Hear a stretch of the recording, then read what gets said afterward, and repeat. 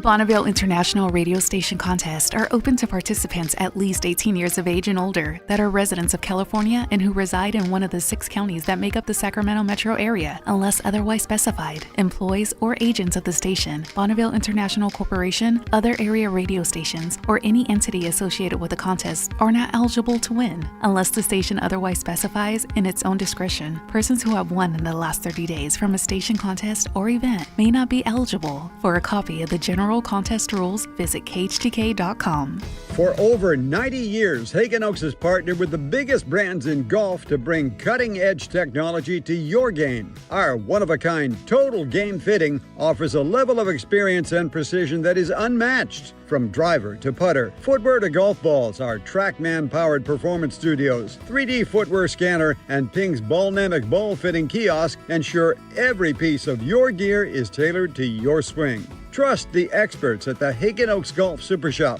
Total game fitting starts here. Hey, this is Greg Papa. Are you working through a major insurance claim? SunPoint Public Adjusters can help. SunPoint prepares, presents, and negotiates your claim with the insurance company, working only for you, making sure you get everything you're entitled to, not what just some adjuster working for an insurance company thinks you should get. Call SunPoint today at 888-247-7865 or contact us at sunpoint.us. SunPoint Public Adjusters, the gold standard in public adjusting. License number 2N14884. Just announced, Stockton Honda has been named #1 of California's best car dealers in 2025 by USA Today and Statista. This prestigious award is based on thousands of customer reviews and recommendations, ranking dealerships for service, value, and satisfaction. Out of hundreds evaluated, Stockton Honda is proud to be #1, recognized for all-around excellence and commitment to our customers. Visit Stockton Honda, where reputation meets the road. Anytime, anywhere, it's all here. StocktonHonda.com. KHTK HD1 Sacramento, KYMX HD3 Sacramento. Your home for Kings basketball for over 25 seasons. Hammer time thrown down by the league. From the Power Business Technology Toshiba Studios. Sactown Sports, 1140.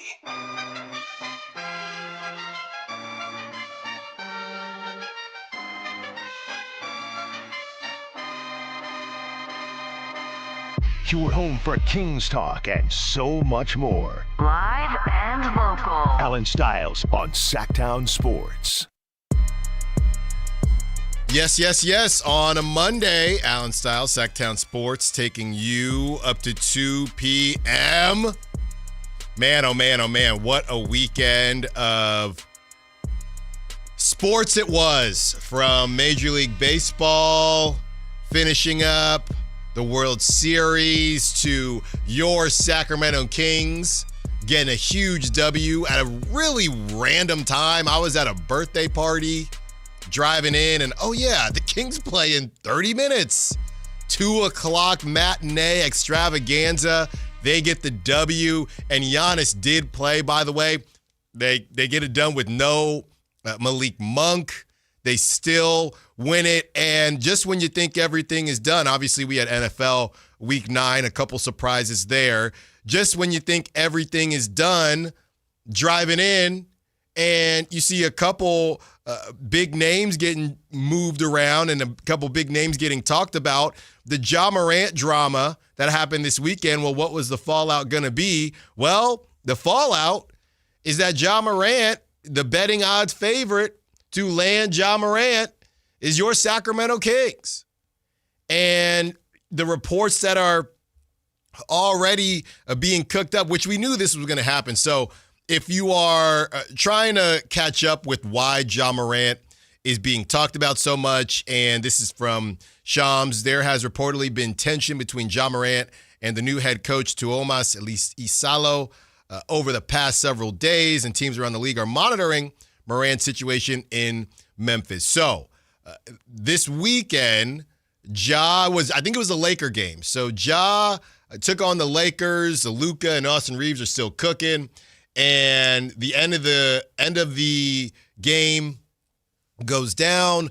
Ja didn't look very engaged. And then after it, he was asked about it in his locker room, and he said, go talk to the coaching staff, and they probably didn't want me out there. He just said a bunch of stuff that normally people don't say. right? And it made me think, too, in my time being out here, what has been the spiciest thing a player has said during a presser, and it would have to be something De'Aaron Fox said. It does not get close to what Ja Morant said. So it doesn't really matter. Right. I mean, that's pretty much it. So Ja says that he gets fined by his team for acting in a way that is conduct detrimental to the team. And now we are seeing that there is tension growing. So here goes all of the betting apps saying, well, here are the betting odds, and the Sacramento Kings are here.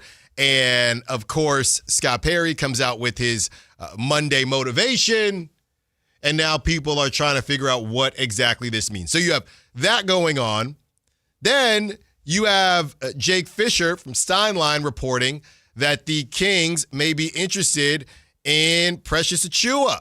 Okay, this is what he had to say. The Sacramento Kings are looking at bringing in veteran center Precious Achiuwa, according to league sources. Now, yeah, veteran is the correct term, but let's not forget, Precious is 26.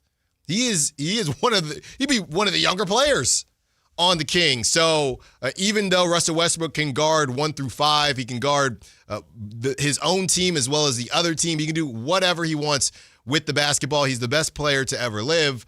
The Kings have essentially said, all right, we've probably gotten away, and I don't know about getting away with anything. They're 2-4, but all right, we've probably done enough here. Let's go get a 4. And Dylan Cardwell, thank you for your service. Let's go get Precious Achiuwa and see what we can do. Now, they are also reporting, Mark Stein, the Kings are currently carrying a full 15 standard NBA contracts, but Jake Fisher reports that they have interest in signing Precious Achiuwa. So somebody would have to go. Somebody would have to go in order to bring in Precious Achiuwa. And I don't really think, I'm not going to name any names, but there are a couple names here that have not perspired yet this season. A couple names that have not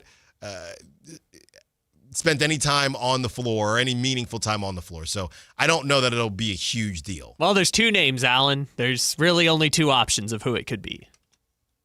Doug McDermott. No, I wasn't going to say him. Okay. It's going to be either Isaac Jones's non-guaranteed contract or buying out Dario Saric, or just a 10-day contract. Okay. So obviously a couple ways to get that done.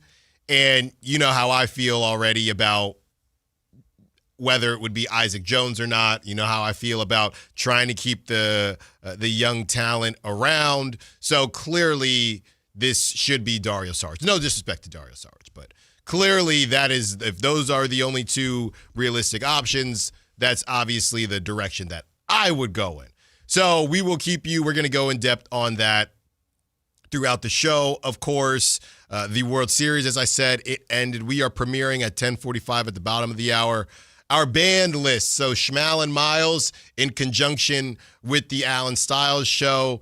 Schmal and Miles is letting us know every weekend or after every big sporting event which players caused him some cash, okay? Or which teams caused him some cash. So 10:45, we have the band list. Are any of the same? Did you get burned by any of the same players? So that's coming up in about 30-ish minutes. We also have some updates around the league that's talking about the NFL and the NBA.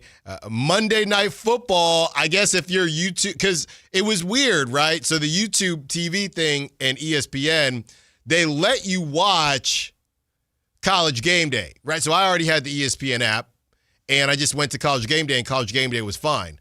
Then when it came to the actual games, I'm be honest, I don't got time. I didn't read, but basically you got to download something on your phone. It doesn't sound like it's terribly hard, and they just want to get people in. That's the whole ploy right now. So I would assume that all you got to do is download whatever they're having you download, and you should be able to get Cowboys, Cardinals today. And I don't know if Kyler's back or not. So this is the really weird thing that's happening. So Kyler Murray's questionable tonight with I think he's got a Lisfranc fracture in his foot. He's questionable, but they've already named Jacoby the starter. So whether he's active or not, he's not going to start for the Cardinals. It's over. It's what a weird, I guess the bus conversation. We can have that, and we probably should have that. he got paid. I mean, is it Tua level? I mean, Tua's out there now. They both missed a ton of time. I think it's Ryan Tannehill level. Yeah, I don't know. He's had some crazy. The thing about Kyler is he's had some really high highs, and I'm not doing a thing here. Of course I'm not. But they've been so short that you can't really put him in any categories, right? They've been little spurts where he looks, wow. I mean, this is some electric type stuff. It's like a kind of a mini Lamar type deal, but it just doesn't last very long. I think part of it too is like, when was the last time the Cardinals were relevant? Was it when they were like 8-1 4 years ago? Yeah. Like that's kind of the last time I've thought the Cardinals have been actually relevant. It feels like it's all before he got paid. So we'll give you some updates there. And of course, if you don't feel like dealing with the ESPN 4-letter network drama and you happen to be in the car like I was for what was that, Thursday Night Football, we got you right here, Sactown Sports 1140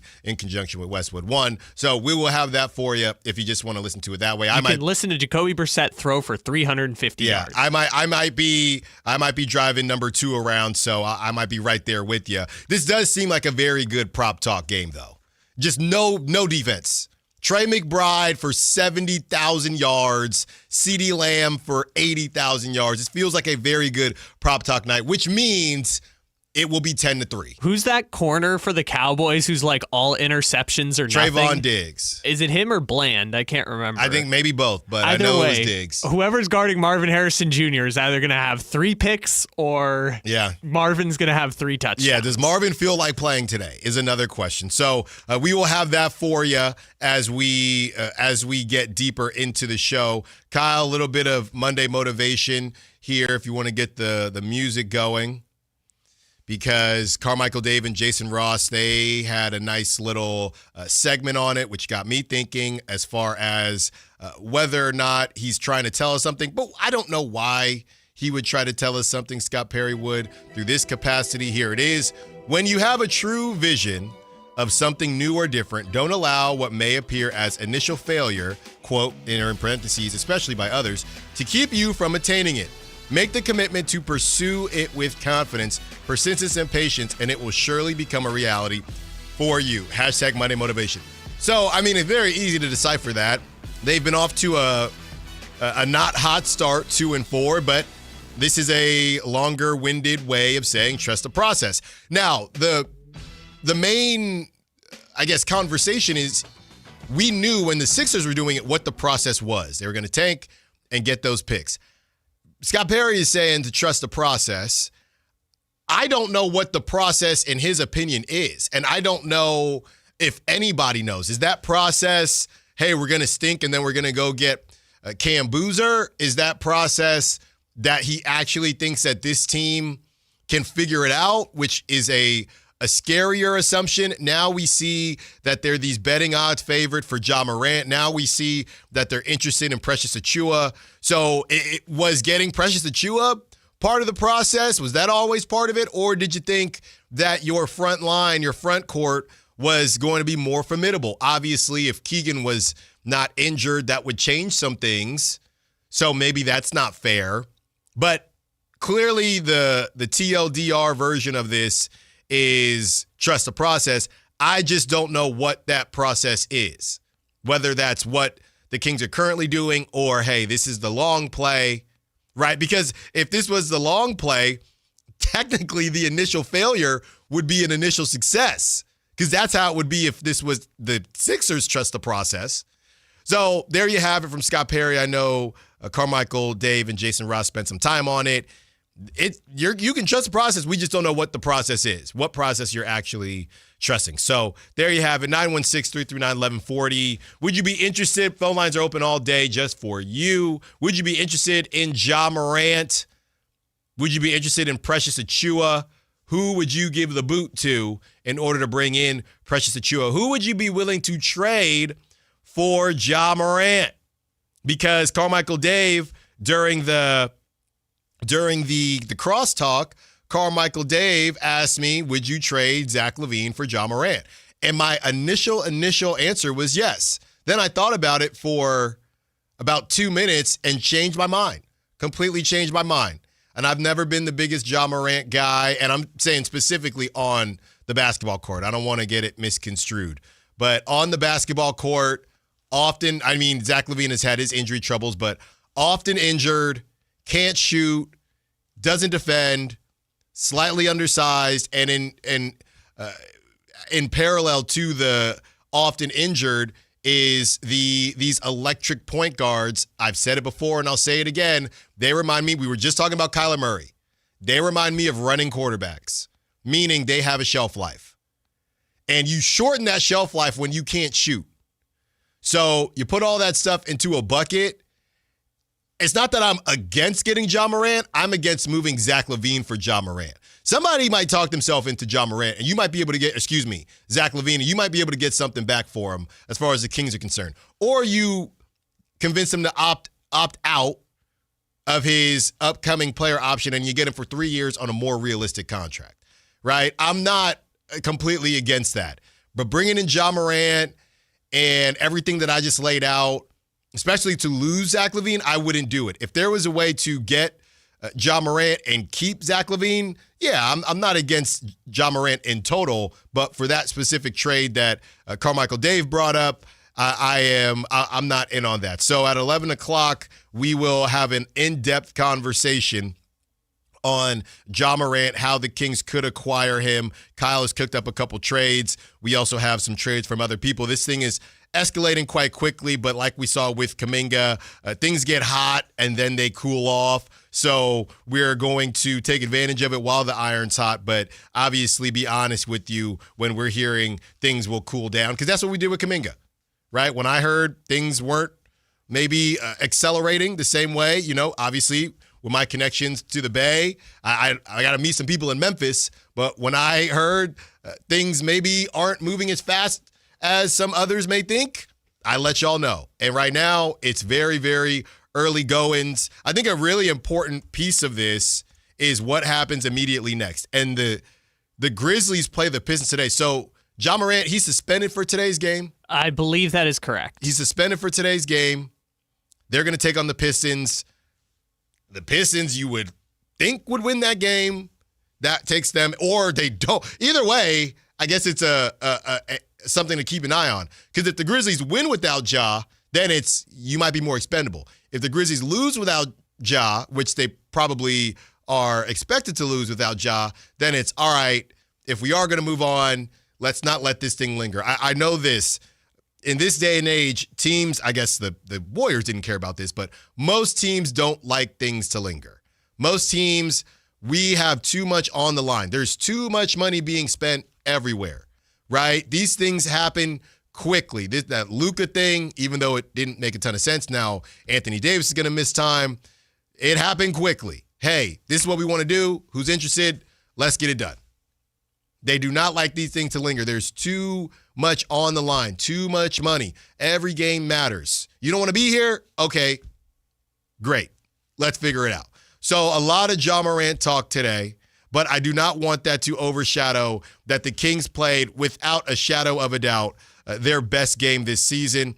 It was incredibly impressive. As I mentioned, I was at a 1-year-old birthday party, so I was watching on my phone, and it was just really impressive what the Kings were able to do, and they just did not back down.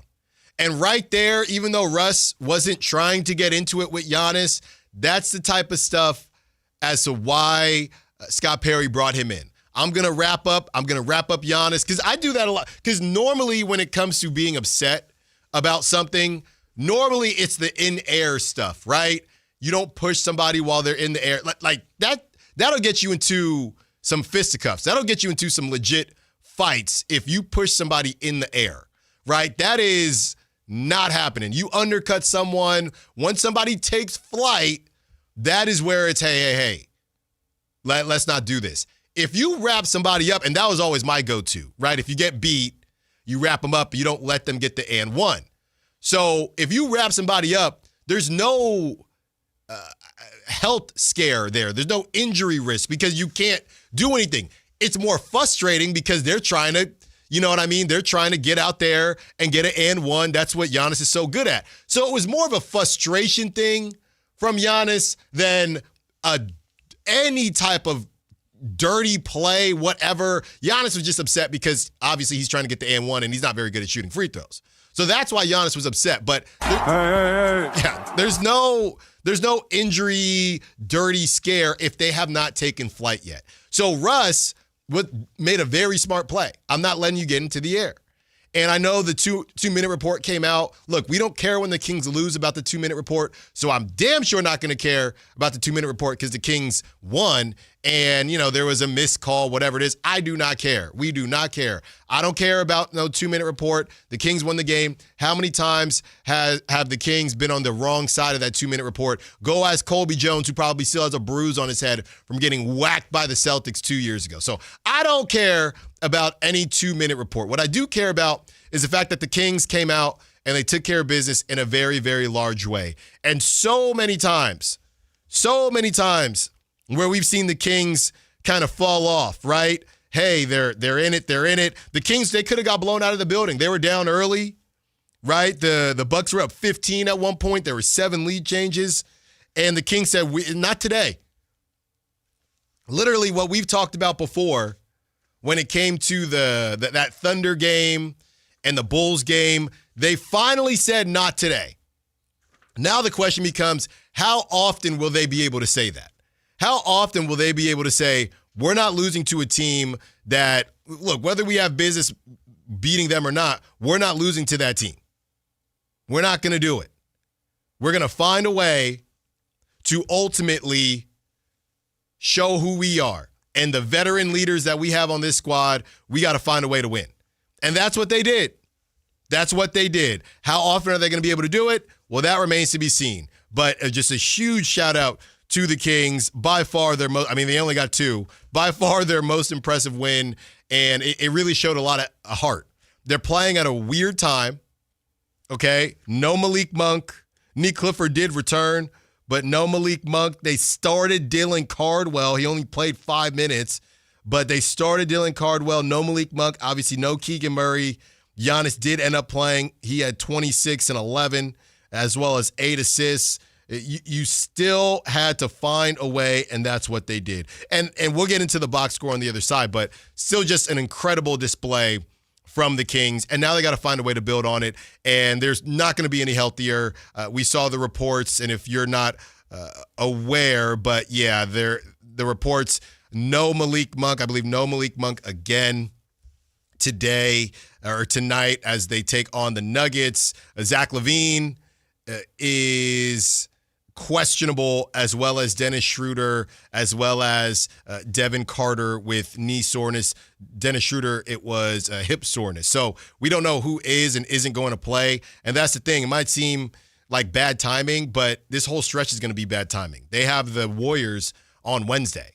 So there's never going to be a bad time or good time for these guys to take breaks, but they are going to take breaks. Now, again, you're taking and I wouldn't say breaks, but for injury. Now, you're doing this along with Keegan already being out. So that adds to it, and it just feels like this team literally has not been 100% all season. So I understand why it feels rough, but them's the breaks. And look, at least I'll say that all teams are dealing with it.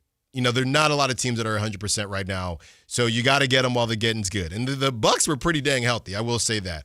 Okay, so as we continue to work through the weekend, as much as I love to make fun of the Dodgers and call them the Smurfs, I was watching the World Series. Like I said, it was the after party for the birthday. So it was kind of a Dodgers hate party, if you will. Some Giants fans, some Mariners fans. It was a Dodgers hate party in there. And the game ended.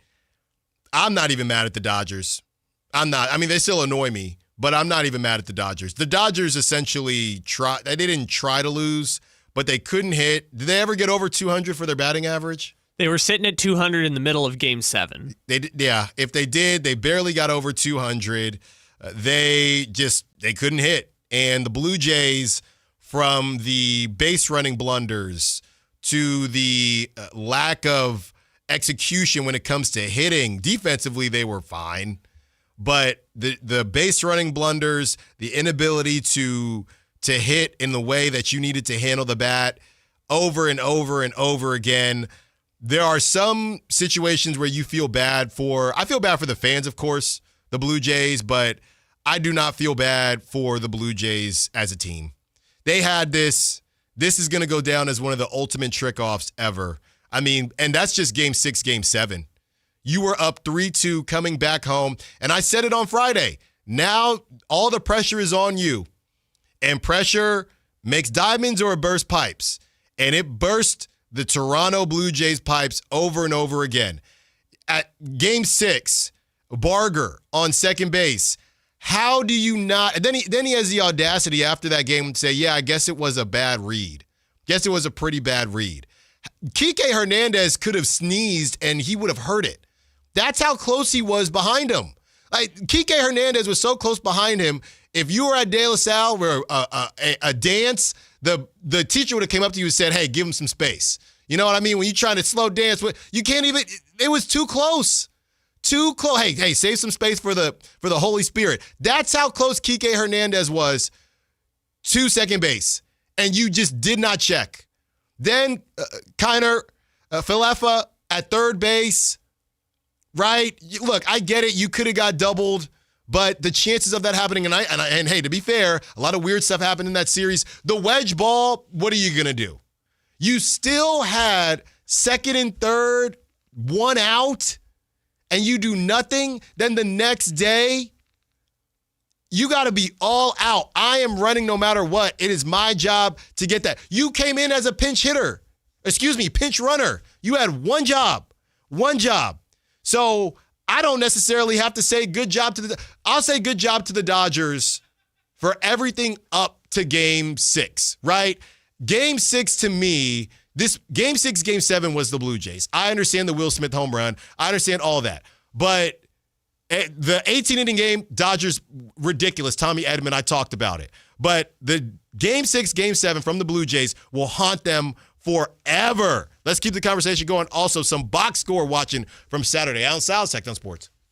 Hey everyone, it's Kyle Draper here. If you're in the market for a new car, let me tell you about my experience with Mercedes-Benz of Stockton. From the moment I walked into their state-of-the-art showroom, I knew I was making the right choice. There was no pressure from the sales staff, and if I'm being honest, I felt like a kid in a candy store. I settled on the all-electric EQS SUV, and let me tell you why. First of all, the comfort. After a long day at work, I actually look forward to being in my car. It has several different massage settings, including my favorite, hot relaxing back. Plus, the seat heating and cooling features are perfect for the hot summer or those chilly mornings. Mercedes-Benz has the reputation of making the finest cars in the world. Now it's your turn to experience what I already know. Mercedes-Benz of Stockton is the best car buying experience you'll ever have. They're just a short drive down I-5, or you can shop online anytime at mbfstockton.com. That's mbfstockton.com, and tell them Drape sent you. The holidays can be a time of increased stress for those struggling with opioid or stimulant addiction. They can also be a time for pause, reflection, opportunity, and new beginnings. This holiday season, choose treatment and recovery. Embrace the company of family and friends and create special moments. Find a proven opioid or stimulant addiction treatment provider near you at ChooseChangeCA.org. Coverage varies by plan, view contracts and exclusions at EnduranceWarranty.com. Auto repair bills are through the roof. $3,000 to replace the transmission. $4,000 for a blown engine. And if your manufacturer's warranty is expired, you'll have to cover it all out of pocket. You need an Endurance Auto Protection Plan. No matter what the mileage, if your car is under 20 years old, Endurance can get you covered on the engine, electrical system, transmission, AC, drivetrain, and more. Endurance has plans for any budget. Repairs can be done at the certified mechanic of your choice, and they're paid directly with no middleman. Plans cover 24/7 roadside assistance, towing, battery jumps, fuel deliveries, tire changes, lockout services, and a 30-day money-back guarantee. Act now and get our elite benefits, including complete tire care and key fob replacement. A $2,000 value at no extra cost. With Endurance, you could never pay for covered auto repairs again, so call now for your free quote. Call 800-378-7241. 800-378-7241. Again, that's 800-378-7241. The deals are on now at the model year-end sales event at Balsam Lake Honda, your one-stop Honda shop. Looking to own or lease? Save on year-end models and drive a brand new Accord or Civic. Visit us today at FolsomLakeHonda.com, your one-stop Honda shop. As a family-owned and operated dealership since 2009, customer service is our #1 priority. Our customers love doing business with us, and you will too. Go to FolsomLakeHonda.com. Your one-stop Honda shop.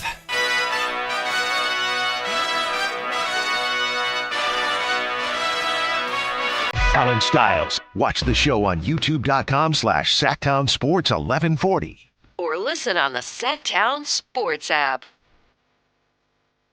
Ja Morant, Precious Achiuwa, Kings looking to improve in a couple different areas.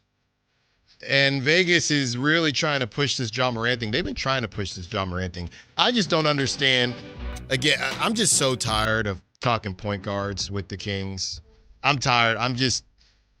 To me, based on how the game is played now, I would be much more in on Trae Young than Ja Morant. And the reason I'm bringing that up is because earlier this summer, the reports were that the Kings were not interested in Trae Young because of essentially how he played.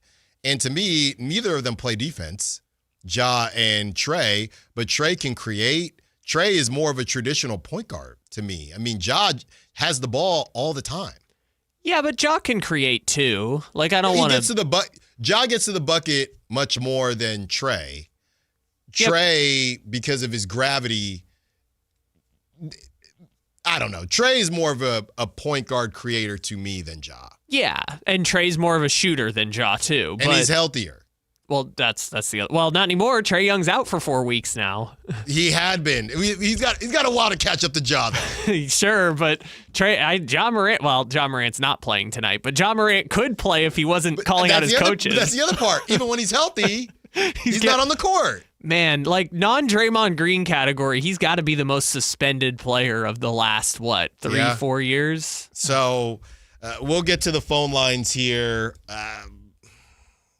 If there's a way to add him, and at 11, Kyle's cooked up a couple of different trades for us. If there's a way to add him that doesn't seem crazy, I'm not against it, but it's not the first thing on my list. I mean, obviously, this is all a matter of, hey, we're not blowing it up, and that's what I said on Crosstalk with Carmichael Dave and Jason Ross. If you're telling me, Allen, we're not blowing it up, so quit asking. We are not tanking. We're just not doing it, then okay. If this is the only path, is these second draft reclamation project type deals, then fine. But that is not what I would prefer them do. Yeah, I know Dave isn't the biggest Ja Morant guy, but his rationale for not going for Ja Morant this morning kind of confused me. Talking about like not fitting the timeline and him making as much money as I didn't understand that Levine. Ja's younger. Ja, what is he, 25? 26. Okay. I mean, he's basically De'Aaron Fox's age. Yeah. Which no one was saying like, oh, De'Aaron Fox's age. Well, I guess some people were. Who didn't want to pay Keegan's the 25. That's what I don't understand. Yeah, I didn't get the timeline thing. And also the thing that I think is a misconception is like, if you trade for, I'm just going to pick a player. If you're trading for Sam Merrill and he has 4 years left on his deal, that can be a timeline player. If you're trading for Ja Morant, your intention is Ja Morant is going to sign a third contract and hopefully a fourth contract with your team. He's that type of like franchise building block that's like, this is not a 3-year commitment. We're hoping this is an 8-year commitment. Well, I think that's, the other way to say what you're saying is it's not changing the timeline. Ja Morant is the timeline. Yeah. So Dave, who is he match? The only thing I could think is Sabonis, if he doesn't match up with Sabonis. But to me, they were going to get Kuminga. Kuminga doesn't match a Sabonis timeline. Ja Morant matches a Sabonis timeline. Now, again, whenever you think the Kings' spacing could get worse, they will find a way to make it worse. But age-wise, that timeline, it ain't going to get much better than that. Yeah, and we can talk about it more later, but the other part that I was just confused about what Dave said is like, Dave's the person who always makes the point, and it's a good one, like, no one other than DeMar DeRozan has like willingly come to Sacramento. Right. It's usually you have to force great players that other teams don't want to Sacramento, and that's how the Kings find value. that would literally be the Ja Morant situation, right? Is Memphis is giving up on him because he's too much of a headache for reasons that are fair or not, and he would be coming to Sacramento disgruntled, but under contract for 3 years with a chance to actually flourish in a different environment. I thought Dave would have been all over the Ja thing, but I guess he's in the mind of, no, this thing's got to go to the bottom. We got to blow it up and we got to tank, which is also a fair point. I mean, Ja and Sabonis isn't winning you conference championships, I don't think. 916-339-1140. Let's go to Doug, who wants to talk Ja Morant. What's up, Doug? What you got for us? Good morning, sir. I just think that the quality of the person is more important to me and what they bring. And when you get the bonus, it's how well that they play. But that guy has character issues, and I believe he says that you got to have character and not be a character. And I'm sorry, his career has got a whole bunch of blotches on it. And I think Precious Ochoa would be better. But I'm still looking for us to get bigger because we continue to get out-rebounded, and we're giving up too many extra possessions. And in close games, which we haven't got blown out yet, that we're missing a few extra possessions. So that's all I have for today, gentlemen. Thank you so much. Thanks for the call, Doug. I will say this to Doug's point. As I look at this box score from Saturday, and the Kings have one more rebound than the Bucks, 38-37. You have the Great Wall of China. You have, the hanging whatever of Babylon. Okay. The hanging whatever of Babylon. But what's the third thing you want to go here? The ninth, I'm gonna stop here. The Aztec.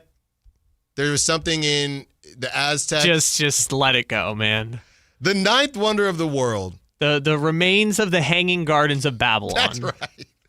The ninth wonder. Honestly, that's a bad name. That's too much of a mouthful. I don't know. Yeah, did it always say remains? Anyway, the ninth wonder of the world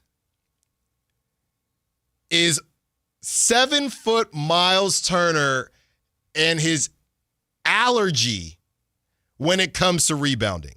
Can somebody explain how you are Miles Turner and you end it with 3 rebounds against the Kings?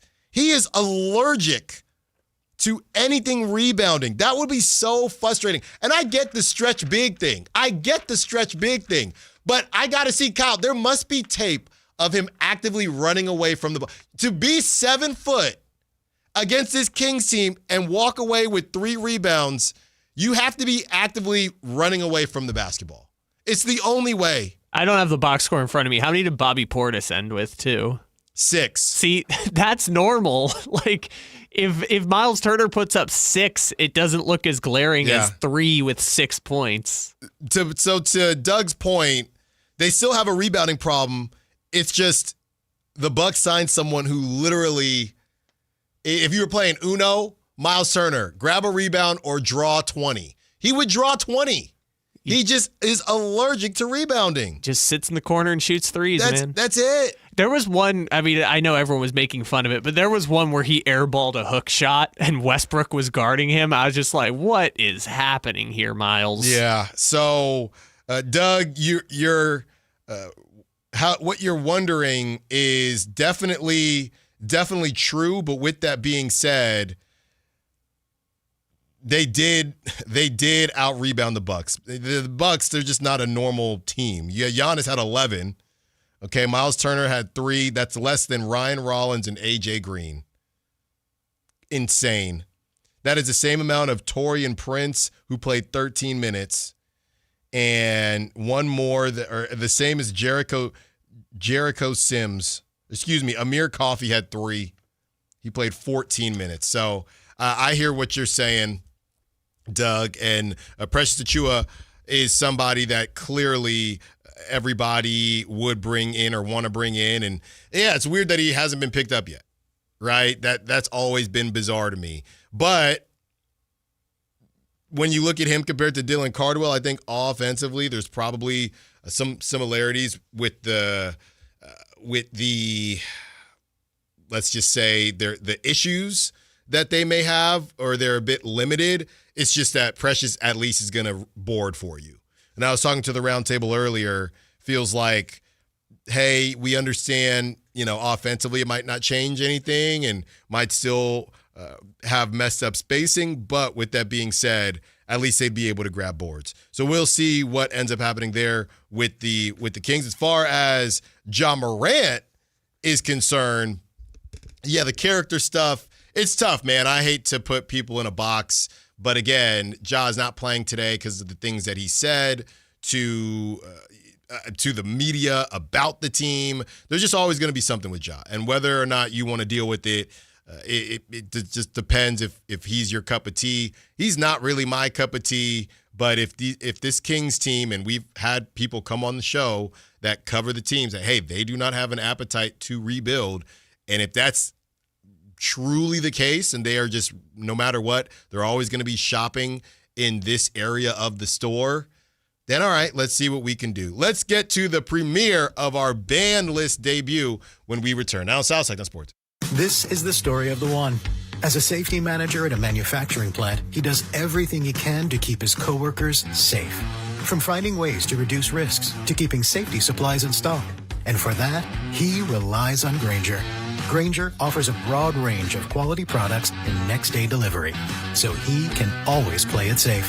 Call 1-800-GRAINGER, click Grainger.com, or just stop by. Grainger, for the ones who get it done.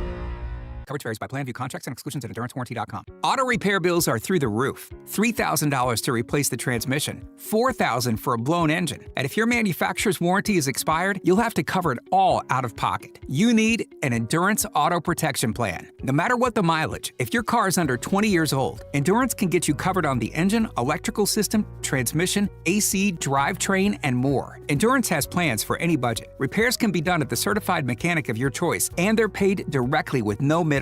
Plans cover 24/7 roadside assistance, towing, battery jumps, fuel deliveries, tire changes, lockout services, and a 30-day money-back guarantee. Act now and get our elite benefits, including complete tire care and key fob replacement, a $2,000 value at no extra cost. With Endurance, you could never pay for covered auto repairs again, so call now for your free quote. Call 800-378-7241, 800-378-7241. Again, that's 800-378-7241. Sacramento Chrysler Dodge Jeep Ram is the place where a handshake still means something. And when it comes to the car buying experience, it's not easy to find that kind of integrity nowadays. And right now, it's the Drive into Fall event, where they have the 2025 Grand Cherokee L for 0% APR financing for 60 months, plus $7,000 off MSRP. And that's just the tip of the iceberg. They have similar savings on every new vehicle. Sacramento Chrysler Dodge Jeep Ram, they're easy to find right across from Hagan Oaks Golf Course. And for the guaranteed lowest price, visit them online at sacsuperstore.com. On approved credit through Stellantis Financial for well-qualified borrowers. $1,401 per thousand finance. Residency restrictions apply. See dealer for details. Until 11/3/25. Ready to pregame for your next big arena event? Head to Beach Hut Deli, a Sacramento tradition for over 40 years where aloha is served daily. Located just steps from the arena, whether it's game day or a concert night, it's the perfect spot to gather with friends and enjoy amazing sandwiches. Planning a bigger get-together? Beach Hut Deli offers endless catering options to bring those fresh, delicious flavors to your next party or event. Beach Hut Deli. Good vibes, great food, and epic times await. When I was a kid, I remember my dad, a lineman, leaving in the middle of the night. Families were depending on him to get their power back on to keep them safe and warm. Watching him taught me that this work isn't just about wires and circuits. It's about people and the trust they place in us when the lights go out. That's why I started Maverick Electric Heating and Air, to carry on that same promise of showing up, doing it right, and protecting families when they need us most. Visit callamaverick.com. Golf to Go is brought to you by the Hagan Oaks Golf Super Shop. Here's Frank LaRosa. Born in 1892 to a socially prominent family, she was the consummate athlete, proficient in golf, tennis, marksmanship, swimming, and car racing. Many considered her the greatest horsewoman of the century. She was a pioneer in the field of golf course development with 3 world-class courses on her resume: the Women's National Golf and Tennis Club, Cypress Point, and Pasatiempo. Working for SFB Morse of Pebble Beach fame led to her second golf course development, which many consider to be the greatest golf course in the world, Cypress Point, where she developed a lifelong friendship and professional relationship with famed architect Alistair McKenzie. Pasatiempo in Santa Cruz was her third development, where she hosted the likes of Bobby Jones, Will Rogers, Babe Saharias, and more. Today, her place is alongside many others in the World Golf Hall of Fame. Congratulations, Marion Hollins. a visionary golf course architect and pioneer of the game. That's your Golf to Go. I'm Frank LaRosa. The excitement of the game is here, and so are the model year-end savings at Stockton Honda, the best Honda dealer in Northern California. Score big with low payments, more for your trade, and a huge selection. Don't wait. The clock is ticking at StocktonHonda.com. Anytime, anywhere, it's all here. StocktonHonda.com. Based on the results of the study, recognized on June 18, 2025, USA Today's list of California's top car dealers 2025. Guys, it's time to know your numbers and what they mean. And right now, Revive Men's Health is offering a $400 comprehensive wellness panel for just $99. Free if you start treatment. Offer ends November 30th. Book today at ReviveMen'sHealth.com. Must medically qualify. Terms apply. Contact us for full offer details.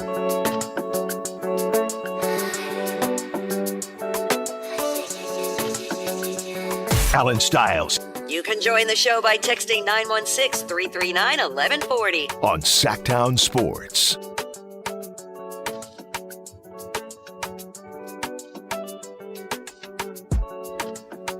Gonna have some fun here, bottom of the hour, before we get into some hardcore, very, very hardcore Kings talk, okay? As we have some Ja Morant updates for you, okay? Some Precious Achiuwa updates for you. That's all coming up at 11.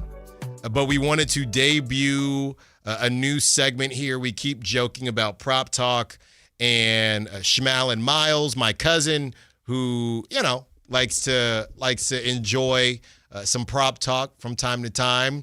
And we came up with this segment where we want to discuss players that are banned.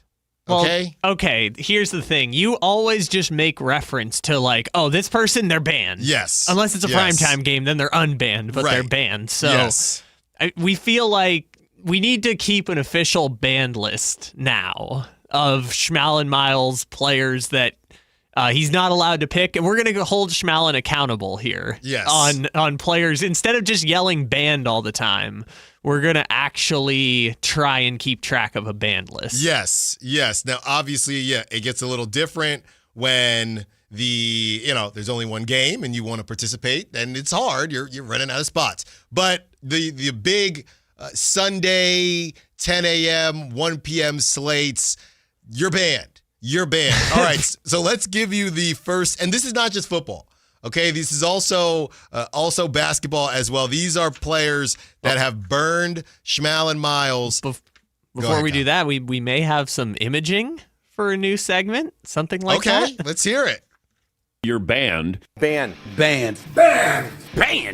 He's now banned for life. Banned. Eternal ban. Hell no. Nicely done, Kyle. And let's give everyone their first taste of the ban list before we add our two new players to today's ban list. First, this person has burned Schmal and Miles by a half yard multiple times. Sterling Shepard is on the ban list. You know, Schmallen loves his third receivers, and he's seen a lot of cash flow go out the window. So Sterling Shepard, you, sir, are on the ban list. That is really setting the tone for this. Yes. If we're talking about third receivers for the Bucs, this is setting tone for how degenerate this is about to be as a Kyle, segment. Sterling Shepard. You're banned. Thank you very much. Next on the ban list, I won't say who, but somebody told Schmal and Miles that this person was a great pick because it was somewhat of a homecoming for him. He proceeded to score 3 points and ended up having an ankle injury that was not reported as an ankle injury. He just didn't play the second half and cooked Schmal and Miles' parlay. So good for you, Gabe Vincent, somewhat of a local guy. But Gabe Vincent, you're banned. You're banned. Banned. He's now banned for life. Banned. Eternal ban. Hell no. Next on the ban list, this is kind of a double trouble for you, but I'll start with number one. This guy was my fantasy QB last season and did absolutely nothing when it mattered.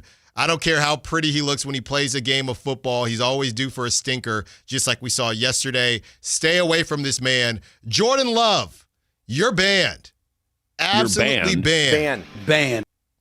Next on the ban list, like I said, it's kind of a double trouble. Not only is Jordan Love banned, it is hot potato. If you pick Dobbs, it'll be Golden. If you pick Golden, then it'll be Watson. Tucker Kraft was probably one of the top bets yesterday. Tucker Kraft left the game with injury. I think his ACL is gone. Welcome to the ban list. You're banned.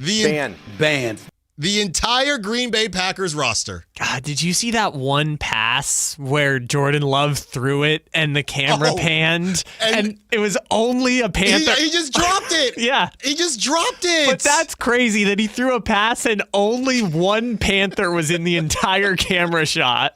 He just dropped it and they still won. They still won. I thought for sure they were going to lose it after he dropped that. All right, Jordan Love and the Packers, you're all on the ban list. Next on the ban list, this guy is supposed to be a fantasy wonder, but whenever you need him, he's never there for you. And he plays on a team that is pretty much trash at this point. Devon Achane, welcome to the ban list. Banned. Welcome to the ban list.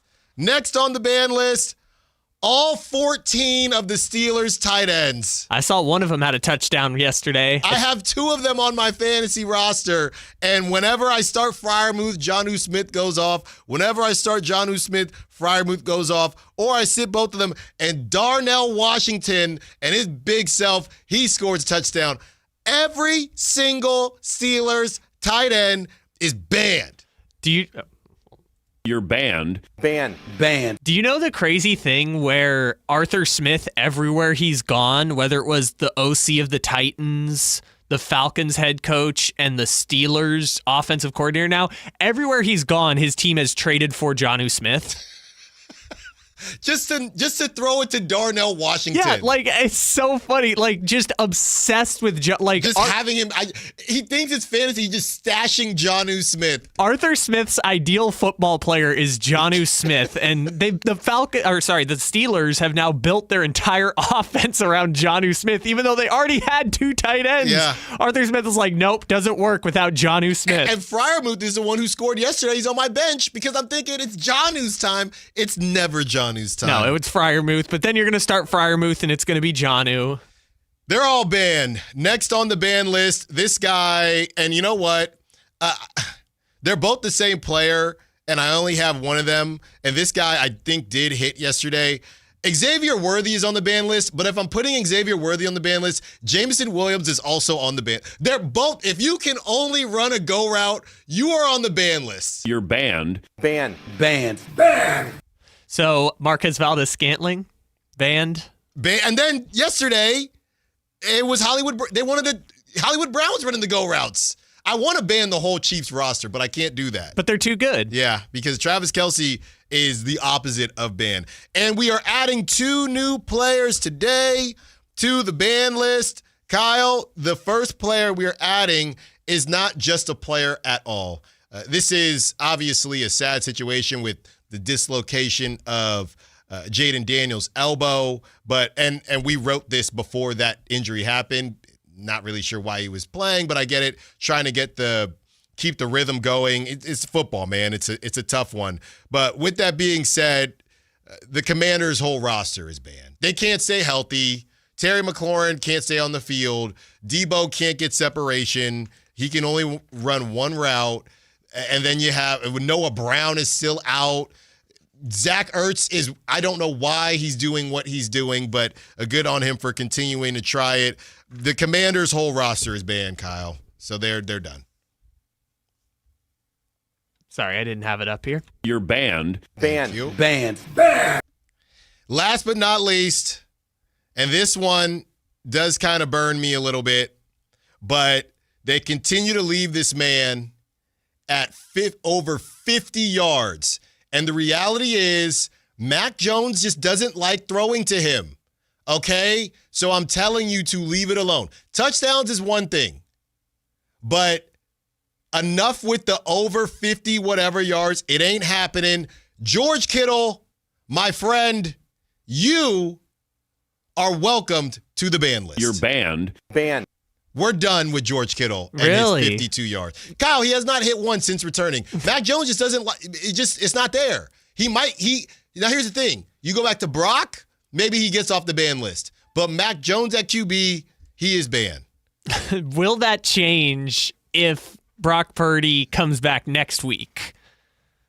Brock Purdy's probably not coming back next week, but if he does, it would change. But Mac Jones at QB, George Kittle is a really fun offensive lineman. He's a really cool offensive lineman. I feel like we're gonna amend this ban list to George Kittle with Mac Jones. Yes, I feel like that's the better way to do it because George Kittle had a touchdown. Now it was National Tight Ends Day, so of course he had a touchdown. Right. But George Kittle did have a touchdown when Mac Jones was required to force feed it to him.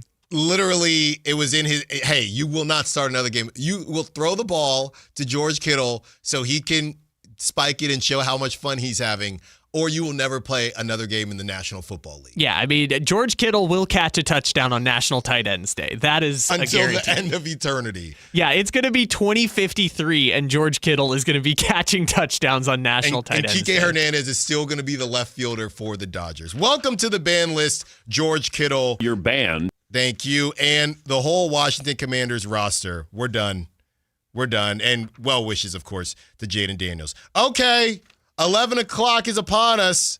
Do not move. The time has come for a true blue Ja Morant conversation. Do you want him? How much does it cost? Allen Stiles, Sactown Sports. This is the story of the one. As a maintenance supervisor at a manufacturing facility, he knows keeping the line up and running is a top priority. That's why he chooses Grainger. Because when a drive belt gets damaged, Grainger makes it easy to find the exact specs for the replacement product he needs. And next day delivery helps ensure he'll have everything in place and running like clockwork. Call 1-800-GRAINGER, click Grainger.com, or just stop by. Grainger, for the ones who get it done. Ready to order? Yes. We're earning unlimited 3% cash back on dining and entertainment with a Capital One Saver card. So let's just get one of everything. Everything? Fire everything. The Capital One Saver card is at table 27 and they're earning unlimited 3% cash back. Yes, Chef! This is so nice. Had a feeling you'd want 3% cash back on dessert. Ooh, tiramisu. Earn unlimited 3% cash back on dining and entertainment with the Capital One Saver card. Capital One, what's in your wallet? Terms apply. See CapitalOne.com for details. Everyone has a past, but what happens if you've made mistakes and made good on that past, but it keeps following you? Are you looking for an attorney to erase past records and restore your rights? Maybe even restore your gun rights? Do you need a reputable criminal defense attorney who knows even good people make bad mistakes? Well, the attorneys at Gonzalez Law Office are here to help. Find Gonzalez Law Office online at saclegaldefense.com or call them at 916-304-9187. We don't settle for less, and neither should you. Here's the tale of the daily med fill. Same old pharmacy, same old bill, but those prices kept rising higher still. Till the savings wrangler rode in, cool as can be. Tap Good RX, saving massively. No plan? Don't matter none. Up to 80% off. The deals are done. Discounts hitting harder than Ma's chili. Dang. That one little app does all the rest. Save time and money on prescriptions. Check Good RX. Good RX is not insurance. This message comes from Viking, committed to exploring the world in comfort. Journey through the heart of Europe on an elegant Viking longship with thoughtful service, destination-focused dining, and cultural enrichment on board and on shore. With small ships that bring travelers closer to the destination, there's more time to explore. And every Viking voyage is all-inclusive, with no children and no casinos. Discover more at Viking.com. Carmichael Dave here for American Energy Heat and Air. Right now, breaking news, they're upgrading their offering to include plumbing, bringing that same expertise and experience to the plumbing space.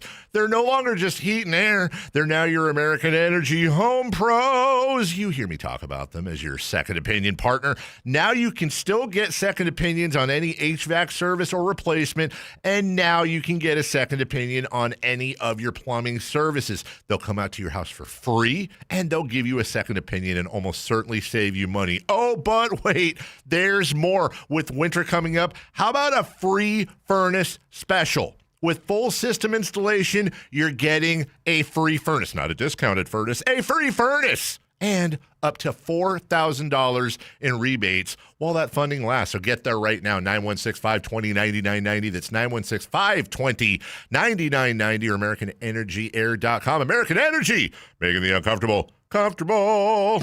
The deals are on now at the model year-end sales event at Balsam Lake Honda, your one-stop Honda shop. Looking to own or lease? Save on year-end models and drive a brand new Accord or Civic. Visit us today at FolsomLakeHonda.com, your one-stop Honda shop. As a family-owned and operated dealership since 2009, customer service is our #1 priority. Our customers love doing business with us, and you will too. Go to FolsomLakeHonda.com. Your one-stop Honda shop. KHD1 Sacramento, KYMX HD3 Sacramento. From the Power Business Technology Toshiba Studios. Sactown Sports 1140.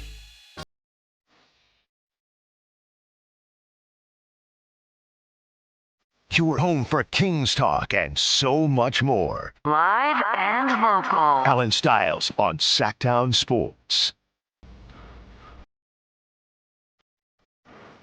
It could be a parade in Sacramento if Ja Morant comes on over, and if you are not grabbing that reference, that was when Ja was. I mean, he was going to be the face. This is when he was grittying. When's the last time Ja grittied? 3 years ago. Ja was, and by the way, and Justin Jefferson, Jamar Chase still grittying, but Ja was grittying 3 years ago. Referencing NBA YoungBoy. It was one of the coolest things ever. He hit a buzzer beater and said, "There's a parade inside my city." And all those years later, this is when they were a dynasty, according to some of the Grizzlies players. And all they were those trying years, to take down the Warriors. Yeah, all those years later, they are without, I guess, two of those core guys in Dylan Brooks and Desmond Bane. It's just Ja and Jaren Jackson Jr. left.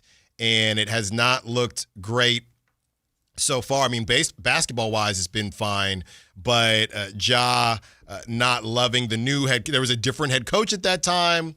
And, you know, it is always something when you come up with a certain coach and then that coach does get moved. We didn't really know how Ja felt about it. Obviously, he's had his on-court stuff as far as injuries, his off-court stuff as far as Instagram Live and other situations. So one of the most polarizing players in the league, and we just saw a report from Shams that there has been tension between Ja Morant and the head coach, who they just added, Tuoma Sisalo, over the past several days, and teams around the league are monitoring Ja Morant's situation in Memphis. We had the end of the season happen, and it was either the GM or the owner, somebody with the Grizzlies said, "We're not moving them." So yeah, I'm sure that's what everybody would like.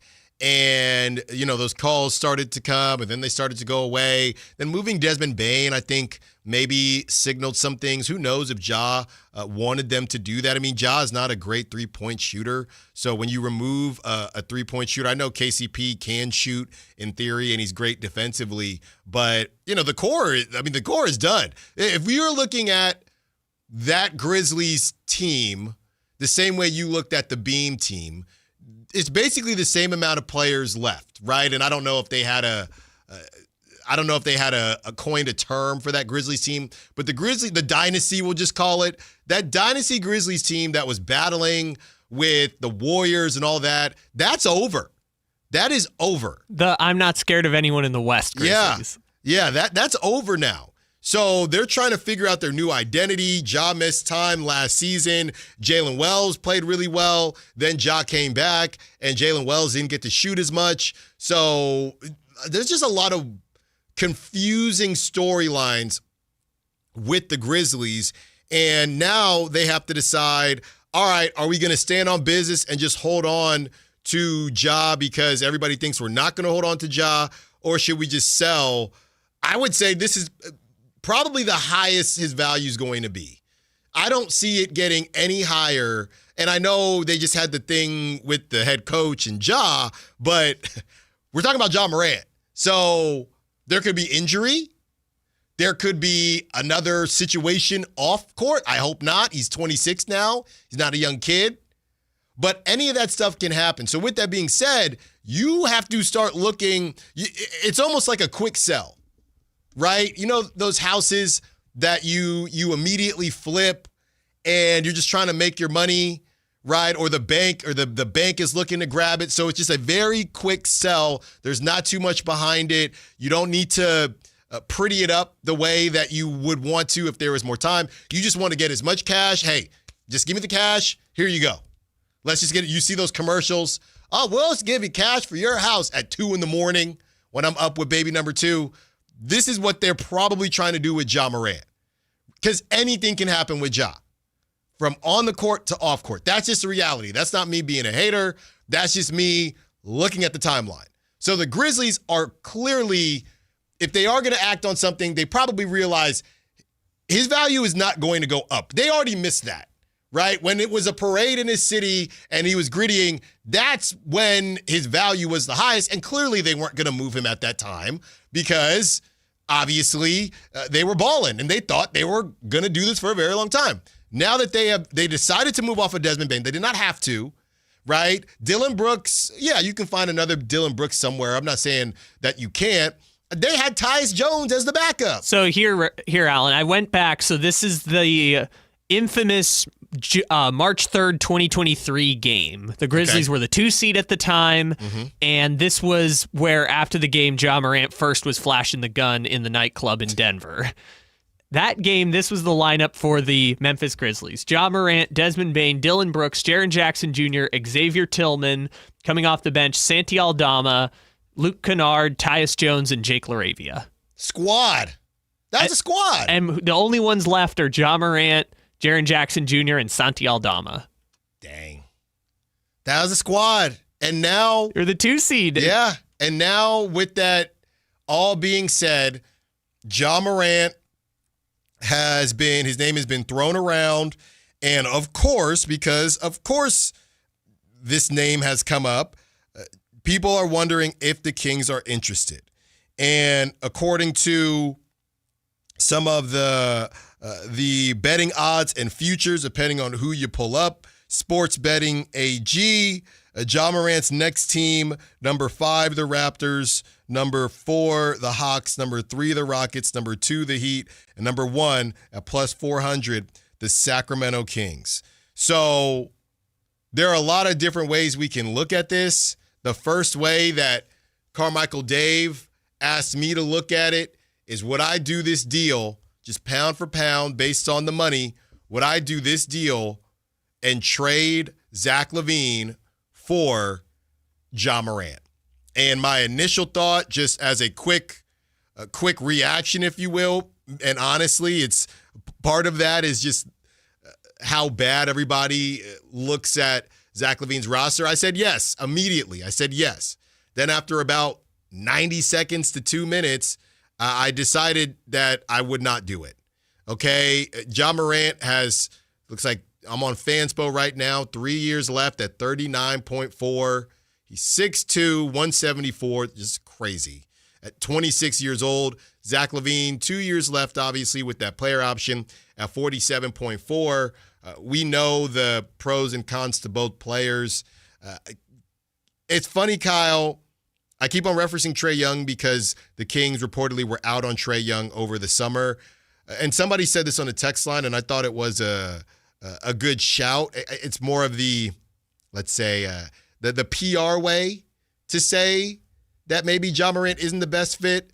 This person on the text line said, does Ja Morant fit the 6 pillars that Scott Perry always talks about? And I hate to look at, try to divulge who somebody is as a person, but I can only judge you based on what has happened. And I think it's a great question. I don't know that he does. I don't know that he does when you look at the types of players that Scott Perry seems to want to bring in. Now, the Jonathan Kuminga thing is looking less crazy every day. We don't know if Jonathan Kuminga is just playing the game right now, but everybody thought we had the same conversations. Now you have a guy in Ja Morant who did the Instagram Live thing. He's had other situations outside of the Instagram Live thing. And we know that's who he was. I don't know if that's who he still is, right? He is 26 years old now. I know he's got at least one kid, might be starting a bigger family. I don't know. On the other side, you have Jonathan Kuminga, who just wanted to play and to get paid. And we took calls in the summer about Jonathan Kuminga. I don't know. He's kind of causing trouble, causing problems when the people that play alongside him every single day, they did not have a problem with it. They thought he deserves to get paid. And now we see Jonathan Kuminga unleashed, and it's looked pretty darn good. So we had questions collectively about Jonathan Kuminga and the 6 pillars of what Scott Perry deems to be the type of player that he wants to be a Sacramento King. That is aging well. They weren't able to get Jonathan Kuminga, but that is aging well. And there was just a little bit of bad PR because Jonathan Kuminga was trying to get paid and he was sitting out and his agent was doing too much talking, things like that. Ja Morant has actual stuff that has happened. Now, you don't have to judge somebody based on what happened. And I can say I'm saying no to Ja Morant based on on the court. But if you do bring up off the court too, then you mix that with the on the court stuff. It's just not something that I would do. I'm definitely not doing it for Zach LaVine. Kyle, it sounds like you have a couple other options that we are going to kick around here. And I'm not saying I wouldn't do it, period. I'm saying I would not do it for Zach LaVine. Definitely not right now. Definitely not right now. So this is kind of the interesting thing, and we'll get to those trades, because, like, to your point about the character issue stuff and the 6 pillars, like, the Grizzlies are not trading Ja Morant because of the gun stuff. The Grizzlies are trading Ja Morant because of the fighting with the coaches and the, not arrogance, because that's not fair to him, but he's said some things in the media that have not come off great, which I can only imagine what he's saying behind closed doors if that's getting to the media with the polishing and the training and all that. By the way, it's not just this most recent one where he got suspended for it. It was the end of the Thunder series saying, hey, I might get in trouble for this, but we would have came back if I had been healthy. You can go on down the list of some of the Ja Morant quotes you've seen. That's been kind of, and, now they have a new coach, and it seems like they're more committed to the coach than the player, right? So that's the reasons why Ja Morant is getting traded. It's not necessarily from the other stuff. To your point, though, about the Zach LaVine trade, because the two easy trades to make is just both teams are still trying to compete. Both are just trying to get a different taste of the same flavor. So flip Ja Morant for Zach LaVine, flip Ja Morant for Domantas Sabonis, right? We talked before, like Sabonis, his perfect pairing in the front court is a Jaren Jackson Jr. Like that would be a great Twin Towers duo. In Memphis. In Memphis. But I kind of feel like both of those trades are a both team says no situation.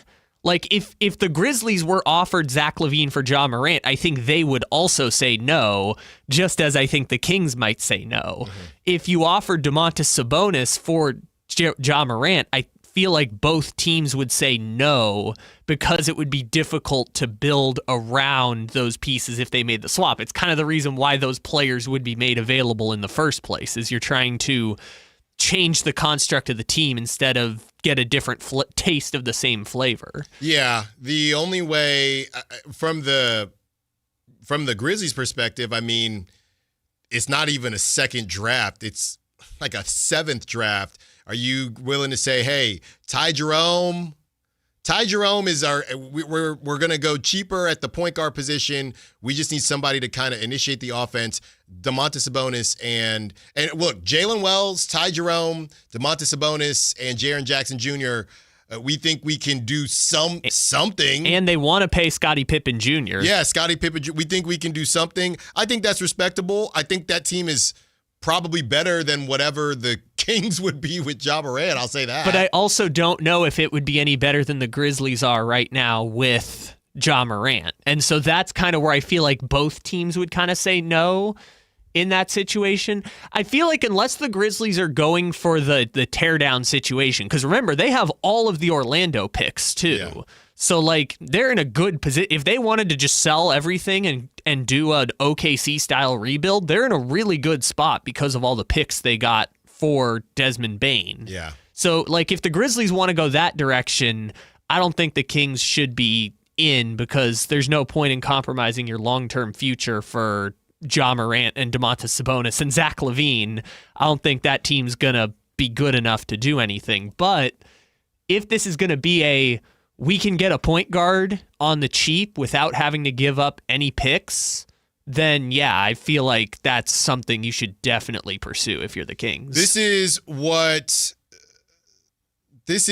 Sam Quinn had to say about the situation. When the Kings got knocked out of the play-in tournament last season, even Domantas Sabonis lobbied publicly for a point guard to replace the since-traded De'Aaron Fox.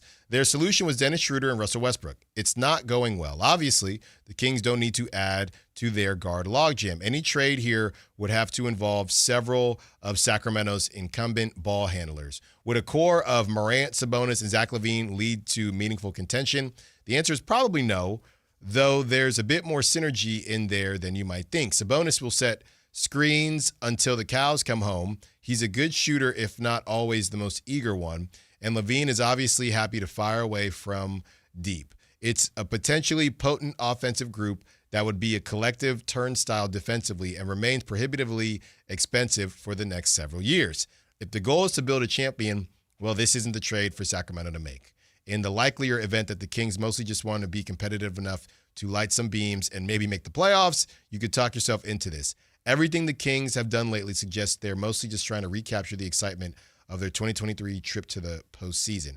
Morant isn't as complete an offensive player as Fox was, but the concept of pairing Sabonis with a speedy point guard and some shooting has worked wonders in Sacramento before. I do think that's probably the best argument for Ja Morant, right? And it's funny because just last year I was arguing in a rare occasion where I was arguing pro De'Aaron Fox. He must have still been on the Kings, but I was arguing that I would take De'Aaron Fox over the next 5 years over Ja Morant. And when Ja Morant was kind of, back rolling along a bit, people said I was crazy. People said I was wearing purple lenses. Well, neither of them are playing right now, but I would argue that that was the correct approach. And whether or not you want to take Ja over De'Aaron Fox doesn't really matter. The point is they're close enough to Sam's point, recapture what happened in 2023 and be, I don't know if I want to call it a poor man's version of that, because some people would still argue that Ja Morant is better. So you could say, hey, you got Ja, he's the De'Aaron Fox. I mean, and we looked it up, Kyle. Their three-point shooting percentages are fairly similar. I think in my mind, De'Aaron Fox is a better shooter, but I don't know if that is 1,000% true. But they're close enough to where it's a good enough conversation to have. And defensively, De'Aaron's a much better defender. I think, if anything, that is the area where it's an obvious change. Ja, he's shooting 15% this season, but he's at 31.3 on his career for his career. De'Aaron's at 33. So he's better, De'Aaron. He's a little better. Yeah, De'Aaron has that 1 year at 37% that definitely buoys the career average too. Mm-hmm. We'll get to the trade in a second too, but if I were just to Sam's point about like recapturing the wonders of putting a speedy point guard with Domantas Sabonis, like if I gave you a lineup of Ja Morant, Zach LaVine, Neek Clifford, Keegan Murray, and Domantas Sabonis, you would look at that and say that's fairly similar on paper to the 2024 team. And Malik coming off the bench still. And probably better defensively than that team. Not probably, better defensively than that team was. I mean, yeah, better than the Beam team, yes. Yeah. Better than the 2024 team, I don't know about that, because that team actually did make strides on defense. I'm just saying Beam team.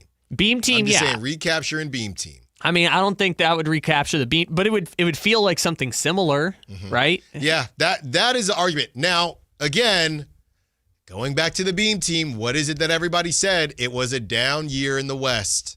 They were the 3 seed, down year in the West, and Victor Wembanyama was in diapers. So now we have Victor Wembanyama, and we're going to talk about this later in the show. Victor Wembanyama, the teams that Allen needed to be bad are not bad. The Spurs are good. The Blazers are good. And if you want to do the put this team in this world thing, does that beam team make that beam team ain't nobody's 3 seed this season? Probably not. No. Do they make the playoffs? I think the beam team? Maybe through the play-in? No, I think the beam team would be like a 5 or a 6. Okay. I think the beam team, because people forget they won 48 games, but at the end they kind of just threw a couple games away. They were a 50-win team that year. 50 wins will Did they get 50 wins? Huh? Did they get 50? They did not. But if they I'm had, just saying. But if they had actually had to play for something, they would have gotten to 50 wins. They just sat a bunch of people at the end of the season. But I say they would have been a 5 or a 6 probably. Okay. And so we think this team, a different version of the beam team. I mean, to be honest, this would have been the move if Ja was available at the time.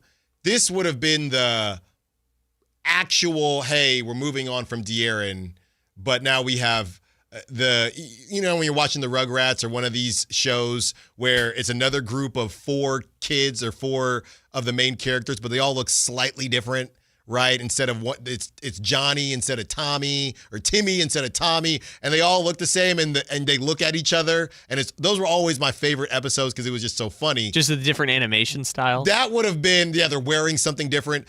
That would have been if, hey, we're gonna make a move for Ja. We're moving on from De'Aaron Fox.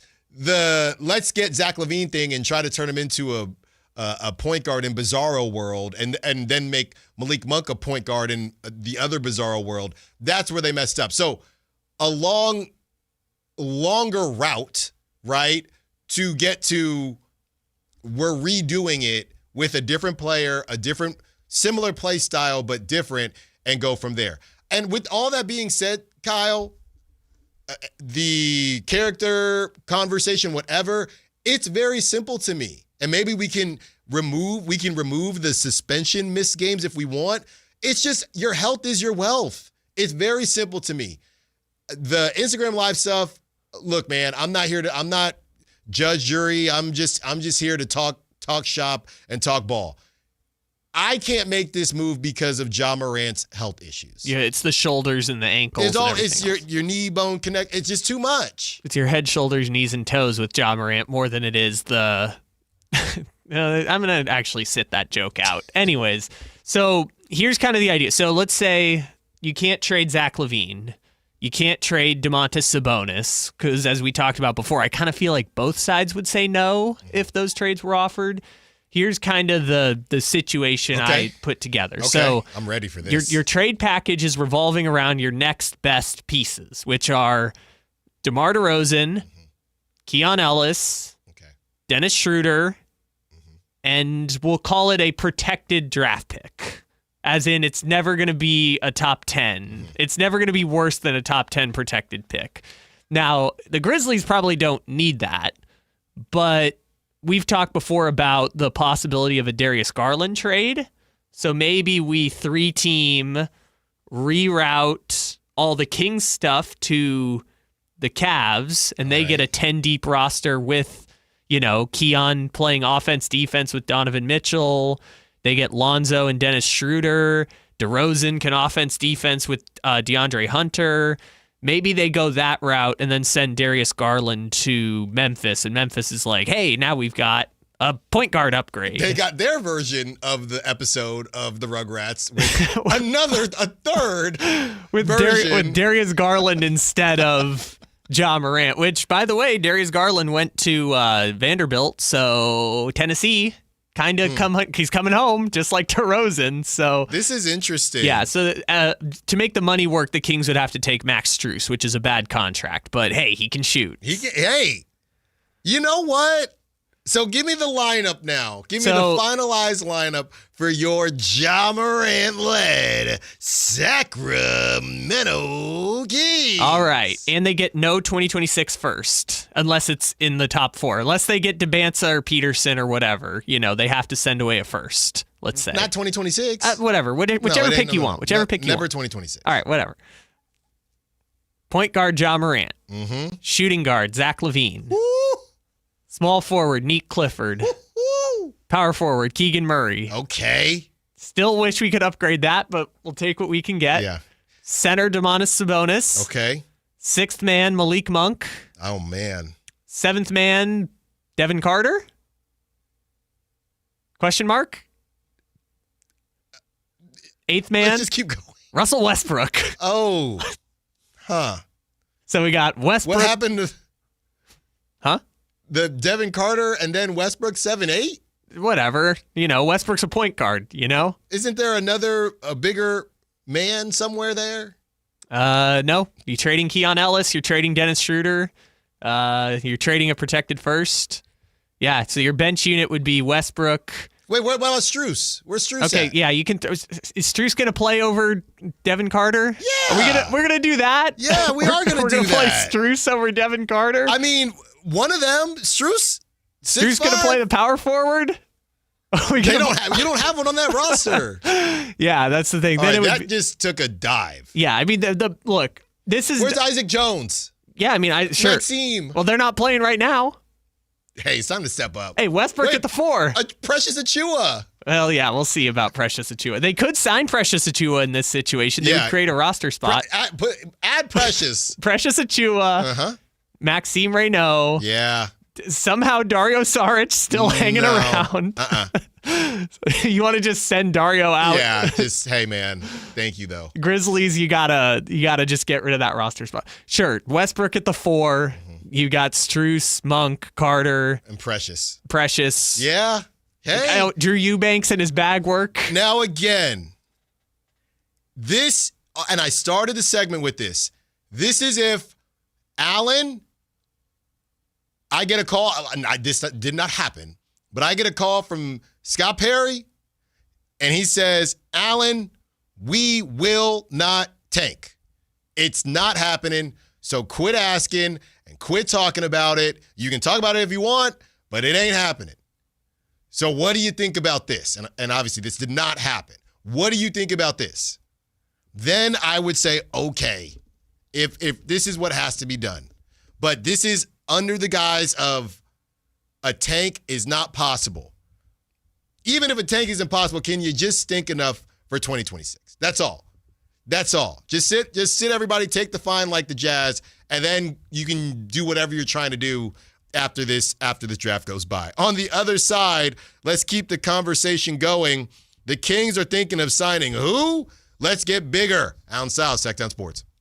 The San Francisco 49ers play on Sactown Sports 1140. Touchdown 49ers! Every game on your #1 sports station. Don't miss the action on your local sports leader. Sactown Sports 1140. Ready to pregame for your next big arena event? Head to Beach Hut Deli, a Sacramento tradition for over 40 years where aloha is served daily. Located just steps from the arena, whether it's game day or a concert night, it's the perfect spot to gather with friends and enjoy amazing sandwiches. Planning a bigger get-together? Beach Hut Deli offers endless catering options to bring those fresh, delicious flavors to your next party or event. Beach Hut Deli.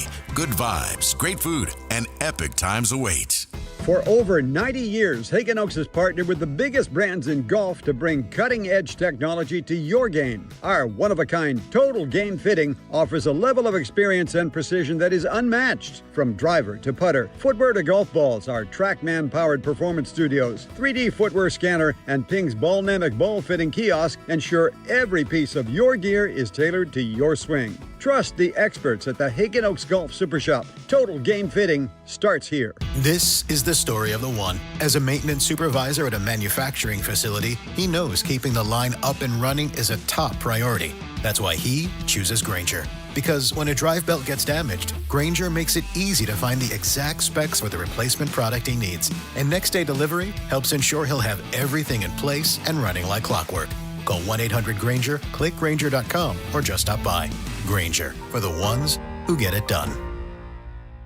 Hey everyone, it's Kyle Draper here. If you're in the market for a new car, let me tell you about my experience with Mercedes-Benz of Stockton. From the moment I walked into their state-of-the-art showroom, I knew I was making the right choice. There was no pressure from the sales staff, and if I'm being honest, I felt like a kid in a candy store. I settled on the all-electric EQS SUV, and let me tell you why. First of all, the comfort. After a long day at work, I actually look forward to being in my car. It has several different massage settings, including my favorite, hot relaxing back. Plus, the seat heating and cooling features are perfect for the hot summer or those chilly mornings. Mercedes-Benz has the reputation of making the finest cars in the world. Now it's your turn to experience what I already know. Mercedes-Benz of Stockton is the best car buying experience you'll ever have. They're just a short drive down I-5, or you can shop online anytime at mbfstockton.com. That's mbfstockton.com, and tell them Drape sent you.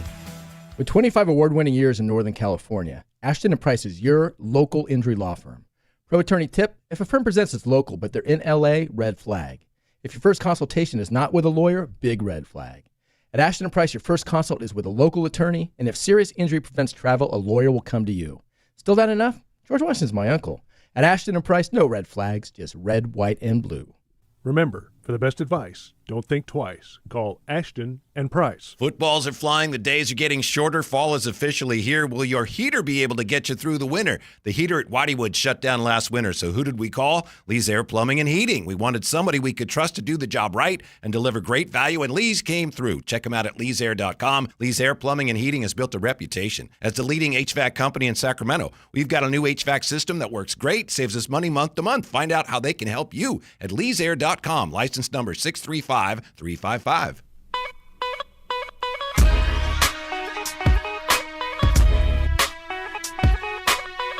Allen Stiles. Watch the show on youtube.com/Sactown Sports 1140. Or listen on the Sactown Sports app.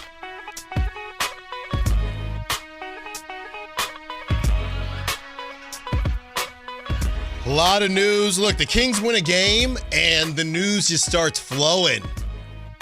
It was silent, and it's so funny how the tide starts to turn. This was not a big name or anybody. It was just somebody I saw on X, and there's a clip going around of the Kings, and it was just hot potato with the basketball. Really good ball movement against the Bucks in the third quarter. It ended with a Zach LaVine 3, right? I think it was either at the top of the key or a wing, and he pop, passing it around, looking real good. Zach LaVine nails a 3. And people were like, hey, you can say what you want about the Kings, but that was some beautiful basketball right there. And the first comment was, hot take, I kind of like this Kings team. And it had a good amount of likes to it. And it's just so funny. People are so fickle, man. People are so fickle. And that's why if you're a fan of a team, just have your own thoughts, right? All the Dodger fans that are climbing around, just crawling around this building. Hey, you want to be a Dodger fan? Good for you. You know, I don't have to. We can disagree. We can agree, whatever the case is. Good for you. Be your own person. Because people will turn on a dime. One scene, they didn't even know if the Kings won that game or not. But pop, passing the ball around. And all of a sudden you win one game. Hey, I mean, this Kings team, you never know. All the people talking all this trash. Now, granted, the Kings would have to win much more, or the trash talking will continue. But you see how things change just based on one game. And now the Kings are the number 1 landing spot for Ja Morant. And they're also interested in a player who it was very confusing why he does not have a team. He's 26 years old. I mean, it's kind of bizarre, Kyle, but a name that we brought up and just never knew what was going on.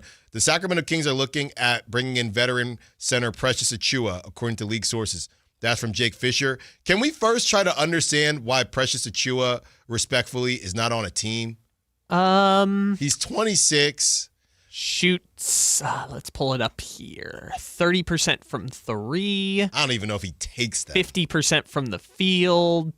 Good rebounder. Because he only goes about 6'8", right? Yeah. He's basically, I said, he's the best case scenario for Dylan Cardwell's career. Doesn't defend at a high level, rebounds well.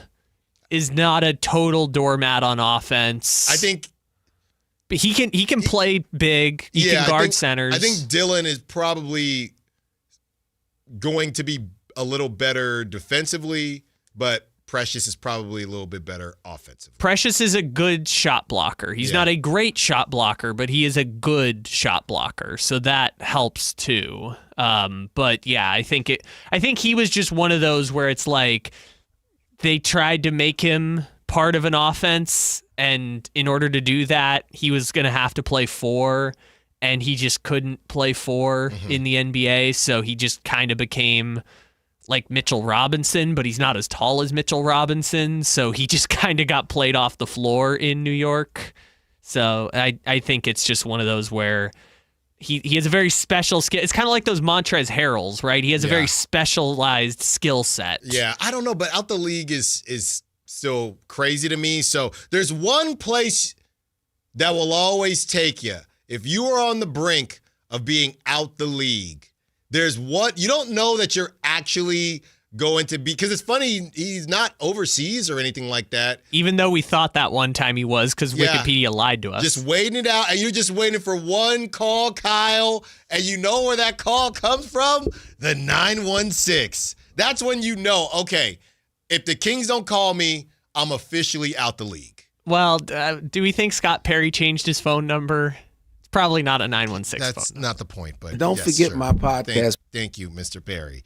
So the options that Scott Perry has, as well as the Kings, a 10-day contract. The Kings can sign him to up to 2 of those during the season. Also can confirm Scott Perry does not have a 916 phone number. Okay. They can waive Isaac Jones, non-guaranteed contract, and sign Achua to a standard NBA contract.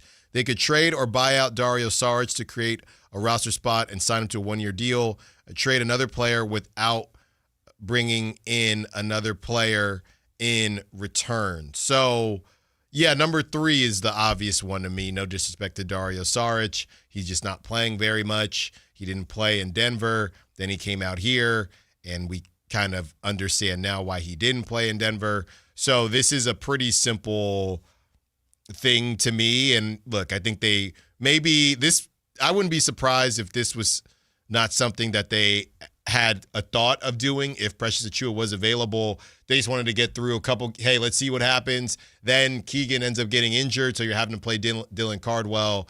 And funny enough, at least you get to see, hey, what would Precious look like? He's a better version of Dylan Cardwell. So now they've seen something like that. I wouldn't be surprised, Kyle, if they knew that this was something they would think of doing if he remained available.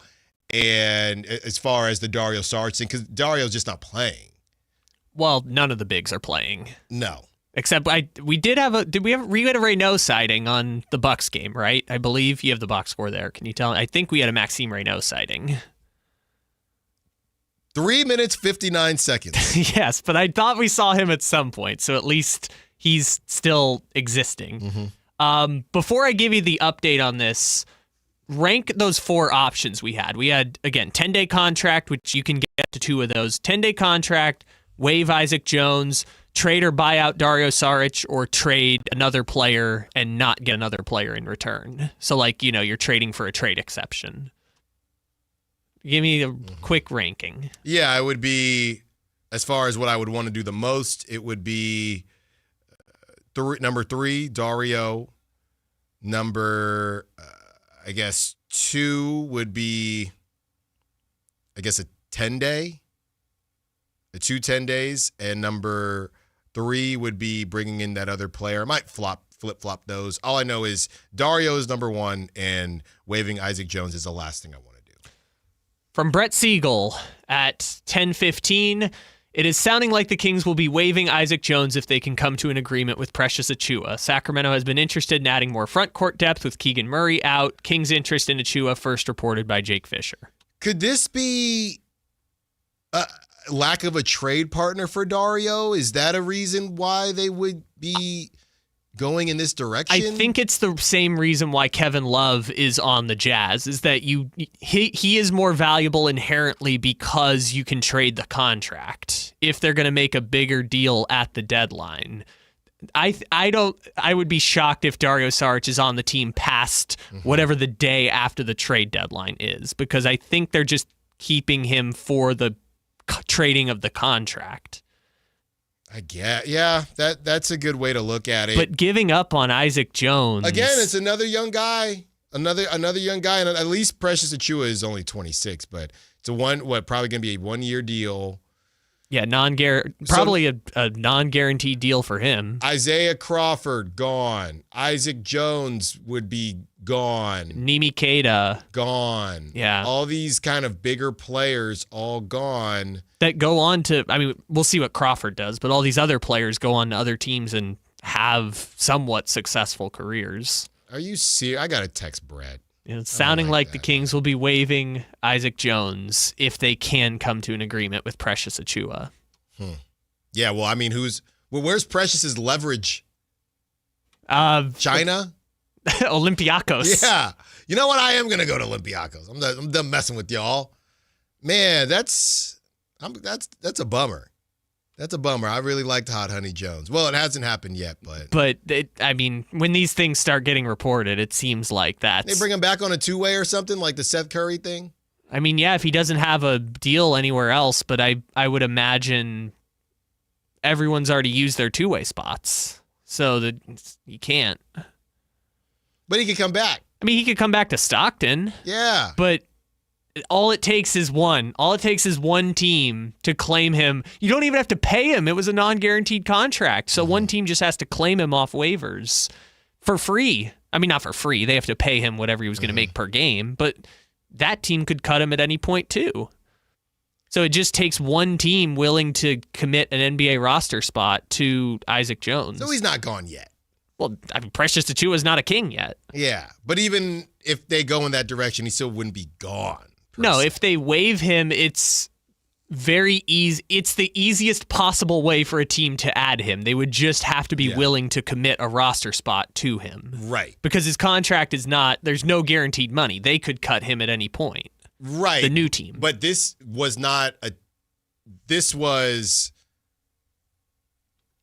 If he clears waivers, he can sign anywhere with any G League team, go to Europe, whatever he wants. But if he gets waived and picked up by another team who's willing to put him on their roster, then he goes to that team. But that was not for Stockton. The deal that he's on now, or the G League, right? If they pick him up, he would be on the NBA roster. Someone would have to add him to their NBA roster. I don't know. Yeah, I like Isaac, but it's more so about who else likes Isaac. It might not be done yet. All it would take is all 29 teams saying, I don't believe Isaac Jones is an NBA player. Which at that point, when you say it like that, I don't know if I'm supposed to feel better or worse. I don't like when you say it like that. Yeah. Because then it's like, well, then why do we? Exactly. Which maybe but I don't like that, so don't say it like that. But maybe it would make you feel better if the Kings waive him and every other team in the league says. I don't know. I think either way, I'm going to question myself. I don't like that. No matter don't what happens, like you're going to have a predicament. Don't say it like that. All right, let's keep the conversation going. We'll open up the phone lines. Bottom of the hour, 916-339-1140. Ja, Precious, a new lineup is being created in Sacramento, at least in the minds of basketball geniuses, if you will. Who do you want? Who do you not? Let's discuss. Also, what would it take for you to take the Kings seriously? Allen Stiles, Sactown Sports.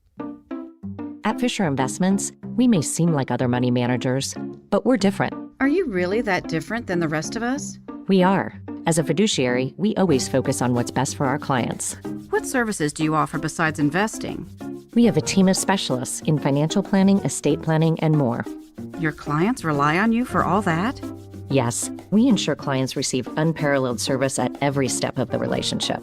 Okay, but you still sell commission-based products, right? No, because we believe that's a conflict of interest. We prioritize service over sales goals. So, then how do your fees work? We have a simple and transparent fee that's a percentage of our clients' portfolios. So we do better when our clients do better. Wow, we're more different than I thought. At Fisher Investments, we're clearly different. Learn more at fisherinvestments.com. Investing in securities involves the risk of loss.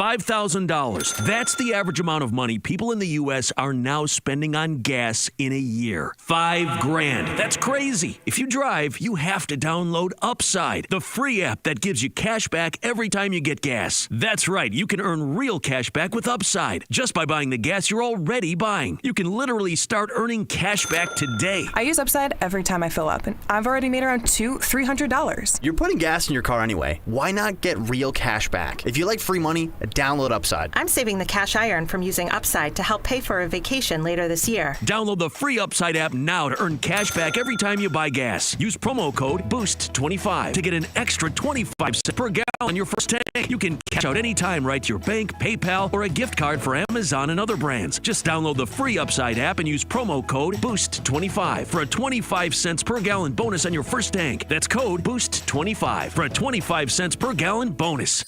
Target's early Black Friday deals are almost here, and they're bigger than ever. Take 40% off select gifts and holiday decor for 3 days only, starting this Thursday.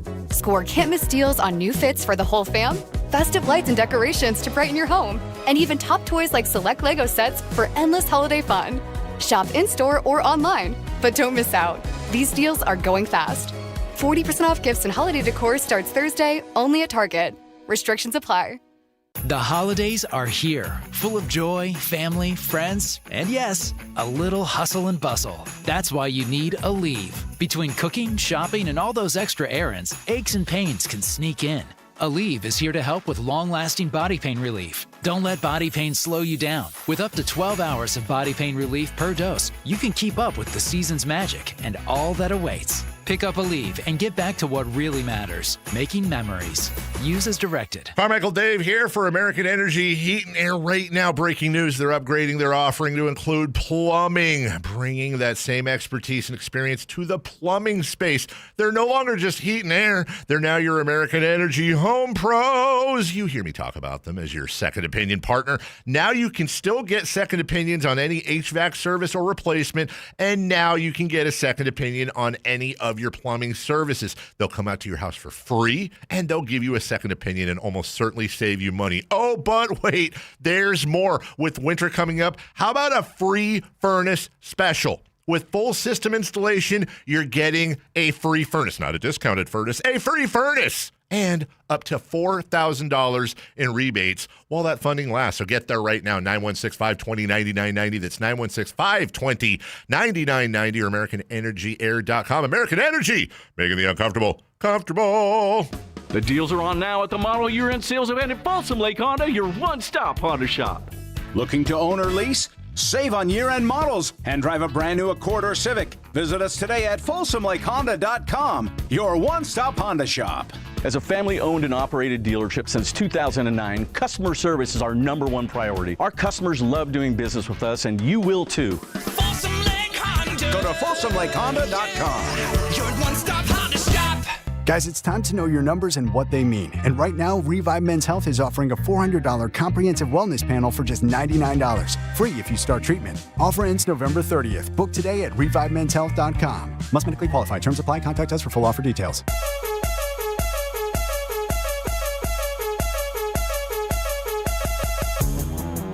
Allen Stiles You can join the show by texting 916-339-1140 on Sactown Sports.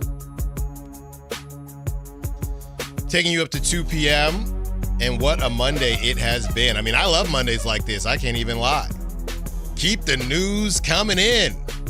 More and more and more. Do you want Ja Morant on your Sacramento Kings? Would it make you feel a little bit better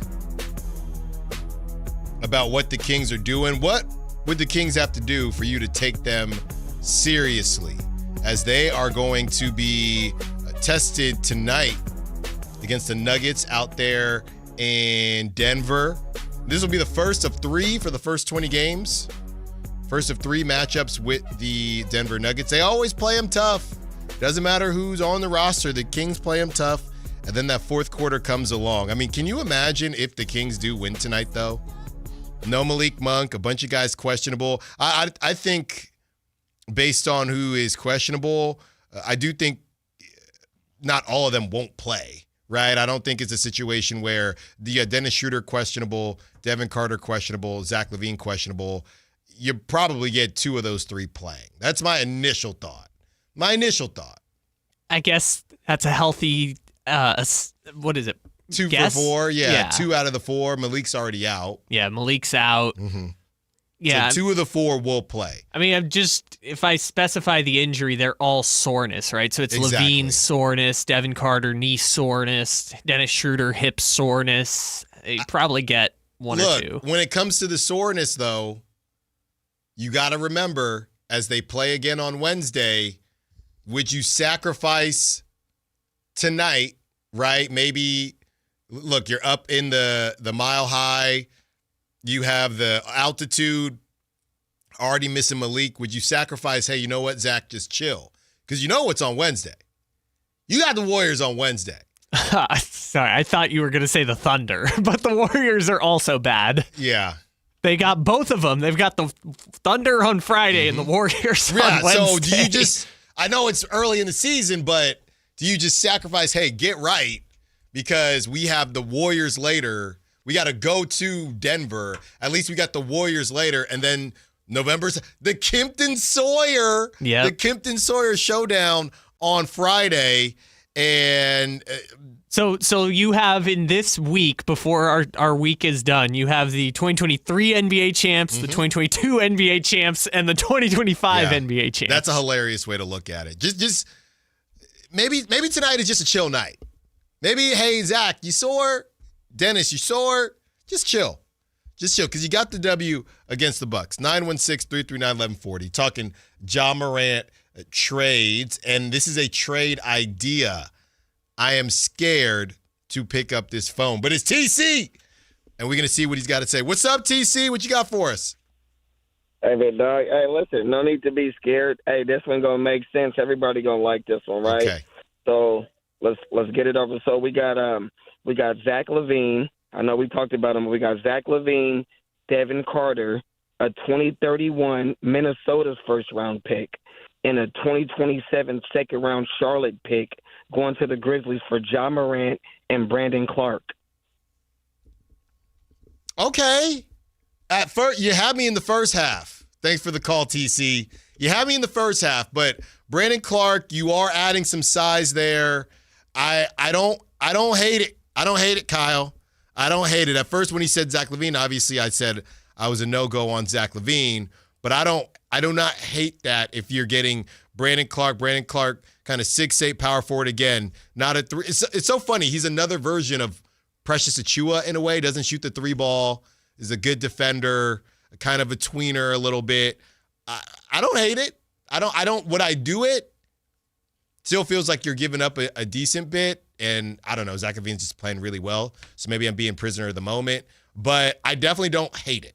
I guess I'm just confused. Like, Desmond Bane and Zach LaVine are kind of the same player. So, like, if you just traded Desmond Bane because you didn't want to pay Desmond Bane, why would you then trade? Why would you do what the Kings just did in trading De'Aaron Fox for Zach LaVine? Well, we're not saying that the Grizzlies would do it. This is just TC's take on it. He threw in the picks, which and Devin Carter, which I guess is basically a low pick at this point. So, like, you're trying to make it worth their while. But, yeah, I mean, I feel like this is the same thing we talked about at the top of the hour. Like, if you're offering LaVine for Morant or Sabonis for Morant, they're all kind of in the same tier of player and same tier of contract. Like, I feel like both sides say no because you're just getting the same, like, the same taste, or sorry, a different taste of the same flavor. Like, your team would still have the same ceiling if you flipped one of those players, which is why I feel like if Memphis is like, we just want to be out of the Ja Morant game, they would try to go after one of these other disgruntled point guards, whether it's Darius Garland, LaMelo Ball, Trae Young. Yeah. Or it's full fire sale time. And because they would get a ton back. They would get more back for Jaren Jackson Jr. Oh, for than Ja, for sure. And that might be the look. There is, I was telling my little sister about it. There's Tired and Wired, right? Tired is going after Ja Morant right now. Wired is letting somebody else take Ja Morant, hoping that the return is more future-based, and then going to the Grizzlies and saying, what do you want for Jaren Jackson Jr.? That's probably the real championship play here. I don't know that Ja Morant is the championship play here, but a lot of things would have to happen. Number one, if they trade, like you said, Kyle, if they trade for a Darius Garland or Trae Young or somebody like that, then it's over because obviously the Grizzlies are going to still continue to try to compete. If they get back 4 first-rounders and a couple of young players, then you say, hey, Grizzlies, your timeline's off. So what do you want to do about that? Yeah, I think the Grizzlies kind of have to ask themselves some of the same questions the Kings were kind of asking, which is like, what direction do you want to go? Because I was looking it up here just to kind of figure it out. The Grizzlies will have 2 first-round picks this year. They're going to have their pick all the way through 2032. They're going to have Orlando pick swap in 2029. They're going to have the Magic pick unprotected in 28. They're going to have a pick swap with the Suns in 2030. They're going to get the Magic pick unprotected there, too. Like, they could really do the Thunder I literally was going to say that, yeah. Like, if they want to, the boatload of picks they could get for Jaren Jackson, I don't think they would get that many for Ja Morant, but the boatload of picks you could get for Jaren Jackson Jr., you could really do a big-time rebuild with tons of picks. And you say, look, I mean, I think a team led by, I wouldn't call Ja undersized, but a team led by a non-shooting, non-defending point guard that probably has seen its heights, as you've already removed some of the pieces that you knew worked in Desmond Bane. I think if you're the Grizzlies, you look at that and say, hey, it was a good time. It was not a long time, but it was a good time. We had the memes of them doing the little dance, walking in and Ja wasn't even there for that half the time, but they had the memes of them walking down through the locker rooms. They had the parade in their city. They had a dynasty. They got to fight the Warriors. They got to fight the Warriors for a year and a half. It was a good time, and now you get to trade it in to be adults. To go out there, do the adult thing, go get a ton of picks, and say, hey, this is what it is. Like we said, and we talk about this in baseball too, with the Dodgers and things that they were doing, sometimes drafting good talent is about that talent taking you to the top. But sometimes them taking you to the top is not literally through their play. Sometimes it's, we drafted Jaren Jackson Jr., and that was a hit. Now we're going to cash in on that because this iteration of it didn't work. So a couple ways that you can look at it if you're the Grizzlies. When we get to the 12 o'clock hour, what would the Kings have to do for you to take them seriously? And how important is this week, this third week into the season? Now in South Sactown Sports. Download the Sactown Sports app. Sacramento sports in your pocket. This is Sactown Sports 1140. This is the story of the one. As a safety manager at a manufacturing plant, he does everything he can to keep his coworkers safe. From finding ways to reduce risks to keeping safety supplies in stock. And for that, he relies on Grainger. Grainger offers a broad range of quality products and next-day delivery, so he can always play it safe. Call 1-800-GRAINGER, click Grainger.com, or just stop by. Grainger, for the ones who get it done. If you're 55 or older and into that whole saving money thing, T-Mobile has an exclusive phone and internet bundle just for you. Right now, get 2 unlimited phone lines plus 5G home internet for just $30 each per month with autopay, plus taxes and fees. And with 5G home internet, setup is easy with just 1 cord and no technician needed, which is great if you're also into that whole keeping it simple thing. Switch now and experience the best mobile network in the U.S. Visit your local store to start saving. T-Mobile, it's better over here. Based on analysis by Ookla Speed Test Intelligence data Q4 2024 to Q1 2025. Ookla trademarks used under license. Unlimited on our network. Customers on voice plan may notice speeds lower than other customers and further reduction if using more than 50 gigs a month due to data prioritization. Video streams and SD on this plan. Home internet pricing after $20 a monthly bill credit plus $5 per line without autopay. Debit or bank account required. See 5G device coverage and access details at T-Mobile.com. Power Business Technology is proud to be a 100% independent, locally owned and managed Toshiba copier dealer. Local ownership cuts out the red tape, allowing ourselves to never be too busy to personally answer the call when our clients need us. Recognized for excellence in service execution, training, and customer service, we're proud to be named a Toshiba ProMasters Elite Dealer since 2021. Contact us today for all of your business printing needs at 844-POWER-BZ. That's 844-769-3729 or visit us at powercopiers.com. When I was a kid, I remember my dad, a lineman, leaving in the middle of the night. Families were depending on him to get their power back on to keep them safe and warm. Watching him taught me that this work isn't just about wires and circuits. It's about people and the trust they place in us when the lights go out. That's why I started Maverick Electric Heating and Air, to carry on that same promise of showing up, doing it right, and protecting families when they need us most. Visit callamaverick.com. KHD1 Sacramento, KYMX HD3 Sacramento. From the Power Business Technology Toshiba Studios. Sactown Sports, 1140.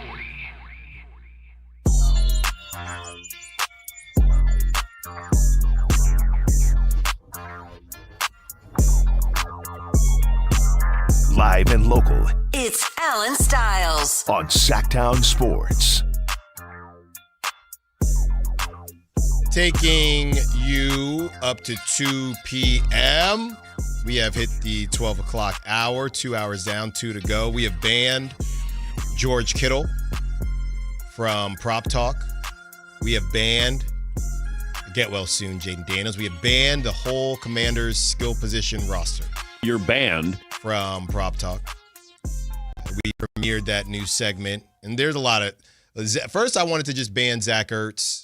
Okay, and there's some players that, as Kyle put it, Allen, that's on you, right? Or Schmallen, that's on you. So we're not banning. DeAndre Hopkins cost Schmallen last week, and Kyle said, really? You're going to put that on DeAndre Hopkins? In the big 2025, you're thinking DeAndre Hopkins with Snoop Huntley. And a half. No, it was Lamar. Oh, so it was Lamar at this point. The big 2025, you think DeAndre Hopkins is going to get you any kind of American currency unless you take his unders. Darnell Mooney is pretty close to getting banned. Is he on the Falcons still? Yeah, okay. I didn't know that Penix was playing. This was a really weird NFL week. Bunch of guys played that I didn't know. Like, Penix was just out for a random week, and Kirk showed up. Then I'm thinking, okay, maybe Kirk looks better next week. And then Penix was back. There was another quarterback. But then also Penix was getting confused because I guess the Patriots were faking the snap counts. Yeah, well, how old are we? And then he threw into the sun, and Bijan couldn't see the ball. Like, this is a clown show. What do you mean? This has been the Falcons my entire life, except for that 1 year that they weren't a clown show and then were a clown show in the Super Bowl. There was another quarterback that I thought, I just assumed that they weren't playing. It wasn't Flacco. And then that was, hope you took the over, 42-43. What a random night. I have a version of that too yesterday because I was in and out yesterday. I also missed the end of Chiefs Bills, which we don't have to talk about that, but I missed the end because I was out at the Republic match yesterday. But I turned on the red zone at like 11:30 and I didn't really know what was going on, but I flipped it on and I heard Scott Hansen say Davis Mills and I was yeah. Yeah. Did I hear that right? CJ Stroud has had some bad, a lot of these young QBs. I know Brock is a little bit older, but CJ Stroud goes out, he got his head whacked. And it's funny because he said he was washed as a runner, then proceeds to start running all over the place, CJ Stroud. He's a big dude, but as soon as he starts running more, CJ Stroud has been getting knocked around and he's got to leave the game. Davis Mills comes in. You have Obviously, Brock, who's been out for a while. I know he's a smidge older. And then, of course, Jaden Daniels finally returns and gets his elbow completely dislodged in a different direction. It's just been rough for some of these quarterbacks have just had terrible luck this season, injury-wise. I mean, I feel like a lot of these quarterbacks every year get hurt, and we just don't talk about it. Like, every year, someone's starting a third-string quarterback or a Tommy DeVito. Oh, yeah. I just mean the young guys specifically. Yeah, like the ones we thought were going to take the league from Mahomes and Allen and Lamar, and none of them can even sniff any of those, which Lamar's been hurt too, but yeah. Kyler's always out, though. Jackson Dart really just needs to stop. And he's sliding, and he's a big dude, but he's getting cracked. I also saw right after Davis Mills popped up on my screen, I joined in on that game right when it was like Mac Jones and Dart had completed like their first 25 passes of the game or something like that. So I was like, hey, if we're going to turn Jackson Dart and his kooky running and, someone's got to be down there somewhere. If we're going to try and turn him into Mac Jones or one of these game managers, then by all means, he doesn't need to run anymore and keep getting hit all the time. Yeah, more NFL coming up in the 1 o'clock hour. And last thing, Chris Watkins' team, the Vikings. How about the Vikings beat the Lions? I do this every time with the Lions. The Lions are always due for a stinker about once every 3 games. Every 3 games, the Lions are putting up a stinker for whatever reason. Do you think Ben Johnson's coming? Like, he dropped 47 on the Bengals. Do you think Ben Johnson's like, see, I told you, I told you that the Lions? Yeah, I don't believe in the Lions. No, there's always going to be some weird stuff with the Lions. So we'll get into the NFL in the 1 o'clock hour. Wanted to ask the question: what would the Kings have to do for you to take them seriously? They beat the Bucks. It was a great victory from the Sacramento Kings, a game that most of the time I think they lose. Right? They came back they were down 15 at one point, and at one point they led by 11. They showed grittiness. They showed heart.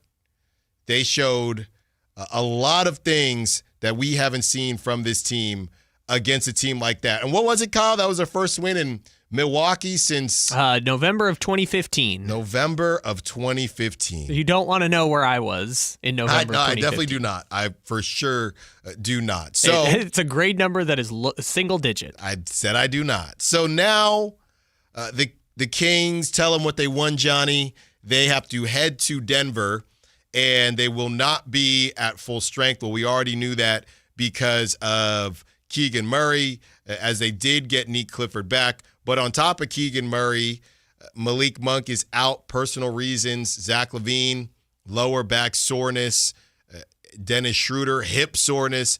Devin Carter, right knee soreness. Everybody's sore. They just need some Tiger Balm and some Icy Hot, but they're all questionable as they head to Denver. And the question is, what would they have to do for you to take them seriously? If you are a Kings pessimist, if you are and you believe you are a Kings realist, what would they have to do for you to take them seriously? Beat the Nuggets tonight? A month of good basketball, a winning record after a month? What would they have to do? So my first thought, as you look at their schedule, is obviously you're at Nuggets, you host the Warriors, and we could do it in 5 games, just like Mike Brown used to do. But you are at the Nuggets today. You host the Warriors on Wednesday. You host the Thunder on Friday. Still probably won't have Jalen Williams by that point, I don't think. I haven't been paying close attention. I just know he hasn't played yet. You host the Timberwolves, who might have Anthony Edwards. We're not sure. Right on that cusp. Let's say 60% no. And then you host the Nuggets again. So let's just stop there. The next 5 games, when it comes to taking them seriously, I mean, pick your poison for any of these wins. They would be good. I mean, you're taking on some really good teams. Kyle, I think the cop-out answer would be 3-2. If you go 3-2 and you played the Nuggets twice and by the way, everybody wanted to hop on the Warriors bandwagon and drink that Kool-Aid. The Warriors with some bad, we're going to talk obviously more about it on Wednesday. You never know who I'll make a call to as far as the Warriors are concerned. Those days are always a ton of fun. But the Warriors lost to a game where I don't know how the Pacers fielded enough players to play. You want to hear who they lost to? I mean, this is over the weekend. My guy for the Pacers, the two-way guy, my favorite. By the way, Pascal Siakam has always owned the Warriors from 2019 with the Raptors. That dude owns the Warriors. But the Warriors just lost to Pascal Siakam, who dropped 27 on their head, Aaron Nesmith, who dropped 31 on their head, someone named Isaiah Jackson, who scored 10 points, Jarris Walker, who scored 6. I think he was a lottery pick. Quentin Jackson, someone named Quentin Jackson, who scored 25 points. So maybe pipe down on the Warriors. They're now 4-3. What about my favorite player in the league, Ray J. Dennis? Did he do anything? Ray J. Dennis, literally spelled Ray J like the singer. Yes. 17 minutes, 2 points, 2 assists. Yes, that's my guy. When people ask me who the heck is playing for the Pacers this year, Ray J. Dennis. Have I watched a single second of him play? No, but he's my guy. Can someone explain to me how Ben Shepherd was getting time in the finals and with that roster played 13 minutes against the Warriors? I don't think Ben Shepherd should have been getting run in the finals. 3 points, 2 assists, 3 rebounds, played 13 minutes against the Warriors. But yeah, Aaron Nesmith, he gets paid and he's balling out. He's balling out. And they didn't have their version of Kuminga, okay? They were missing a lot, and they beat them they beat them by 5, but that was their first win of the season. They're 1-5. Yeah. I mean, in Ben Shepherd's defense, none of the wings are the ones who are hurt. It's just all their bigs and point guards are the ones who are out. So, yeah, maybe slow down on the Warriors, but obviously rivalry game, it'll still be a good one. Plus, Al, the Warriors lost to the Bucks without Giannis. Yes, they did. That team with Giannis lost to the Kings, so they must be bums. So that's what I'm saying. So now you are the Sacramento Kings. I think, Kyle, there's two. Obviously, the Thunder, let's just eliminate that, right? And even though they play the Thunder close, and the difference is the Thunder, I think, will have Chet back. We'll figure it out on Friday. I mean, we might have Precious Achiuwa. We got Precious. If they go 3-2, I would be very impressed. So I guess we should start by saying they're going to beat the Thunder because it's Kimpton Sawyer Day. So we could start with that. But okay.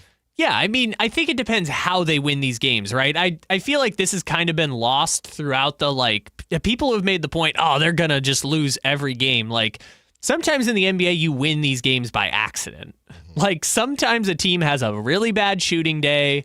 Zach LaVine's going to go for 40 or 45 points and just go supernova. He had a couple of those last year. Like the Kings are going to win some of these games during the hard stretch by accident. The Utah Jazz, who everyone thought was awful last year and actively trying to lose, still won 1 out of every 4 games. Mm-hmm. So while the schedule is daunting, the Kings are going to win a couple of these games by accident. Well, they just did though.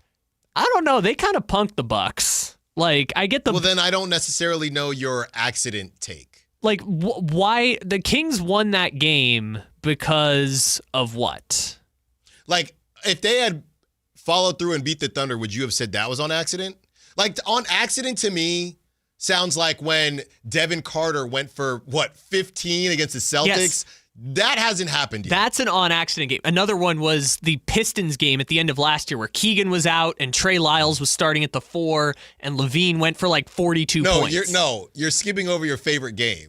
Which one? The Jay Crowder in Minnesota game. See, that one, I don't know. That one was funny, Kyle. But I don't remember enough of the game to call it an accident. Trust me. What else do you need to know? But that game, they were losing and then, came back to the 4th. You know what? Sure, yes. The Jay Crowder game, Devin Carter getting 10 points in 4th quarter to beat the Celtics. LaVine going for 42 in Detroit with no Keegan Murray. Trey Lyles got the deep POG crown, which, by the way, I saw the Knicks are doing some version. They're doing Tims. The Knicks are doing defense. Hard hat and Tims or something? Yeah, they're doing the defensive player of the game Tims this year. So that's a Mike Brown staple now. now. just a Mike Brown thing. I wonder if he's making him sign the contracts. I don't think so. They're only signing podcast contracts. Anyways, That was a good joke. But I guess, yeah, like they're going to win a couple. So I guess it depends how they win. Like the Bucks game, I feel like they outplayed the Bucks. Like they deserve to beat the Bucks. Mm-hmm. There's a couple of games where it's just like, oh, hey, they kind of stole it at the end or some wacky thing happened that you win. And that's just the NBA. So, yeah, if they come out and they lead 75% of the game against the Thunder, I'll feel like they probably deserve to win that game. Yeah, to me, 3-2, and you got to split. You just cannot lose threes. You can't get swept, right? And to me, maybe you steal one in Denver, but you got to get one against the Nuggets. I know it's the Nuggets, but they always play the Nuggets really tough. They just can't finish it. The Nuggets are 3-2. All right. They always play the Nuggets tough, except when Jokic is putting up the greatest stat lines. They don't play in Jokic tough, but those games are always close. And then he made that crazy. Remember, he made that shot that was on the other side of the court. But they lost to the Nuggets lost to the Blazers, and that kind of put the Blazers on the map. That was on Friday on Halloween, 122-88. They beat the Pelicans. They own, or actually the Timberwolves have owned the Nuggets, but the Nuggets beat them with no Ant, right? And then they beat the Suns, and they lost to the Warriors. So I know the Nuggets are going to be good. I don't know that they've really done anything yet for me to say how good they are, right? Or I'm extremely impressed by them. I know they're going to be good, but they don't have a crazy track record quite yet. So I think you got to get one against the Nuggets. That feels realistic to me. And you have to beat the Timberwolves. That's clear. Especially if Ant isn't going to play. Yeah, that goes without saying. And then it comes down to out of those 5, right? So those are your 2. Are you going to get the Warriors or not? Getting the Warriors when the Warriors haven't been playing extremely well. I mean, they're gettable.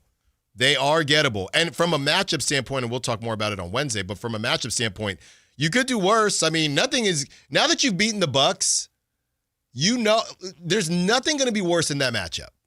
There's nothing that's going to be worse than that matchup off the top of my head. Kyle, and here's the other thing about the Warriors, if you want to find a path to 3-2. Warriors would be coming off a back-to-back. Now, it's not a home back-to-back. You just got to hop traveling, on a bus. but you got to get on. Yeah, you got to get on. You got to get on Amtrak. So Suns at Warriors. That's tomorrow, and then the Warriors go to Sacramento on Wednesday. So it is second half of back to back. I think there is a world where you get 3. You can get 3. You can get 3-2 here. What that brings you to 5. Still just hunting to try to get back to 500, but that brings you to what 5 and 6. Okay. Yeah. To your point, 916 on the text line says, I don't take any team seriously until they're playing 500 ball. Mm-hmm. So to get to 500, the Kings would have to win the first 2, 3-1, or 4-1, 4-2, essentially. That would get them back. So if you think they can get to 500, just beat the Nuggets tonight and beat the Warriors on the back-to-back, and you're 4-4 at least. Beat the Nuggets one of the nights. Because the good thing about this stretch, there are no back-to-backs. So you play today, you're getting a day off, at least a day off in each game. The Warriors are coming off that back-to-back. I feel like that's a game you kind of have to get if you're going to get them. One of the Nuggets games. It doesn't have to be tonight. And then you have to, if Ant doesn't play, if Ant does play, we'll have a different conversation. But if you can get the Warriors off a back-to-back and the Timberwolves with no Ant, all you got to do is find a way to beat the Nuggets 1 out of 2. And who knows? They played the Thunder tough. Maybe somebody else randomly doesn't play for the Thunder. Who knows? Maybe Shea doesn't play Maybe for the Shea Thunder. doesn't play. So I think as bad as this looks on paper, if you dig a little bit deeper, there's a 3-2 in there somewhere. Well, yeah, absolutely. Like, even when they gave up 47 points in the first quarter against the Bucks, I'm like, shoot, they could still win this game. Like, basketball has all sorts of weird results. Like, I'll say this much at least. I feel very certain they're going to win at least one of them. I don't know which one, but out of the 5? Out of the 5, they're good. Yeah, I would hope. Yeah, they're going to get at least one. But if they went 1-4 in that stretch, people would feel like the sky is falling. But to your point, they would beat either the Nuggets, who are the favorites to win the championship right now, the Thunder, who are the defending champions, the Warriors, who everyone thinks is a title contender, and the Timberwolves, who have been in the conference finals the last 2 years. Like, one of those wins would feel like a success, but 1-4 at the end of that stretch would feel like it's a debacle for the Kings because they would be 3-8 at that point. So, and I don't know what's worse. It's funny because I don't know what's worse. Losing against bad teams, because the initial answer would be, well, Allen, losing against bad teams is worse than losing against what is seen as the cream of the crop. That is the initial thought that I think most of us would have. But if you look at it as if from a are we actually competing standpoint, it's kind of worse to lose to the teams that actually might have a look, because then they're telling, because you can always say we played down to our competition, right? You lose to the Wizards, people don't think, when the Kings lost to the Wizards, which is a yearly event now, but when the Kings lose to the Wizards, nobody says that the Wizards are better than the Kings. It's just the Kings weren't focused, the Kings weren't doing anything that they were supposed to be doing, and a bad team got you, right? So if you lose to some bad teams, that's how it's viewed. If you cannot compete with the teams that are actually here to do something, that is a direct correlation to the fact that you are wasting everybody's time, right? Obviously, you don't want to continue to lose to teams that you have no business losing to, but you can say, hey, well, obviously we're better than them. We just messed around and, couldn't get it done. When the Chiefs and all they put in the text line was go for two, and they were reminding me about the Raiders. And by the way, I'm glad the Raiders didn't get it. It's time for Fernando Mendoza. Like, that's what it's time for. So don't get me started there. But when the Chiefs lost to the Raiders on Christmas, nobody thought that the Raiders were better than the Chiefs. It was a really weird game, and the Raiders played a heck of a defensive scheme, and they were able to get it done. And there was not an offensive touchdown. It was a very weird game. But nobody said, hey, the Raiders, they might be better than the Chiefs because they just beat the Chiefs. Now, yesterday, as the Bills beat the Chiefs, I know it's just regular season, and that's where the Bills normally are able to get the Chiefs, but that makes people wonder, hey, could the Bills do it? The same idea when the Kings lose to a team they have no business losing to. We don't say, well, when they lost to the Nets with 4 people on the court, nobody said, well, the Nets with 4 people on the court are clearly better than the Kings. It was an indictment on the Kings from a mental standpoint, but not a physical standpoint. If the Kings just get destroyed these 5 games by contenders, then that turns into, hey, now we're wasting everybody's time, right? There's a difference between disappointment and now you're wasting everybody's time. You lose to the Wizards, that's disappointment. You get smacked by these 4 or 5 teams that are actually trying to do something in the West. Hey, you can't sell us, right? You can't sell us that this was a brain fart. You can't sell us that we're not far away. We're not.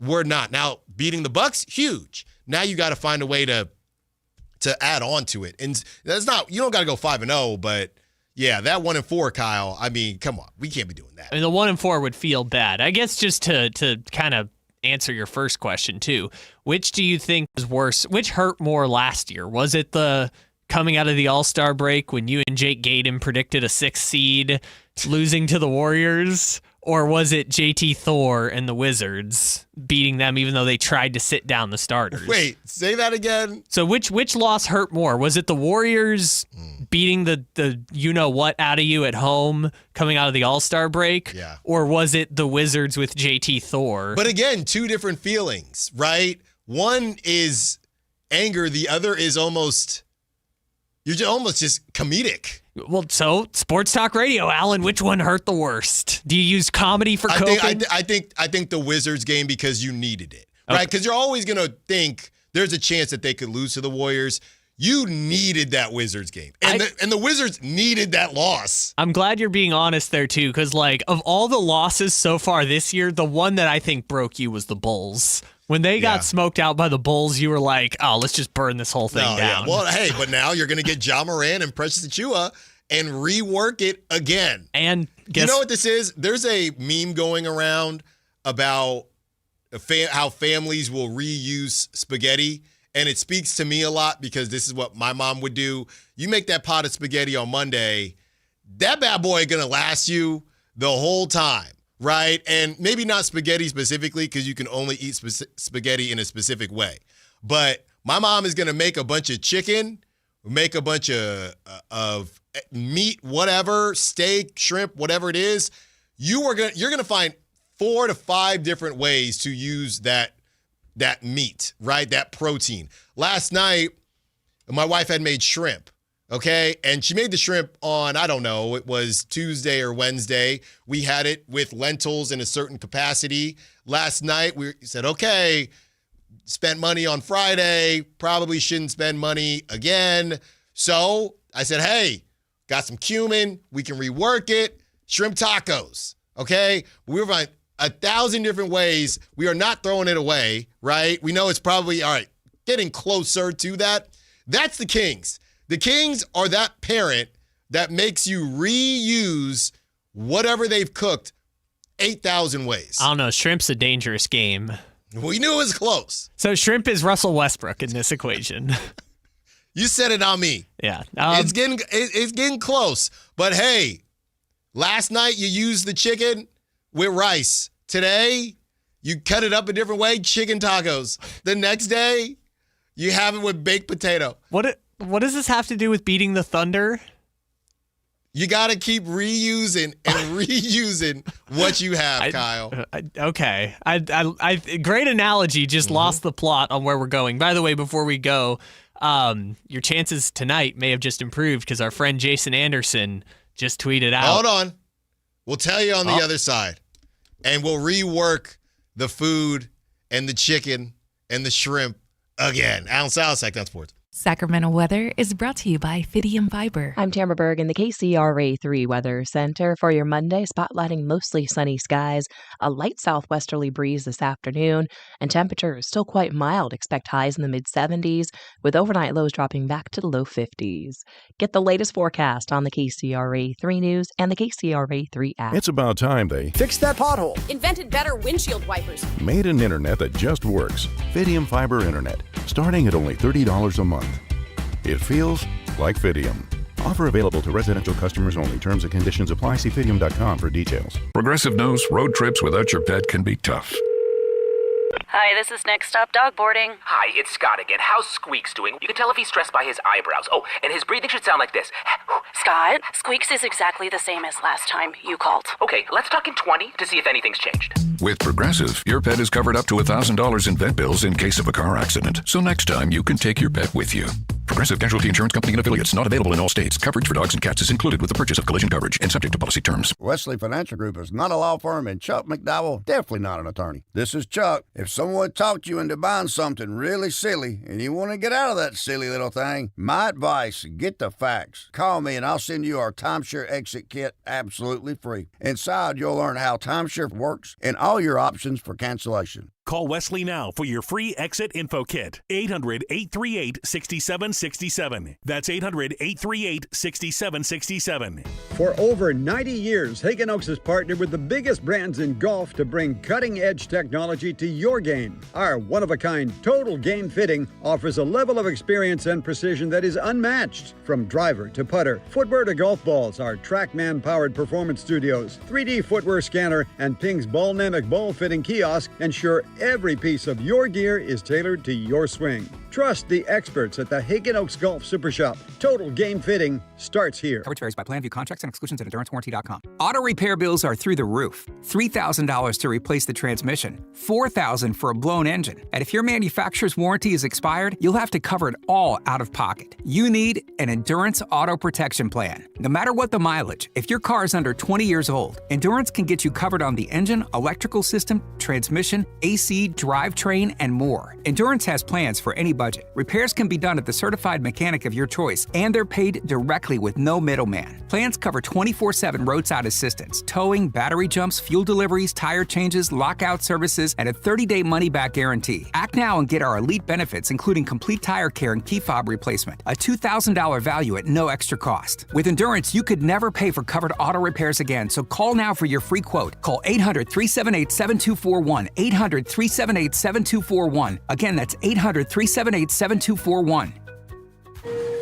More fiber and laxatives, eh? Who are you? I'm future you. Future me? Constipation with belly pain still coming back? Our doctor figured it out. It's irritable bowel syndrome with constipation, or IBS-C, and Linzess could help you get ahead of it. Linzess linaclotide is a prescription medicine that treats IBS-C in adults. It's not a laxative. It's a once-daily pill that helps you get ahead of your symptoms. It's proven to help you have more frequent and complete bowel movements and helps relieve overall abdominal symptoms, belly pain, discomfort, and bloating. These symptoms were studied in combination, not individually. Do not give Linzess to children less than 2. It may harm them. Do not take Linzess if you have a bowel blockage. Get immediate help if you develop unusual or severe stomach pain, especially with bloody or black stools. The most common side effect is diarrhea, sometimes severe. If it's severe, stop taking Linzess and call your doctor right away. Other side effects include gas, stomach area pain, and swelling. Talk to your doctor and say yes to Linzess. Learn more at linzess.com or call 1-800-LINZESS. If your passion is bass fishing, only one radio show has the action, information, and excitement of your favorite outdoor sport. Ultimate Bass, hosted by Tournament Bass Pro and California Outdoor Hall of Famer Kent Brown, takes you live to where the fish are biting every Saturday morning. Only Ultimate Bass feeds your passion with the latest news, products, tips, and advice from the pros. Ultimate Bass with Kent Brown, Saturday mornings at 5 a.m. on Sactown Sports 1140, part of SEP's Saturday Morning Outdoors. Guys, want long-term health you can count on? It starts with knowing your numbers. Right now, Revive Men's Health Sacramento is offering a comprehensive wellness panel, a $400 value for just $99. It checks your testosterone, blood sugar, cholesterol, kidney, liver, thyroid, and heart health. Take control of your health today and stay strong for the long haul. Offer ends November 30th. Call 916-619-3000. That's 916-619-3000. Or visit ReviveMen'sHealth.com today. Must medically qualify. Terms apply. Contact us for full offer details.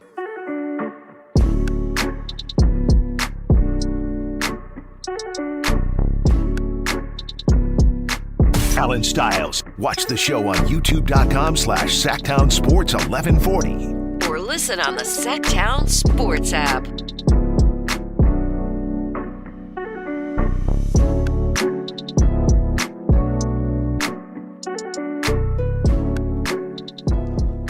Taking you up to 2 p.m. And wait, hold on now. Hold on. Wait, hold up. Somebody says, and we're on the text line here. Somebody says, bro, shrimp as leftovers has a 2-day lifespan. Your lady trying to take you out. That is not true. That's what I was saying. A dangerous game with the shrimp. That is not true. 6 days? No. It was Tuesday, you said. Maybe Wednesday. It was Wednesday. Okay, so 5 days. Yeah, 5 days is fine. 5-day-old shrimp is a dangerous game. No, it's not. 916-339-1140. What's the lifespan on cooked shrimp? Seasoned cooked shrimp. 5 days. Again, if it's just by itself, 5 days, that's tough, man. Come on, man. Are you serious? I'm not saying you shouldn't eat it. I'm saying that's 5-day-old shrimp is a dangerous game. It's not, though. Yes, it is. I'll go longer. I'll do a week. 8 days? Someone said Ken is saying 3 days tops. Are you serious? With fish and seafood, I agree. Compio is saying 5 days you are lucky to be alive. What are y'all on? Stop playing with me, dude.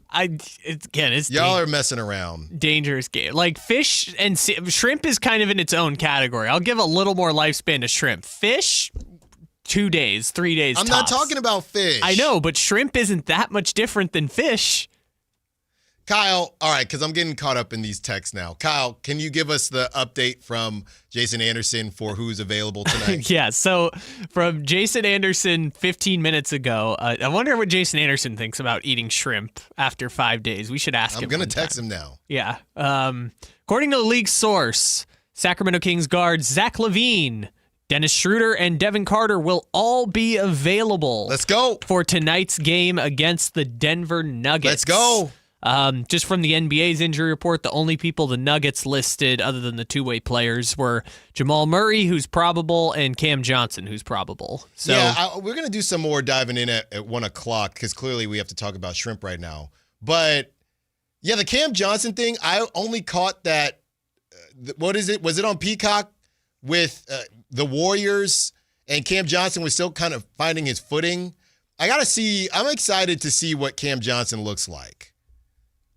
I want to see what he looks like with the Nuggets because what I saw was only game 2 or 3, and he was just kind of, I'm just here chilling. Let's think about it. Are we the Peacock game tonight? What's going on here with the Kings? I thought Peacock was the Tuesdays. No, NBC is Tuesday. NBC and Peacock are Tuesdays. Mondays are just Peacock. Somebody's saying I'm part goat, Iron Gut Styles. You guys are out of control, man. I don't know about that. Just look at, wow. Who picked this Peacock schedule? We've got Timberwolves Nets is the first Peacock game. Sure. And then NBA TV Lakers Trailblazers. What a weird schedule. The Blazers are looking good, man. This is not what I wanted. No Scoot. Coach arrested by the feds. Yeah. 4-2. Scoot, welcome to Sacramento, buddy. You'll be in Sacramento in no time. I don't hate that. Like, he's 21. I do. No. He's 6 foot. And he can't shoot. You got to give it a try. No, you don't. You actually don't. You should. No, you shouldn't. Do you want Dennis Schroeder for another season? 916 says, no way shrimp can have any flavor after 48 hours. Do y'all not season your shrimp? Oh, no, we're not worried about the flavor. We're worried about your health. Did y'all not season the shrimp, man? 916 says, Brown did make the Knicks sign the contract. They heard Brunson talking about it. So he's still doing stuff. DPOY, Defensive Player of the Game, DPOG. The DPOG Tims is crazy. That's hilarious. Good for Mike. Like, I get a crown. Like, it's kind of doing Tims is crazy. No, it's hilarious. 916 says, Ja Morant, question mark. Kings fans, have we lost our minds? I would rather get a root canal than watch Ja play for the Kings. That's from Pat in Elk Grove. And somebody says, I don't take any team seriously until they're playing 500 ball. And last but not least, the 530 says, this new team is playing hard, better start game by game than we thought competitive-wise, right? They should be taken seriously already. I'm not taking them seriously yet. They could get smacked. They could get smacked by the Nuggets tonight, and then we'd all say, same old, same old. So let's see what happens. I want to see what they do these next 5 games. And I was expecting one of these questions to come by. 916, what are the personal reasons Malik Monk is out? Do we know that? We do not publicly know that. That's all I can say about it. I'm trying to figure out if there's a way to let you know what the theory that I have based on conversations that I've had with Malik, but that's probably not safe to do. But Malik, he'll be back when he's back. Yeah. That's all I can say. We think we know what it is, and it's not a bad personal reason. Yes. We don't know for sure, but there is something that we had spoken about in conversation off air, and based on the timing, I think this is what it is, but I do not know that for sure. Yeah, we can't. To Kyle's point, if it is that, should be all good eventually. That's all I can say. And the only reason I want to bring that up is because back in the day when I had to do the Wiggins stuff with the Warriors, that got so dicey, man. When he missed all that time, and there was fighting within Bay Area media based on how to cover it and how certain media members thought that the Warriors should be saying more. Other media members thought it's his business, none of our business. So I don't foresee it being anything like that. But yeah, that just gave me flashbacks because that was very confusing. So I was actually curious about that now that you brought it up. So when you were doing fill-in stuff around that time, because like we hear things and we know some information that's not necessarily public because it's different from knowing something to being able to report it. Did you know that it was the thing with his dad going on at the time? There were a lot of things, a lot of theories going around, and that was, and it took a little while for it to even get to us. But yeah, it did get to that. Then it was somewhat public, somewhat not. But yeah, I think we knew, and it was just, hey, that's not something you're going to say. It's not, if the team's not saying it, then you can't say it. Yeah. Is basically the rule. Which I get that being on the flagship of the team, but like even like reporters like weren't reporting, like people who like they don't have relationships to protect kind of situation. But you always do. You always do. Which that was kind of weird, which I know we're talking in tongue. We now know that like Wiggins was tending to his dying father, and then obviously his father passed away, like I think a little bit after the season where he was gone. So no one really knew how to cover it. And there was some weird conspiracy theory stuff. It was very strange. Yeah, and the other thing is when it comes to people asking, I don't think it's ridiculous for a fan or for a listener to ask. It's once you get some version of an answer and I guess how much you believe that you should know or that you're entitled to know, that's when things can get a little bit misconstrued. But somebody throwing in the text line, hey, does anybody know what that is? Is that public or whatever? I can tell you what I think. I can tell you that I think I know what it is, and I can't tell you what that is. And hopefully Malik will be back soon. That's pretty much all it is. But yeah, those situations are always kind of confusing because you see it and you think, well, that could be a lot of different things. When we return, let's continue the conversation on this Kings team, but from the outside perspective. All the teams besides two, we're 2-2 right now for teams for that path to the 8 seed and teams Allen needs to be bad. We're 2-2. We'll tell you who's hot. We'll tell you who's not. Wait, that's the wrong show. Allen Stiles, Sactown Sports. The Sactown Sports 1140 newsletter. Right to your email. Get your latest on the Sacramento Kings, UC Davis, and Sac State with the Sactown Sports 1140 newsletter. Visit SactownSports.com to join. This is the story of the one. As a safety manager at a manufacturing plant, he does everything he can to keep his coworkers safe. From finding ways to reduce risks to keeping safety supplies in stock. And for that, he relies on Grainger. Grainger offers a broad range of quality products and next-day delivery, so he can always play it safe. Call 1-800-GRAINGER, click Grainger.com, or just stop by. Grainger, for the ones who get it done. Carmichael Dave here for American Energy Heat and Air. Right now, breaking news, they're upgrading their offering to include plumbing, bringing that same expertise and experience to the plumbing space. They're no longer just heat and air. They're now your American Energy Home Pros. You hear me talk about them as your second opinion partner. Now you can still get second opinions on any HVAC service or replacement, and now you can get a second opinion on any of your plumbing services. They'll come out to your house for free, and they'll give you a second opinion and almost certainly save you money. Oh, but wait, there's more. With winter coming up, how about a free furnace special? With full system installation, you're getting a free furnace, not a discounted furnace, a free furnace, and up to $4,000 in rebates while that funding lasts. So get there right now, 916-520-9990. That's 916-520-9990 or AmericanEnergyAir.com. American Energy, making the uncomfortable comfortable. With 25 award-winning years in Northern California, Ashton & Price is your local injury law firm. Pro attorney tip: if a firm presents it's local, but they're in LA, red flag. If your first consultation is not with a lawyer, big red flag. At Ashton & Price, your first consult is with a local attorney, and if serious injury prevents travel, a lawyer will come to you. Still not enough? George Washington's my uncle. At Ashton & Price, no red flags, just red, white, and blue. Remember, For the best advice, don't think twice. Call Ashton and Price. Listen to the 49ers Red Zone Report daily, brought to you by Mountain Mike's Pizza, the official pizza of the 49ers. Mountain Mike's Pizza. Pizza the way it ought to be.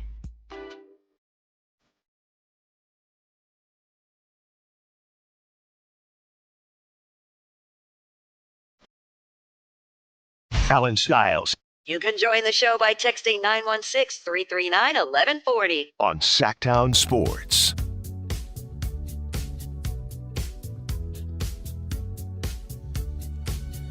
Our guy, I was telling Kyle, our guy Marcellus Howard, he'll do these reaction videos to, I guess, other creators playing one-on-one. And my sneakerhead friends out there will understand how this feels. So, in my opinion, Kobe's are always really tough, right? Kobe's are always really tough to acquire, especially ever since everything happened with Kobe, of course, R.I.P. To him and his daughter. So when they become available on the sneaker app, usually it's an L. Usually it's an L for me. So if you haven't been on the sneaker app, it's a very ridiculous concept where you are signing up in line and trying to give Nike your money, but based on how much somebody else wants the shoes, they won't take your money because too many people are taking the money. So I saw a shoe, it was the Kobe 9s, right? The 9 lows. And the only other Kobe's I have are the girl dads. But it's the same thing though. I wouldn't necessarily, I'm not a resale guy. I'm just a little lazy for that.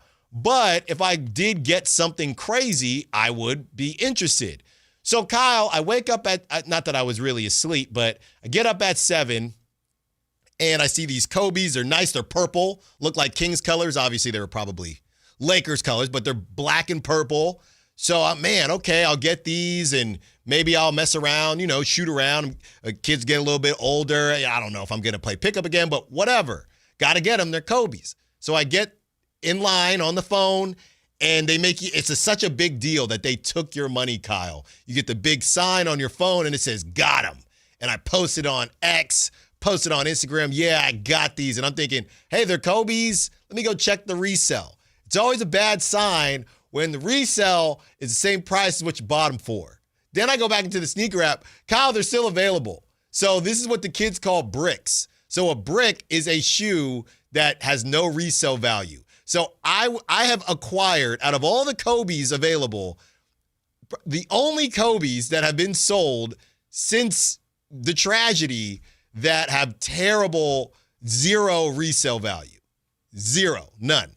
I'm trying to help you out here. I just am not interested at all. None. Like just the sneaker like trading cards. I guess I understand that world a little bit more. The people who buy and sell sneakers like they're stocks. What's the problem? I just don't understand it. What do you mean you don't understand it? That to me is like NFTs to other people.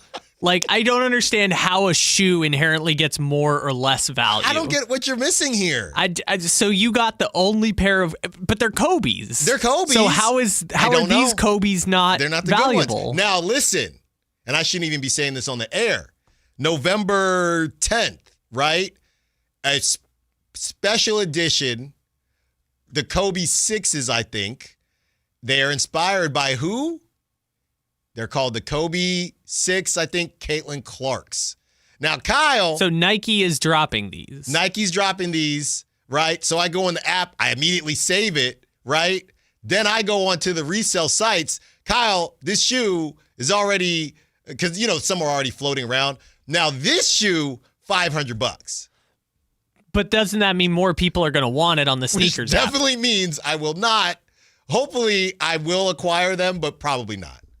Okay. Probably not. So are you getting it now? So you're trying to buy low on a stock because the sneaker app doesn't upcharge people for it? Exactly. Got it. Once you get an L and they say, sorry, it's sold out or whatever, then the only way you can acquire it is to go on StockX or something like that and pay $500. Yeah, so this is just stocks. You're just buying and trading stocks at values. So I'm the Wolf of Wall Street. But But I don't want to go to prison. Spoiler alert. But like trading cards, I guess I understand because it's players that have inherent value.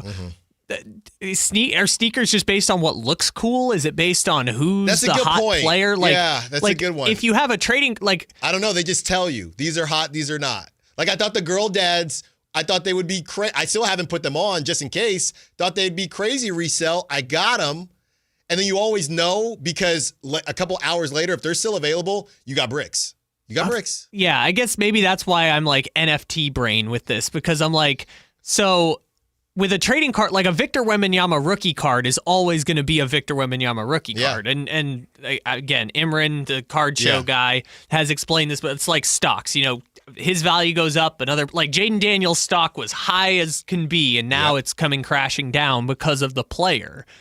But if they're all Kobe's, how does the value change? That's the part where I'm just like, how do these things have value if they're all Kobe's? See, but now you're in. What makes this Kobe? No, You're so in now. I can see the grin on your face. I'm in the same way that people lost thousands of dollars on NFTs during the pandemic. No, but Dynamic Butterfly on the chat says, yeah, but sneakers are real, NFTs aren't. Yeah, but also, why is your Kobe's with purple different than the same pair of Kobe's with yellow? I don't make the rules. But hey, pray for me that I get the Caitlin Clarks. That's all I need you to do, Kyle. Okay. That's all I need you to do. Gonna pray that you... We have two things to pay attention to. Well, three things now. One, no more Commanders. Two, I'm going to pray that you don't get food poisoning from the shrimp in your fridge. And three, I'm going to pray that you land the Kobe Caitlin Clark collabs. Yeah. Mm-hmm. That you're gonna resell for $500. But then you just stash them, and then like stocks, you're gonna hold it, and then in 10 years, so you're gonna hold the line. Alan, take that money, put it in a Fidelity investment account, and give it to your daughter in 10 years. Or Schmallen might get a hold of it. That's the problem. Schmallen's going to put Zach Ertz overs on the money. The Kobe 6 Proto Caitlin Clarks, they're beautiful too. They are beautiful. 916-339-1140. Kyle, let's take a look at the teams I said need to be bad in order for the Kings to sneak into the 8th seed. And let's check in on how they're doing, Kyle. Well, let's start with the teams that are annoying me. That would be the Portland Trailblazers. This was a team that you were very high on, Kyle. And that was before their coach got arrested by the feds. I think they're better now. Tiago Splitter is rolling. He's got them at 4-2, Kyle. And is it too early to look at the standings? Yes, but we're going to do it anyway. The Blazers are the 4th seed at 4-2. And the other team that we needed to stink and that I really just tried to will them into stinking based on them not being able to shoot the 3 ball. The San Antonio Spurs are 5-1.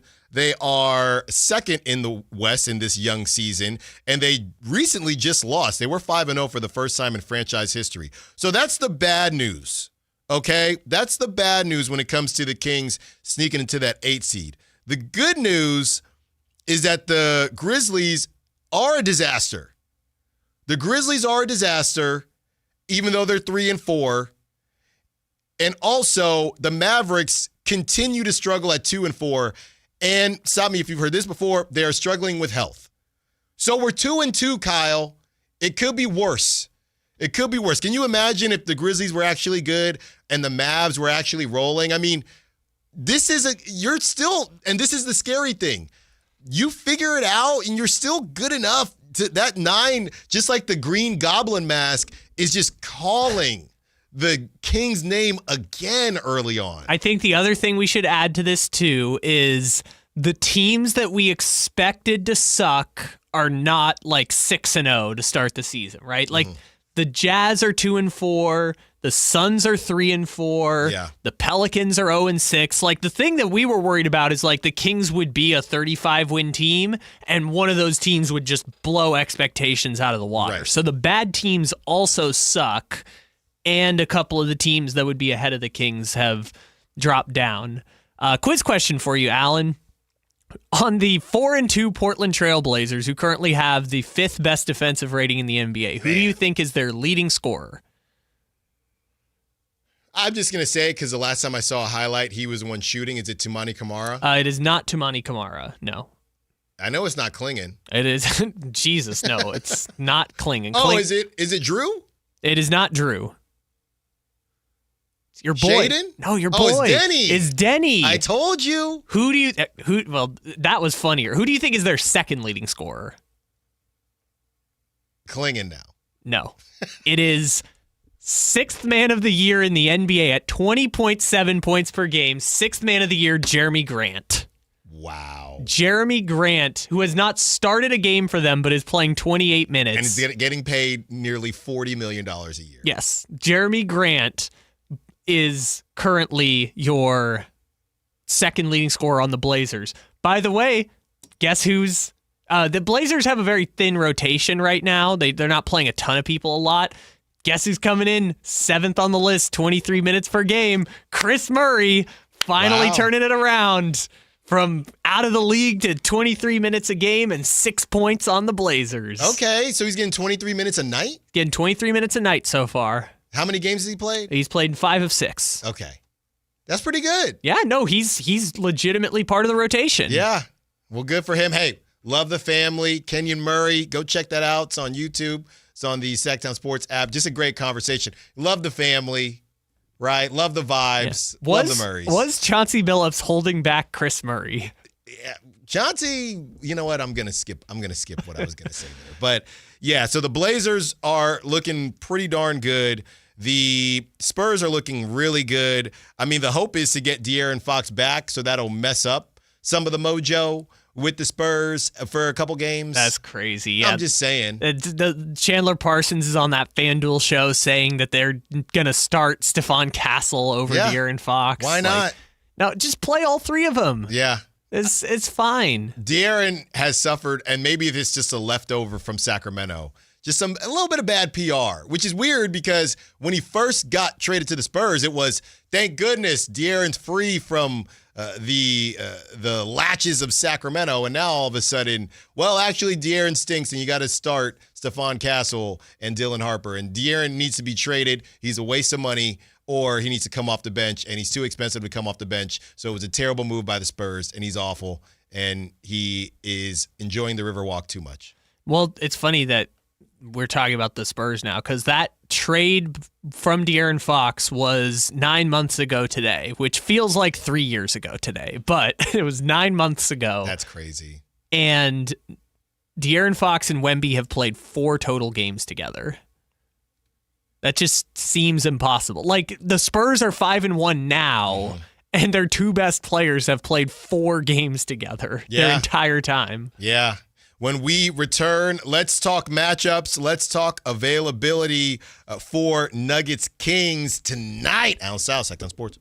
Ready to pregame for your next big arena event? Head to Beach Hut Deli, a Sacramento tradition for over 40 years where aloha is served daily. Located just steps from the arena, whether it's game day or a concert night, it's the perfect spot to gather with friends and enjoy amazing sandwiches. Planning a bigger get-together? Beach Hut Deli offers endless catering options to bring those fresh, delicious flavors to your next party or event. Beach Hut Deli. Good vibes, great food, and epic times await. You live for this. The wins, the losses, the slam dunks, and the buzzer beaters. The dream that this is your team's year. Hope. It's what keeps you coming back. So you represent with anticipation and with pride. Because when everything's on the line, your support means everything. That's why the NBA Store is here to support you. Check out the largest selection of official NBA gear at NBAstore.com. A Fanatics experience.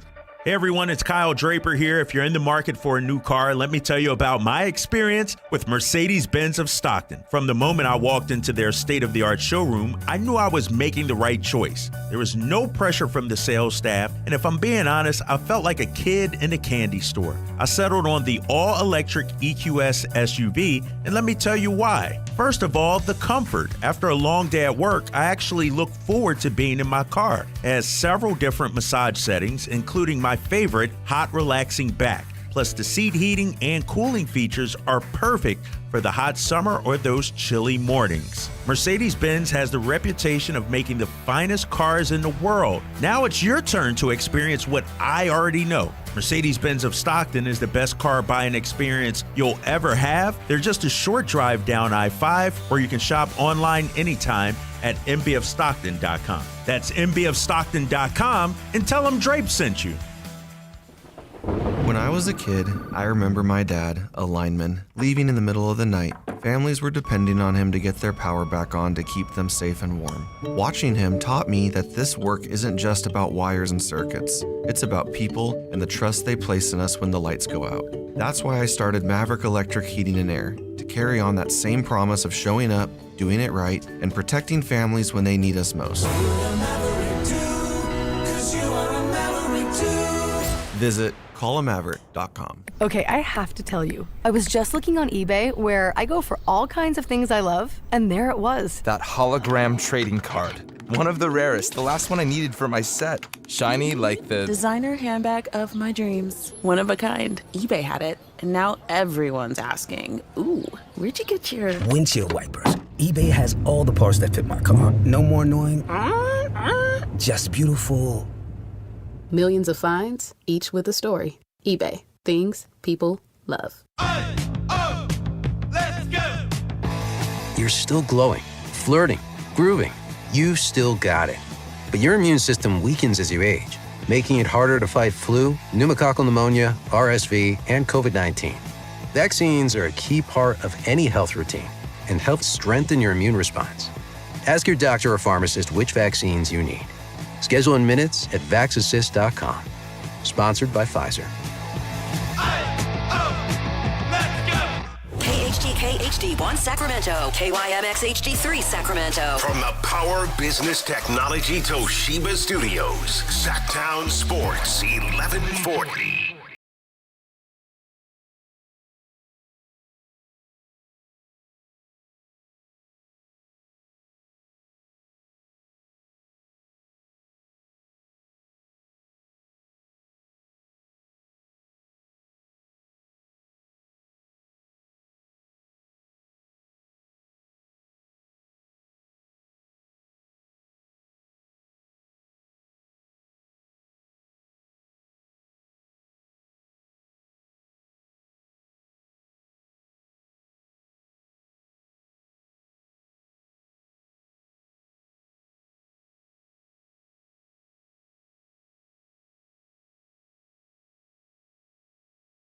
So that was on Saturday. So I was watching the game from my phone. But then Sunday, I was locked in, Kyle, to the NFL and everything that was going on. Can we just say pretty confidently that we didn't even talk about the terrible luck for Michael Williams. It just doesn't stop for the San Francisco 49ers. Death Life Stadium claims another victim. There was a content creator, Chase Sr., who we both went to Temple, so we'll kind of catch up from time to time. But he brought up something about did you see this, Kyle? I didn't understand it, but I saw people were making fun of it. Like, I was trying to figure out where the field is in Santa Clara, and like the energy and wavelength stuff, and how that could be attributing to some of the injuries. It was all very tinfoil hat. Then Chase said that people were reaching out to him from real publications, and he kind of leaned into it, and then people got upset about it, and then Michael Williams goes down, and then I guess people were George Kittle and a couple other players were walking in with wired headphones. So this is what happens when people when you don't dynamically stretch. This is the type of stuff that happens. All of these conspiracy theories could have been prevented by just some dynamic stretching. That's it. So I'm glad I understand better what that was. There you go. So people are still chiming in on the text line about the shoes. Y'all get it. Kyle wants to get it now. Yeah, limited production. Thank you to who was that? The 408. It's limited production. That's part of it, why this sales. So obviously those Caitlin Clark, clearly the difference is with those the 9 Kobe's that I got, they'll probably make them again, and they made more of them to start. The Caitlin Clark ones, there probably won't be a lot. So by the time, when did I say? I'm not giving you all the date out loud. You can look that up. By the time that comes around, when I was during COVID, I made my wife download the sneaker app and my mother, because we moved back home after COVID hit for about 6 months, and we were all at home, and I made them all get the sneaker app and attempt to get these very expensive shoes to resell, and it never worked. Never worked. Okay. Yeah, I that's when I first learned what sneaker app was. Yes, I had a lot of disposable income that I no longer have. I will say, probably was better than doing NFTs. Well, look, I'm telling you right now, and I already told my wife this, she will be re-downloading the sneaker app for these Caitlin Clarks. She's doing it. And she's going to be up anyway because of the baby. So bold strategy, Allen. Sorry. Hey, if you're giving me 5-day-old shrimp and I'm still here, so now you guys are going to be a lot of trouble, man. Take that $400, just put it in an investment account. Why do you think shoes are a better investment than actual investing? You guys are going to get me in trouble, man. You guys are going to get me in trouble. I'm going to go home and say, hey, are we good? Like, are we good? Because now that I think about it, did she eat it? I think only I did. What if you walk in tonight and she's like, hey, Allen, we're going to have a little shrimp pasta for dinner tonight? I'm going to look at the camera, wherever the camera is. 916-339-1140. How you feeling about your Sacramento Kings? We are going to break down the matchups and the availability. Majority of the guys who you expect to be available will be available. So we have all that for you, but did want to go over week 9 with the Cardinals-Cowboys going on today. Kyle, again, I just think this is a great night. I might be jinxing it, but feels like you said about that Niner game, unless you're getting screwed over by George Kittle, which landed him on the ban list, feels like there's a lot of yards out there to be had between the Cardinals and the Cowboys. Especially on the Cardinals side. I saw this crazy stat that Jacoby Brissett threw for 300 yards in their last game. I can't remember who they lost to now, but Cardinals have lost 5 in a row, so they're losing a lot. Yeah, go ahead. Yeah, so Kyler hadn't had a 300-plus yard game in like 18 starts, and Jacoby got one like in his second game as the starter for the Cardinals. So Jacoby's starting for them, and if I remember correctly, the Cowboys gave up like 300-plus yard games to Bryce Young, Russell Wilson, Caleb Williams, and one other bad quarterback. I can't remember now. So just take the over on any Cowboys defense. This is what the case will be. There's 2 options here. Either the Cowboys are gonna defend out of their mind because they're at home, and this is a team that they're better than, and this is where they show up and show out normally in situations like this, and everything will be cooked by halftime. Right? Like the guys are just not going to get it. Like yesterday, like the Commanders game, either that happens or all the overs are cashing. There's only 2. You're not going to get, it's not going to be a Zach Ertz 0.5 or a Sterling Shepard 0.5. You're either cashing everything or the Cowboys are just going to stomp on the Cardinals from Jump Street, and by halftime, you're cooked. I'm going to go with the second option of it's just going to be all the overs cashing in a high-scoring game because maybe you could say they're due, but the Cardinals are the first team since the merger to have all 7 of their first games be one-score games. Yeah. So every Cardinals game just comes down to the end. Somehow, some way. And they blow it. They just find a way to blow it some way, somehow. Even their only wins this year is like, we were beating the Panthers and Saints real bad, and then they came back. So, yeah, the Cowboys are probably going to have 250 yards in the fourth quarter. There you go. And no one's going to be able to watch it. I'm still trying to figure that out. But you can listen to it here on Sactown Sports. No, you can't because the Kings play tonight. And you can't listen to it here, and you know what? Figure it out. There's some way. Yeah. Something that rhymes with Green East. Yeah. Something like that. That's right. Kings play tonight. So, sorry. Don't blame. Go on that, whatever they are having everybody go to whatever website. I can't stand that. All right, but yeah, keepmynetworks.com. Yeah. Which, by the way, how was that not available? Who bought keepmynetworks.com? I don't know. All right, so that will be going on somewhere, somehow. You can try to find it. The Niners took care of business against the Giants. Not terribly surprised. They didn't have Scatterboo, the vibes. They obviously don't have Malik Neighbors. Niners, they just did what they were supposed to. No bells, no whistles. They just took care of business. We haven't talked much about the Chargers, but the Chargers, again, the Titans look better. They had some defense and special teams kind of highlights, but the Chargers, they do their thing.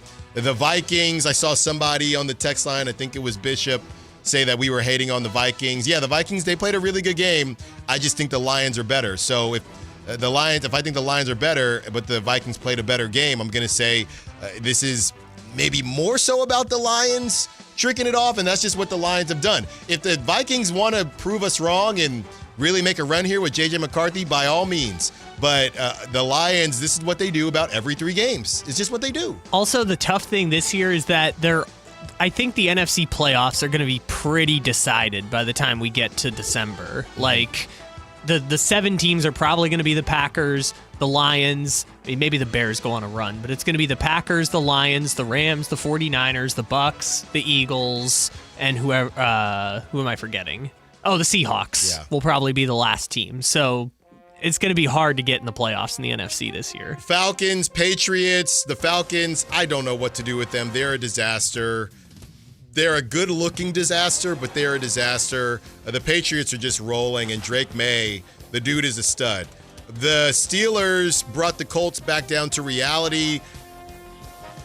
This is what they're going to do, right? The Steelers kind of similar to the Cowboys. They're going to play up from time to time. Their defense is definitely worth a lot of money, so they should do this from time to time. That was crazy when they said on the broadcast the Steelers have the most expensive defense in the NFL. That just seems impossible. Well, it doesn't look like it. It didn't look like it against Joe Flacco. And speaking of, that was the game of the day. The Bears beat Joe Flacco. And Jamar Chase, I mean, it's going to get to a point, if you're Jamar Chase, where it just turns into, Joe, I want to play with you, but you got to stay on the field.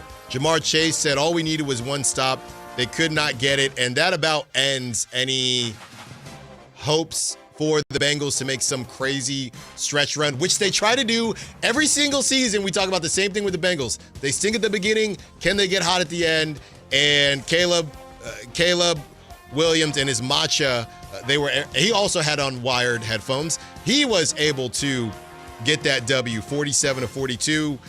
Ward on the chat wants us to talk about his boy Bo Nix. Bo Nix in a very Broncos score here. The most Broncos score ever. They win 18-15. Huh? Against Davis Mills' Texans. I mean, good for them. They took care of business, the Broncos did, but they were supposed to beat Davis Mills and the Texans. Panthers, look, man, fine. I won't make this just about the Lions because y'all know how I feel about Jordan Love. That's why he's banned. The Packers are always going to do not ever trust the Packers. At the beginning of the season, I think it was Whitey Gleason, Packers, and maybe it's the Packers, but I don't know, the same division too. These teams are always just going to put up stinkers. I still want to believe in the Packers. I don't. Let's see if I like Josh Jacobs, former Raider, could have stayed, but I know this is becoming a weekly occurrence. Let's see if we can. Are the Packers still the favorites to win the NFC at this point? Let's see. New favorite for the third week in a row. We have a new favorite to win the NFC this week. It's now the Eagles. Sure. Yeah. I mean, they didn't play, so they couldn't lose. It was the Lions, then it was the Packers, now it's the Eagles. The Rams are the second leading favorites now. By the way, Niners aren't even on the list anymore. They're like... That's weird. The Niners, that's weird. Niners are 7th right now. Okay. So there you have it for the Packers. They're just going to do a stinker. And then I don't know what to do. You got Shug, right? The Rams again. That was very similar weeks for the for the Rams and the Niners. They both just took care of business. They had bad teams. I think the Giants are better than the Rams, but the Rams had a rookie. What was it, Kyle? Who was it? Was it the Saints or was it a different team? They had the football for like a ridiculously small amount of time. I think it was the Saints. They just never had the football, but they did not look good. They scored a poor me touchdown at the end of the game. The Saints did. I was locked in on Chiefs Bills. I didn't watch any of that game. I'm glad you didn't waste your time Schmallen had some reasons to watch it. And Chris Olave, you got one more week before you're on the ban list too, brother. Well, good news, Allen. He might get traded. Yeah, please. He might be on the Bills tomorrow. But then he won't. Then just like any other Bills wide receiver, the Bills wide receiver is the same as the Magic shooting guard. As soon as you get traded, you don't catch the football and you do not shoot. Your powers disappear. We got to check Desmond Bane's shooting percentage in a couple days. I'm starting to believe this because Stephon Diggs is killing it with the Patriots right now. I saw Cardi B was out there. Yeah. Like, somehow Stephon Diggs, who looked washed, capital W on the Bills, all of a sudden is doing stuff on the Patriots. So Rams take care of business. The NFC West is by far the best division in the NFL right now. The Jaguars, the Raiders, man. And Carlson was so good to start, right? And years later, you have Little, the kicker. He set a new NFL record for 68 yards? Which is weird because he also hit a 70-yarder in a preseason game. So technically that's the record, but it's a preseason game, so it doesn't count. The typical rules are go for 2 on the road, and you take the points at home, typically, right? Now, Carlson had already missed an extra point. I don't think that's why they did it, but the rules are a little bit different, I would assume, in overtime than in regulation. The Raiders decide to go for 2 to win it. And as Geno Smith said, and I'm paraphrasing, it was a perfect play if he didn't get his hands up. If that defender doesn't get his hands up, we win. And then a reporter asked, did you have the play right, whatever it is? And Geno just says, that's football, brother. Yeah, Geno, it is. That's Raiders football, brother. That's how it should be said. That's Raiders football. Well, Allen, I'm curious your thoughts on this as a tormented Raider fan, who probably should just stop at this point. But for so many years, you had complained that the Raiders win this game where it messes up draft positioning. Yeah. But this year, you had actual expectations for the Raiders. So are you happy that they finally didn't mess it up and win a game that would ruin the draft positioning, or are you sad that they are so garbage and you thought they were going to be good? Shout out Indiana. Shout out Fernando and his brother. Thank you, Geno. Thank you, Geno. Thank you to that D lineman. I'm all in on stinking. I don't care about Kyle. I'm numb to it. I don't care. They went to over. I said, of course he's going to make that kick. He barely made it, by the way. But there was a part of me that hoped, please go to overtime. Please go to overtime, because the Raiders are not going to figure it out in overtime. I just don't know what they're going to do with Pete at all of this after 1 year. It's just so, and it's not terrible. They actually need to be worse if they want Fernando Mendoza, because it's a very light QB class. So this is how it normally goes to be a Raider fan. This is when they'll get the second pick, when there's no other quarterbacks besides Fernando. And the only thing we can hope is that the Titans get the number 1 pick, because the Titans don't need a quarterback. That's the only thing we can hope. Am I off? Is Ty Simpson not coming out this year for Alabama? I'm pretty sure he's not coming out. Okay, because everyone keeps saying he's going to be the number 1 No, he's pick. nice, but I don't think he's coming out. Next season, you got... Either way, it's the same idea. They'll get the 3 pick. Yeah, you got Arch. You'll have Marcel Reed from A&M, who I like. I don't know what Arch. What do you mean? You got Arch. Arch. What do you mean? You got Arch. You got Ty Simpson. Gonna get him in the 7th round? Okay, so you got a couple different guys, or just go get Shador. I'm not against that. Well, the Browns actually need him now. The Browns got no quarterbacks. Yeah, so that is what's going on in the NFL. And then tonight, like we said, it should be a good one for Prop Talk, but we might be jinxing it as well. You will know a lot at halftime. Appreciate you not talking about Mahomes looking awful against the Bills. Oh, my goodness. I skipped the game of the week. I appreciate you skipping it.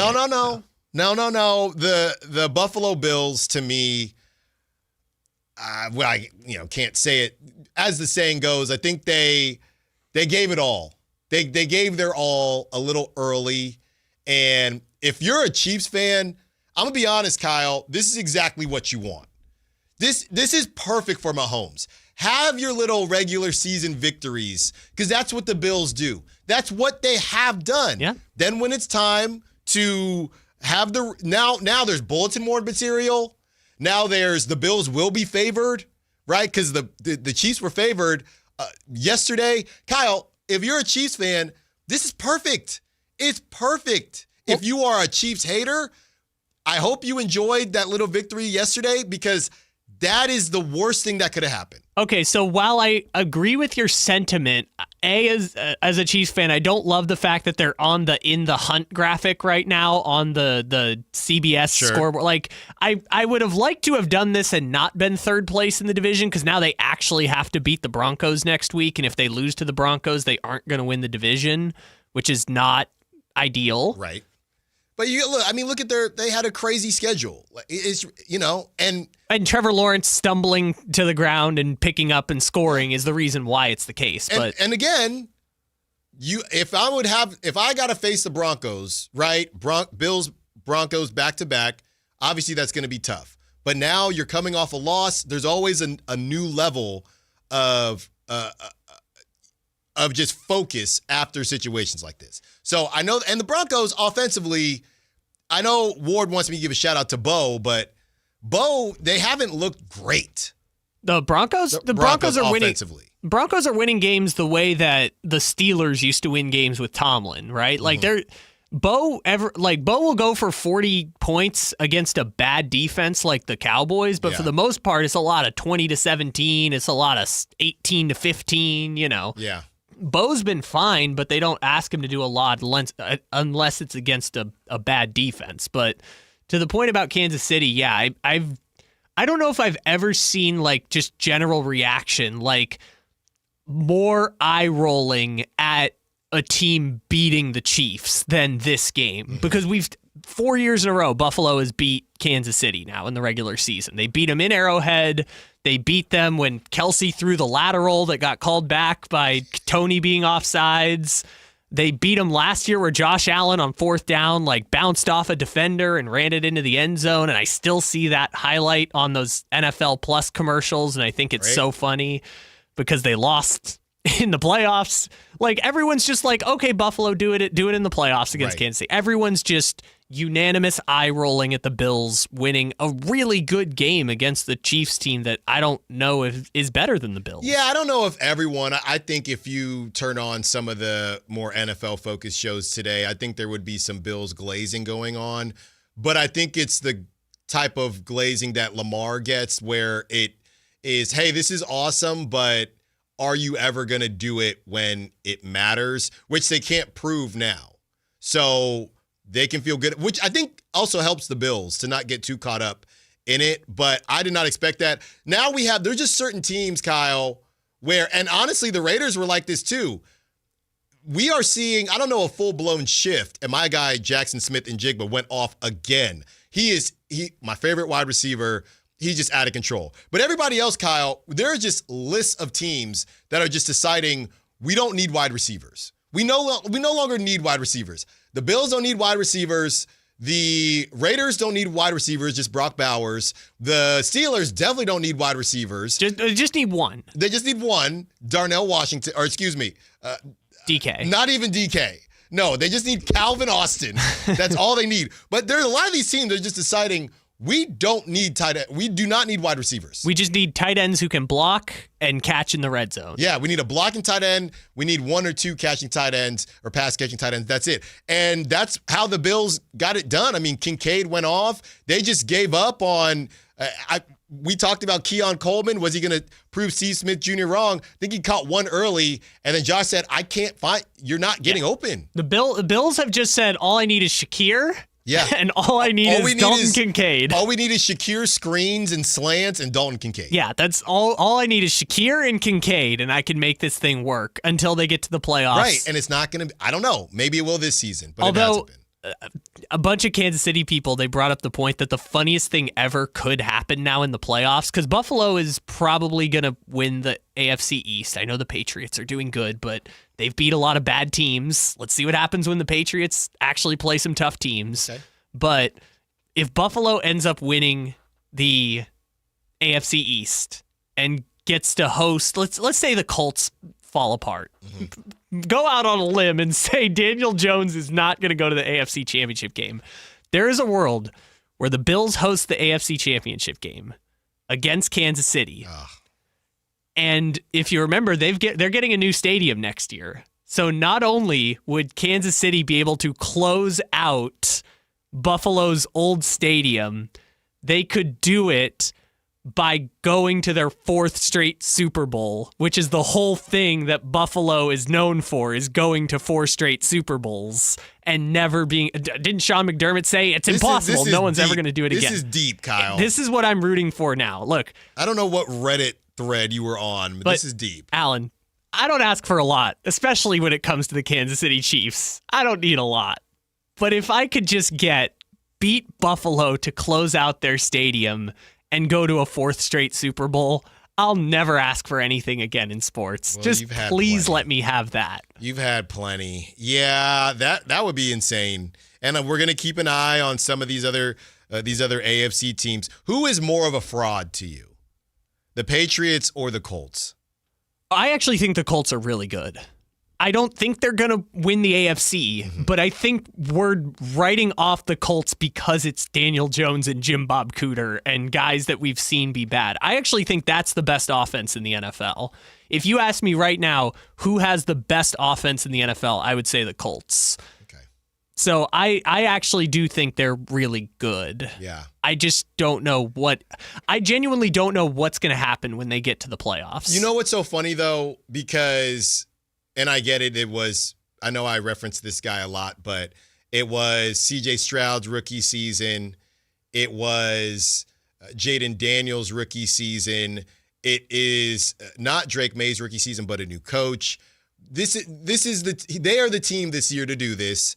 Everybody's going to say, hey, Drake May has arrived. He's a new young star. They're going to lose in the playoffs. They're the team, right? There's always one young quarterback that has a great season, and we wonder, hey, how far are they going to go? And then they ultimately don't go very far. They lose in the wild card. And this season, it's the Patriots. Actually, I just looked up I was going to say the Patriots are probably going to end up in that wild card spot, but they've still got 2 games against the Jets. They play the Dolphins in what will be Mike McDaniel's last game as coach. That division, man. Yeah. They play at the Bucs this week.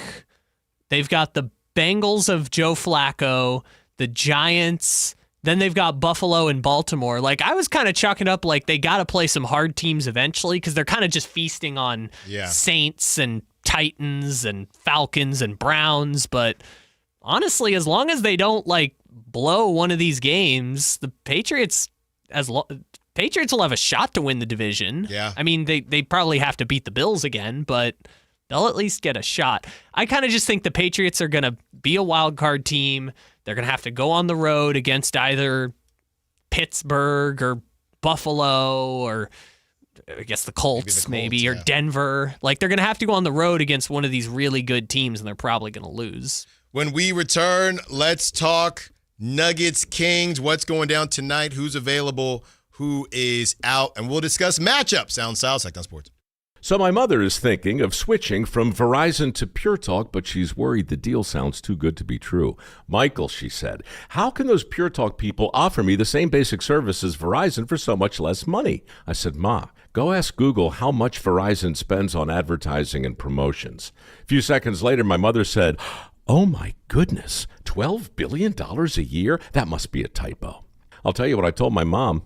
It's not a typo. Verizon spends $12 billion a year on advertising and promotions, and their customers are paying for it. Well, Pure Talk doesn't spend that kind of money on commercials. Trust me, I would know. That's why they can offer you and my mother unlimited talk, text, and plenty of data on a crazy fast 5G network for just $25 a month. And if you're a business owner, you could really save a fortune. Dial pound 250, say the words Mike Rowe, and you'll get an additional 50% off your first month. That's pound 250 Mike Rowe. Pure Talk. Everything you need and nothing you don't. Footballs are flying. The days are getting shorter. Fall is officially here. Will your heater be able to get you through the winter? The heater at Whiteywood shut down last winter. So who did we call? Lee's Air Plumbing and Heating. We wanted somebody we could trust to do the job right and deliver great value, and Lee's came through. Check them out at leesair.com. Lee's Air Plumbing and Heating has built a reputation as the leading HVAC company in Sacramento. We've got a new HVAC system that works great, saves us money month to month. Find out how they can help you at leesair.com. License number 635-355. Hey, it's Carmichael Dave. I got to tell you, I am so excited to get this decking project started with Trex Decking and Railings. From the first time I stepped foot in the showroom last week, I was so impressed. So many color options, heat-resistant composite deck. What does that mean? That means I don't have to do any maintenance on it whatsoever. They even have a deck designer, so you can go online and see what your dream deck will look like on your house. Just visit Trex, that's Trex.com to get it started. Tell them Carmichael Dave sent you. Just announced, Stockton Honda has been named #1 of California's best car dealers in 2025 by USA Today and Statista. This prestigious award is based on thousands of customer reviews and recommendations, ranking dealerships for service, value, and satisfaction. Out of hundreds evaluated, Stockton Honda is proud to be #1, recognized for all-around excellence and commitment to our customers. Visit Stockton Honda, where reputation meets the road. Anytime, anywhere, it's all here. StocktonHonda.com. For over 90 years, Hagen Oaks has partnered with the biggest brands in golf to bring cutting-edge technology to your game. Our one-of-a-kind total game fitting offers a level of experience and precision that is unmatched. From driver to putter, footwear to golf balls, our TrackMan-powered performance studios, 3D footwear scanner, and Ping's Ballnamic ball fitting kiosk ensure every piece of your gear is tailored to your swing. Trust the experts at the Hagen Oaks Golf Super Shop. Total game fitting starts here.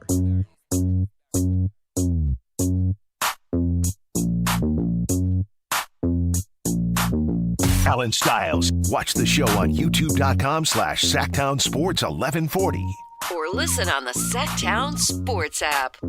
This just reminded me, Kyle, a little bit of Pilo, some Bay Area for you. This just reminded me, Kyle, they cannot make the same mistake. I know I've been getting on, I only went to, 2 games, and I'm not getting on the new DJ. I got to find out who the new DJ is, but you saw what happened with Aaron Gordon, and that game was obviously in San Francisco, right? Aaron Gordon dropped 50. In Sacramento, there are some Sacramento artists that they'll play, but been doing a little too much with the LA stuff. You played a bunch of LA music. It's just Kendrick. No. Now we're getting to the Chronic, and there's a lot of Snoop Dogg and Dr. Dre, and you get Austin Reeves going for 50, 51. No Bay stuff on Wednesday. No Bay music. Bay music. Whether Wednesday comes and goes or whatever, I'm sure the Oklahoma City music will probably be a little bit easier to avoid. Yeah, right. There's somebody out there. Hey, man, don't disrespect the Oklahoma City music scene. Okay, don't do that. 916-339. Denver, too. There's not a lot to work with. Denver.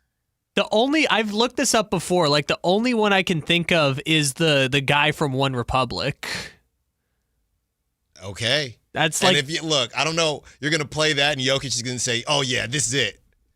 This is it. I told y'all not to play my stuff, man. Now I'm going off.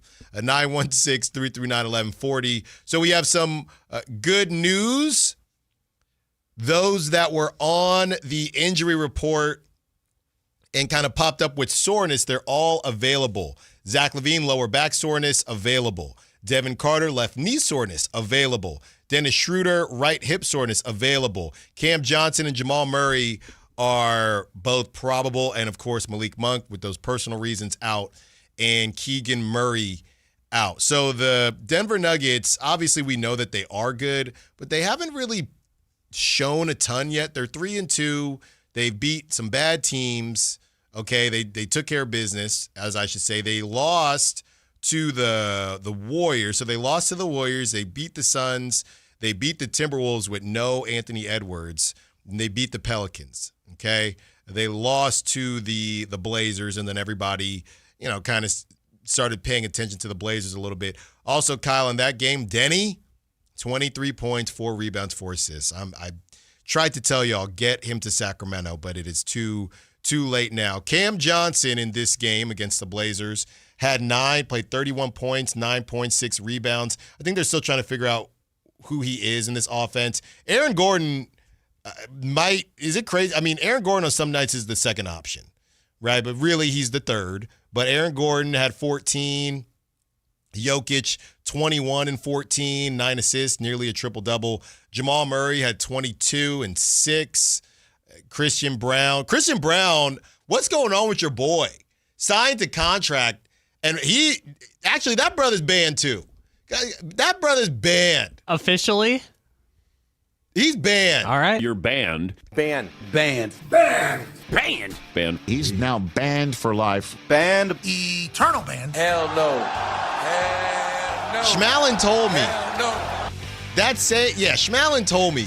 That brother's banned. All right. Well, we'll add Christian Braun to the ban list. Okay. By the way, just looked it up. Most famous musicians from Denver. We have John Denver, the Lumineers, and One Republic. The Lumineers and One Republic, both from Denver. Yeah, that's an aggressive. That is outstanding. Yeah, aggressive amount of, white people music. Didn't we give away Lumineers tickets? We did, yes. And we kept playing the same song? Well, the same two. Okay. Zophelia and Ho Hey. Also, most famous music group from Oklahoma City, we have Color Me Bad. Love it. That's all I got. Love it. Okay. The other ones, I don't know anyone else. Well, I hope you are ready for the Jonas Valanciunas revenge game. He had 10 points in 11 minutes. Jonas Valanciunas did. Peyton Watson had 10 points in 23 minutes. 4 rebounds. Tim Hardaway Jr. Let's not forget Tim Hardaway Jr. What a weird... These guys, this minute distribution is pretty crazy, Kyle. This was against obviously the Blazers, and they lost that game.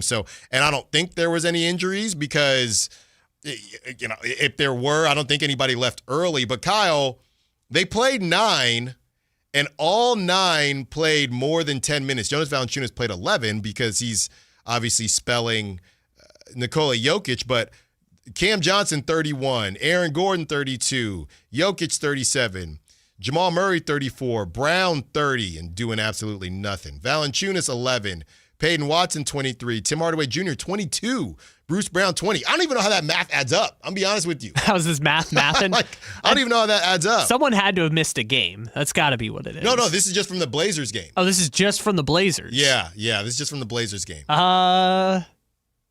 Yeah, that's actually kind of funny. How does that math work? I don't know, but I guess Valanciunas and Jokic, that adds up. Yeah. So let's talk matchups, and obviously the elephant in the room. And we cannot say this because we would never promote taking an over on a player not on the Kings. So we would never officially say this. But Aaron Gordon is looking very nice tonight. I don't know, Alan. Russell Westbrook guarding him. I mean, who knows? Oh, my goodness. Russell Westbrook revenge game. Of course. This is the Russell Westbrook revenge game. Russ even revenge, though he has 8 of them. Jonas revenge. There's a lot of revenge to be had. So we already had Russ goes to OKC. That was a revenge game. We've got Russ Denver. Yeah, he's at 12 already. That's a revenge game. We've got OKC again on Friday, so that's a Russ revenge game. We've got the Lakers So, yes, this is Russ's 3rd revenge game now because they played the Lakers. Dude. They played the Thunder.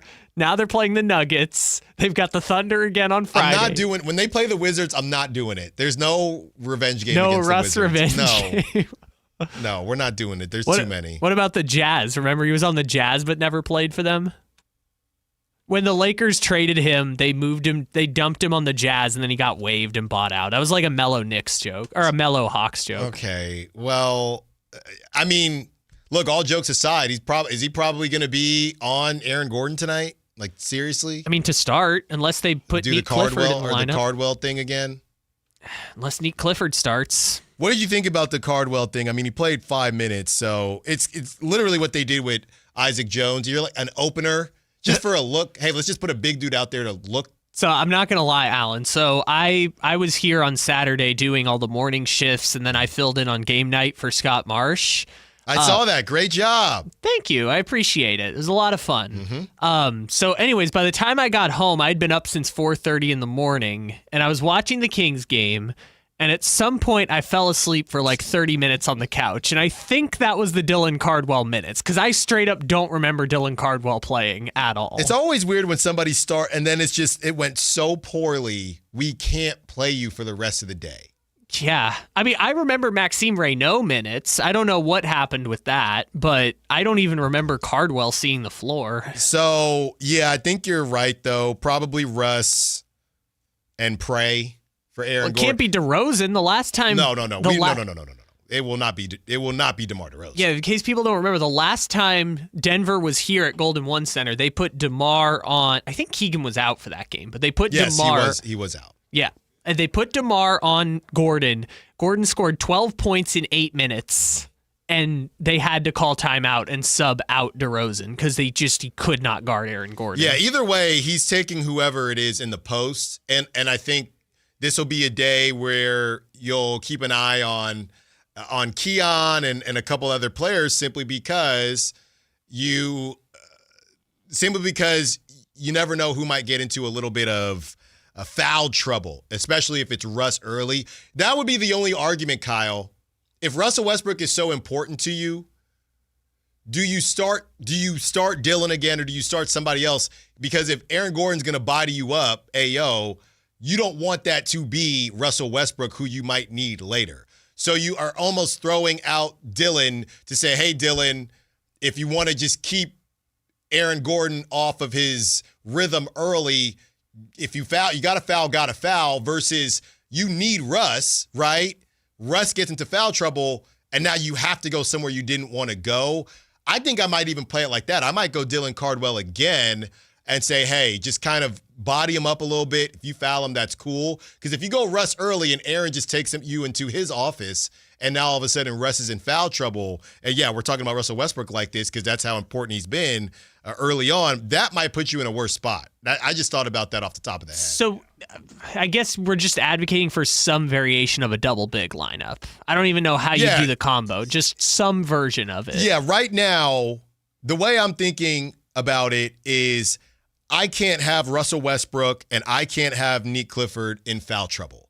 So I don't know that I want to start the game and just have Aaron Gordon just house them to start. Now one of them is in foul trouble and you're already a bit thin. Let's just, I volunteer as tribute, just get whoever it is, Isaac Jones, Dylan Cardwell in there. You swallow up the fouls early, and then you can go to a change at halftime or whatever. But fouls are not an effective strategy. I'm not saying it is. But you're saying like Westbrook's going to get in foul trouble, so Dylan, you foul early. I'm not saying to foul. I'm saying if you end up fouling. But with Dylan, it's going to happen. Dylan Cardwell averages a foul every 3 minutes right now. That's not even. Then use them. Use them wisely. That wasn't even an exaggeration, too. He's played 30 minutes and has 10 fouls. What do you want? What do you want to do, Kyle? Honestly, I want to start Nick Clifford. No. Okay, then Westbrook. Westbrook guarded Giannis at the end of the game. I don't want them in foul trouble. That's how I feel. Yeah, no. At the end, Russ can close it because he's the best defender on the team and the best player. Well, and he can guard 1 through 5 now. He guarded Giannis for one play. Yeah. When he was like, Sabonis, that, by the way, that was insane. When he was like, Sabonis, I don't want you to foul out. Let me guard Giannis. What an insane team this is. This is where we're at. So, I don't know. To be honest with you, Kyle, I think you're going to be right. I think it's going to be Russ or Neek. I just would prefer it not be. But I think you're going to be right. Can we get one last ride for Hot Honey Jones, even though he's going to get waived when they sign Precious Achiuwa? And come on. He's going to come back. One more ride. One more. Well, it's like we said earlier. He can come back only if every single team in the NBA decides he's not an NBA player. How about this? Which then brings up other issues. But how about this? Hopefully it doesn't happen, but if he did get, if it does happen with Precious Achiuwa, we will bring in hot honey wings. And we will eat them. In his honor? In his honor. Yeah. I think that's only fair. All right. Well, on the other side, we're going to be joined. I think it's going to be the three amigos, Kayla Anderson, Whitey Gleason, and Chris Watkins. What's going on here? You'll have to find out next on the Allen Stiles Show. Download the Sactown Sports app. Sacramento sports in your pocket. This is Sactown Sports 1140. Every now and then.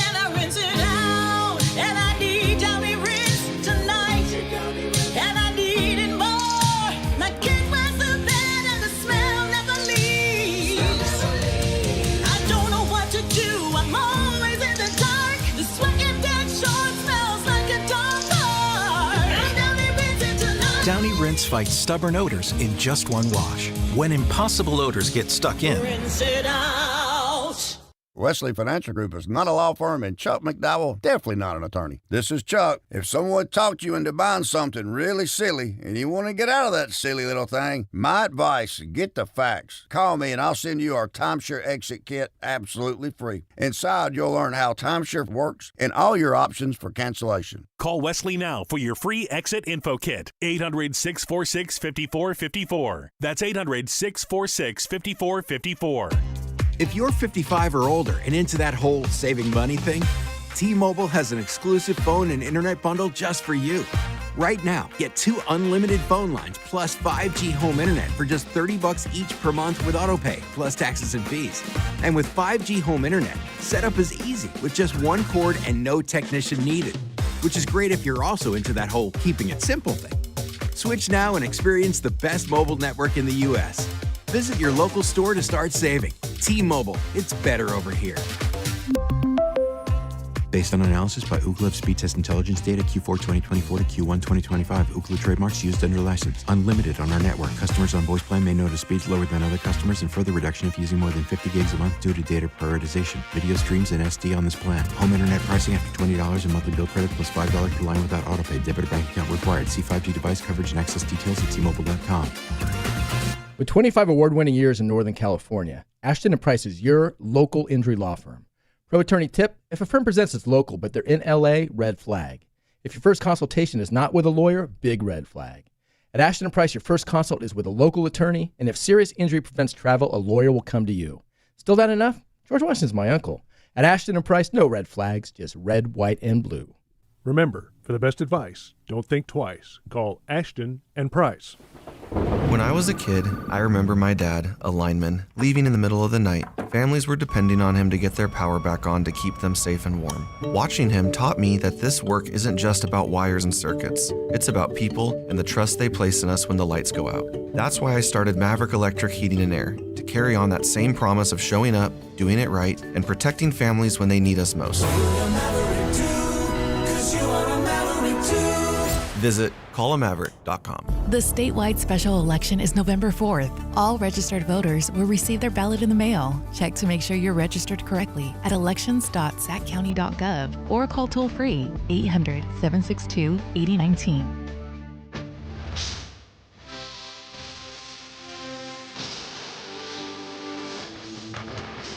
You're home for Kings Talk and so much more. Live and vocal. Allen Stiles on Sactown Sports. You are watching on YouTube. Your eyes are not deceiving you. There's 4 of us in here, joined by Whitey Gleason, Kayla Anderson. Well, there's still 3 because we only have 3 cameras. 15 more minutes, Kyle. And Chris Watkins. And what do we have going on today, Whitey? Well, I got to ask you, Alan, any stomach pain or cramps, nausea, vomiting, or fever? From the shrimp? These are the early signs of food poisoning. When people were saying it, yeah, I thought, do I feel okay? His wife gave him like week-old shrimp. No, it wasn't week-old. It was like Wednesday. That's too much. No, yes, and it I is. reheated it. Don't worry, I put some Kinder's The Blend on it. It was fine. A little bit of cumin. We'll see. Cumin doesn't kill bacteria. Yeah. Well, Alan, you're pushing it. It was fine. It's the worms He inside just your projectiles. stomach. It would go on me, too. Oh, is everything okay? Come on, it's fine. It was tacos. You know? No, it's like 3 to 4 days when stored properly, and someone told you 2 days. So you're good. You're fine. I am fine. You can even freeze it for like months. We were gonna freeze it, and then I said, "Hey, let's just get her done now. Let's just do it." Well, what's going on here, Whitey? You want to explain? Yeah. Explain? Explain who's here. Explain why we have such a full room. Is this a round table? What's going on? Sure, whatever you want to call it. Monday afternoon round table. That's Get right. ready for the Kings and the Nuggets. You know, typically we get you ready for Monday Night Football, but tonight we get you ready for the Kings, the rampaging Kings, and the Nuggets. Yeah. Kayla and Chris. Kayla, did you have any takeaways from the NFL season? Or excuse Oh, me, it's the already week over, nine. It's over. huh? Damn, Bills Alan. beat the Chiefs, so it's over We're now. done. It's fever, over now. Allen's fever starting. Yeah, It is. 15 minutes. I mean, I do have to add my Seahawks just waxed Man. the Commanders last night. But I will say this. I was really sad to see Jaden Daniels go down. I think he's a great young player in this league and good for the game. And so to see that was not good, but it is like a sprain. So hopefully he'll get back sooner than later. Didn't look good. It did not look good. And then I'll look to my left because I will admit I thought that Chris Watkins' Vikings were kind of out of the mix. Yeah, and they speaking are. of, they're on the TV right now.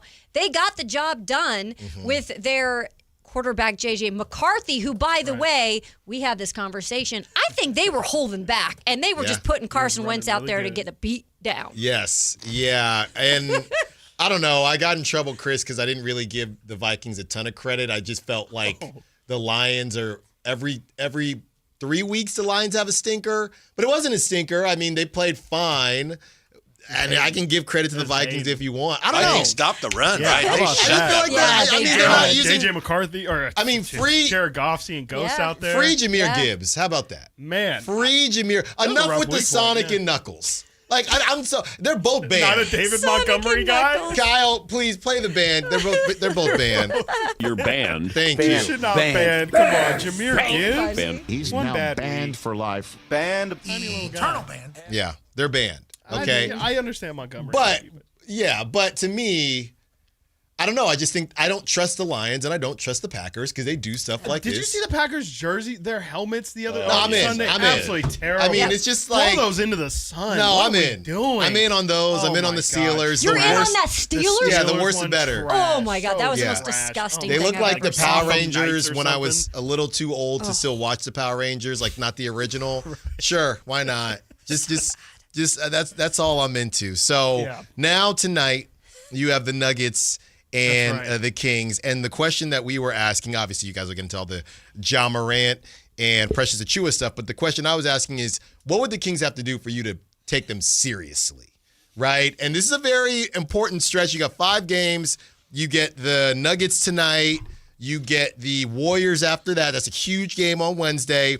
You get the Nuggets again. You get the Thunder and the Timberwolves with maybe no Anthony Edwards. I said, Chris, if they go 3-2, even if Ant doesn't play, the Warriors will be on the second half of a back-to-back. If they go 3-2, I would say, okay, let's see what's going on. You know, I'm paying attention a little bit. That's what you mean by seriously. I would just like to know what that definition is, because I honestly wouldn't. I mean, I'm not going to change my opinion on if I think this team's going to win a playoff series or anything like that. Like, I'd probably start taking them seriously if they leaned more into youth and losing. Well, no. We're not mean like that. This team, you don't get that. Yeah, exactly. So if you want me to take this current squad seriously, then I mean, you gotta change up some. I mean, even then you're gonna have to change up some players for me to believe in these. Okay. I would say, Alan, they have to do the same thing you and Kyle had to do to get me to take you guys seriously. Because months ago you were talking about Precious Achiuwa on your show. I listen every day. I know. Yeah. And one of you pointed out, I think it was Kyle, said his nickname is the Big Sneeze. Right. And I'm sitting there listening in the car going, oh, that's funny. And you were going, why do they call him that? That doesn't make any sense. No, Whitey, you should know. What is that about? No. Why in the world would they call Precious Achiuwa? No, the Big Whitey, Sneeze? you should know this. It's a So radio I thing. listened, and then It's a radio thing. No, and then I've gotten to, so I take you seriously because you proved to me that I should. So it's the same thing the Kings have to do. No, it's a radio thing. No, you don't want to ruin the joke. Whitey Gleason is spot on. No, he's not this time. Yes, you Spot are. on. No, you don't want to ruin the joke for people, so you pretend like you don't know. Like Kyle will ask me Why would they something. call Precious Achiuwa? Kyle asked me That doesn't something, make and he said, any "Do you sense." know?" And I say, "No. Why don't you tell?" Because you're telling the collection of people. Okay. You're not telling me. I Right. know. Right. Thank you for bringing this up, Whitey, because I was laughed out of the room when I brought up signing Precious Achiuwa this summer. And look at us now. Laughed out the room is a construct of. Well, it's not done yet. Yeah, and it's not even done. So we're, yet. Look at us waving Isaac Jones for Precious Achiuwa. No. See, that gets real disrespectful. All right, Kyle. Wait, go you want ahead. to know my answer? Yes, well, I the do. first one is you don't trade for Ja Morant. So if you want me to take you seriously, Wow. you don't bring in Ja Morant. Okay. Second of all, I agree with you, though.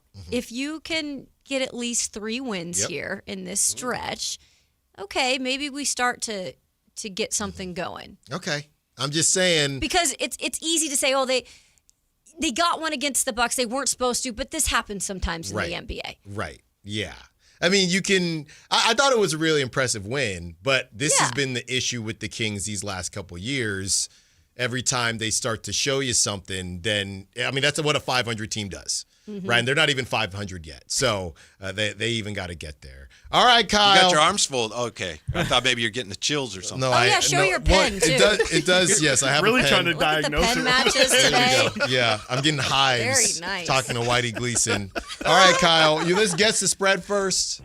Yeah, real quick. Let's guess the spread. Okay. You 4 go. I've looked at it because we're short on time. So real quick. I will pass too. I will recuse myself. All right, you 3 go for it. Guess the spread on the game tonight? Yes. What is the point spread for tonight's Have game? you seen it? No, I have not. I honestly only know the Cowboys. 5.5. Who are they playing? No. We're talking about the Kings game. Oh, great. No one can get the Cowboys game. Yeah, that Cowboys game isn't going to happen. Yeah, we don't know where you're getting it. If a tree falls in a forest, That's right? very true. Yeah. Kings Nuggets. We'll say Nuggets favored by. I'll say a lot. I'll go double digits. I'll say 10. Damn, Chris. At home, coming off a huge Bucks win. Nobody's going to disrespect you in your house. You're going to smell that breakfast of what they've had. Spit it out. They know what you ate for breakfast. That's right. Nuggets by 8.5. What do you got, Kayla? So we got I 8.5, said 10. 5.5. 5.5? I say 7. Yeah, I'm going there. I say 7. Oh, Whitey unrecused himself. Yeah, because I realized I he's don't like, think I I'm did coming see it. out of this. Chris is closest. Nuggets 11.5. Boom! Play the know what you had for breakfast. They know what you ate for breakfast. That elevation, man. Wow. Different up there. Oh, yeah, wait. Yeah, you didn't factor that. That does suck, man. Yeah, you were like home game. I was confused. I was like, Wait, Yeah. I was you confused. just learned 3 hours and 55 No, you were like minutes the into Nuggets- the show No, that this is a road game tonight. I knew they you were were going to there. go to the arena tonight. I was like, did the show Nuggets up beat suited the and Bucks booted, also? Looking right. I'm always, yeah, that's also He didn't true. think about the Denver High, though. All right, prop talk. Yeah. Kyle? I'm going right back to that old thing. Heyo. 31.5 Sabonis points, rebounds, assists. They've dropped it back down again, so going right back to it. Sabonis 31.5 point rebound assist combo. I think that's a great shout. Sabonis does typically, they both do play well against each other. It's just Jokic just balls out. I think the easiest thing here, I'm going to take the bait. Whatever the points, rebounds, assists is for Russ. It's a classic. I mean, it's revenge game number 3 for Russell Westbrook in this young season. Yeah. I'll go off the board and I'll go, as our friend Lo Neal calls him, Kyler Murray. I'll go with the Monday night game. Is he playing? Kyler Murray, I think. He's not starting. He's not starting? He might be available, but Brissett is starting no matter what. Yeah, they're being very ambiguous. Is he playing video games? He plays great against Very Dallas, so strange. I'm going to say he's going to throw a touchdown. I like that one. According to our friend Dan Bickley in Arizona, he's been benched. They're just not saying he's been benched. Interesting. Yeah, but what did Gambo say? Gambo only knows the Suns. I was going to say. Allen, your Westbrook number is 21.5. That's easy money. Oh. That's easy money. Kayla, you got What's anyone? Levine? What's Levine? Because he's had, 4 games over 30? You want points for Levine? We'll see. Wow, this is the first time I've ever seen Drew Eubanks available on here. Levine's at 23.5 Points? Yeah, give me. points. Yeah. You like that Yeah. one? I Upgraded do. from questionable with what, the bad back? Yeah, What bad is he got? bag. back. He's got a bag. Back schmack. Yeah. Everyone's Carrying the available team. except Keegan. Yeah, he's got a bag. Devin Carter's got a knee. Schroeder's got a hip. Schroeder's got a hip. It's just a lot going on. All right, before we get out of here, it's time to let the dogs out. Oh, my God. This is a segment that does not end. No. You can't kill it. 5 different segments. Whitey? Who is that? Well, we had to talk about the shrimp for 30 we still have to run the minutes. tankathon, too. No, we'll have to move that. Whitey Gleason. To leave room for everybody else, I'll go Drew Eubanks. Okay, Oh, Kayla, my who's your dog? Oh, my gosh. Can I say a one last stand for Isaac Jones? Oh, yeah. Why not? That's your dog. Grizz, who's your dog? Chris can't Dylan take Cardwell. Can't. Oh. Dylan Cardwell is crazy. it. Okay. Started last game. All right. And then, first of all, Westbrook revenge game. I'll go with Westbrook. Also, just ran the Tankathon, #1 pick for the Kings. Okay, that's not how we. Okay, well, you didn't even play This is just. All right. Has someone lost control of this show? Devin Carter. They call him Denver Carter because he's going to be rocking and rolling in the Mile High City. You got Whitey Gleason. You got Kayla Anderson. You got Chris Watkins. They're getting you ready for game night with your Kings taking on the Nuggets in Denver. Of course, thank you to all the callers, sexers, sack chatters. My stomach hurts. Is it the shrimp? We're not sure. Kyle Ledbetter, great job as always. Until tomorrow, see you in the back. Let it be. Don't forget my back podcast.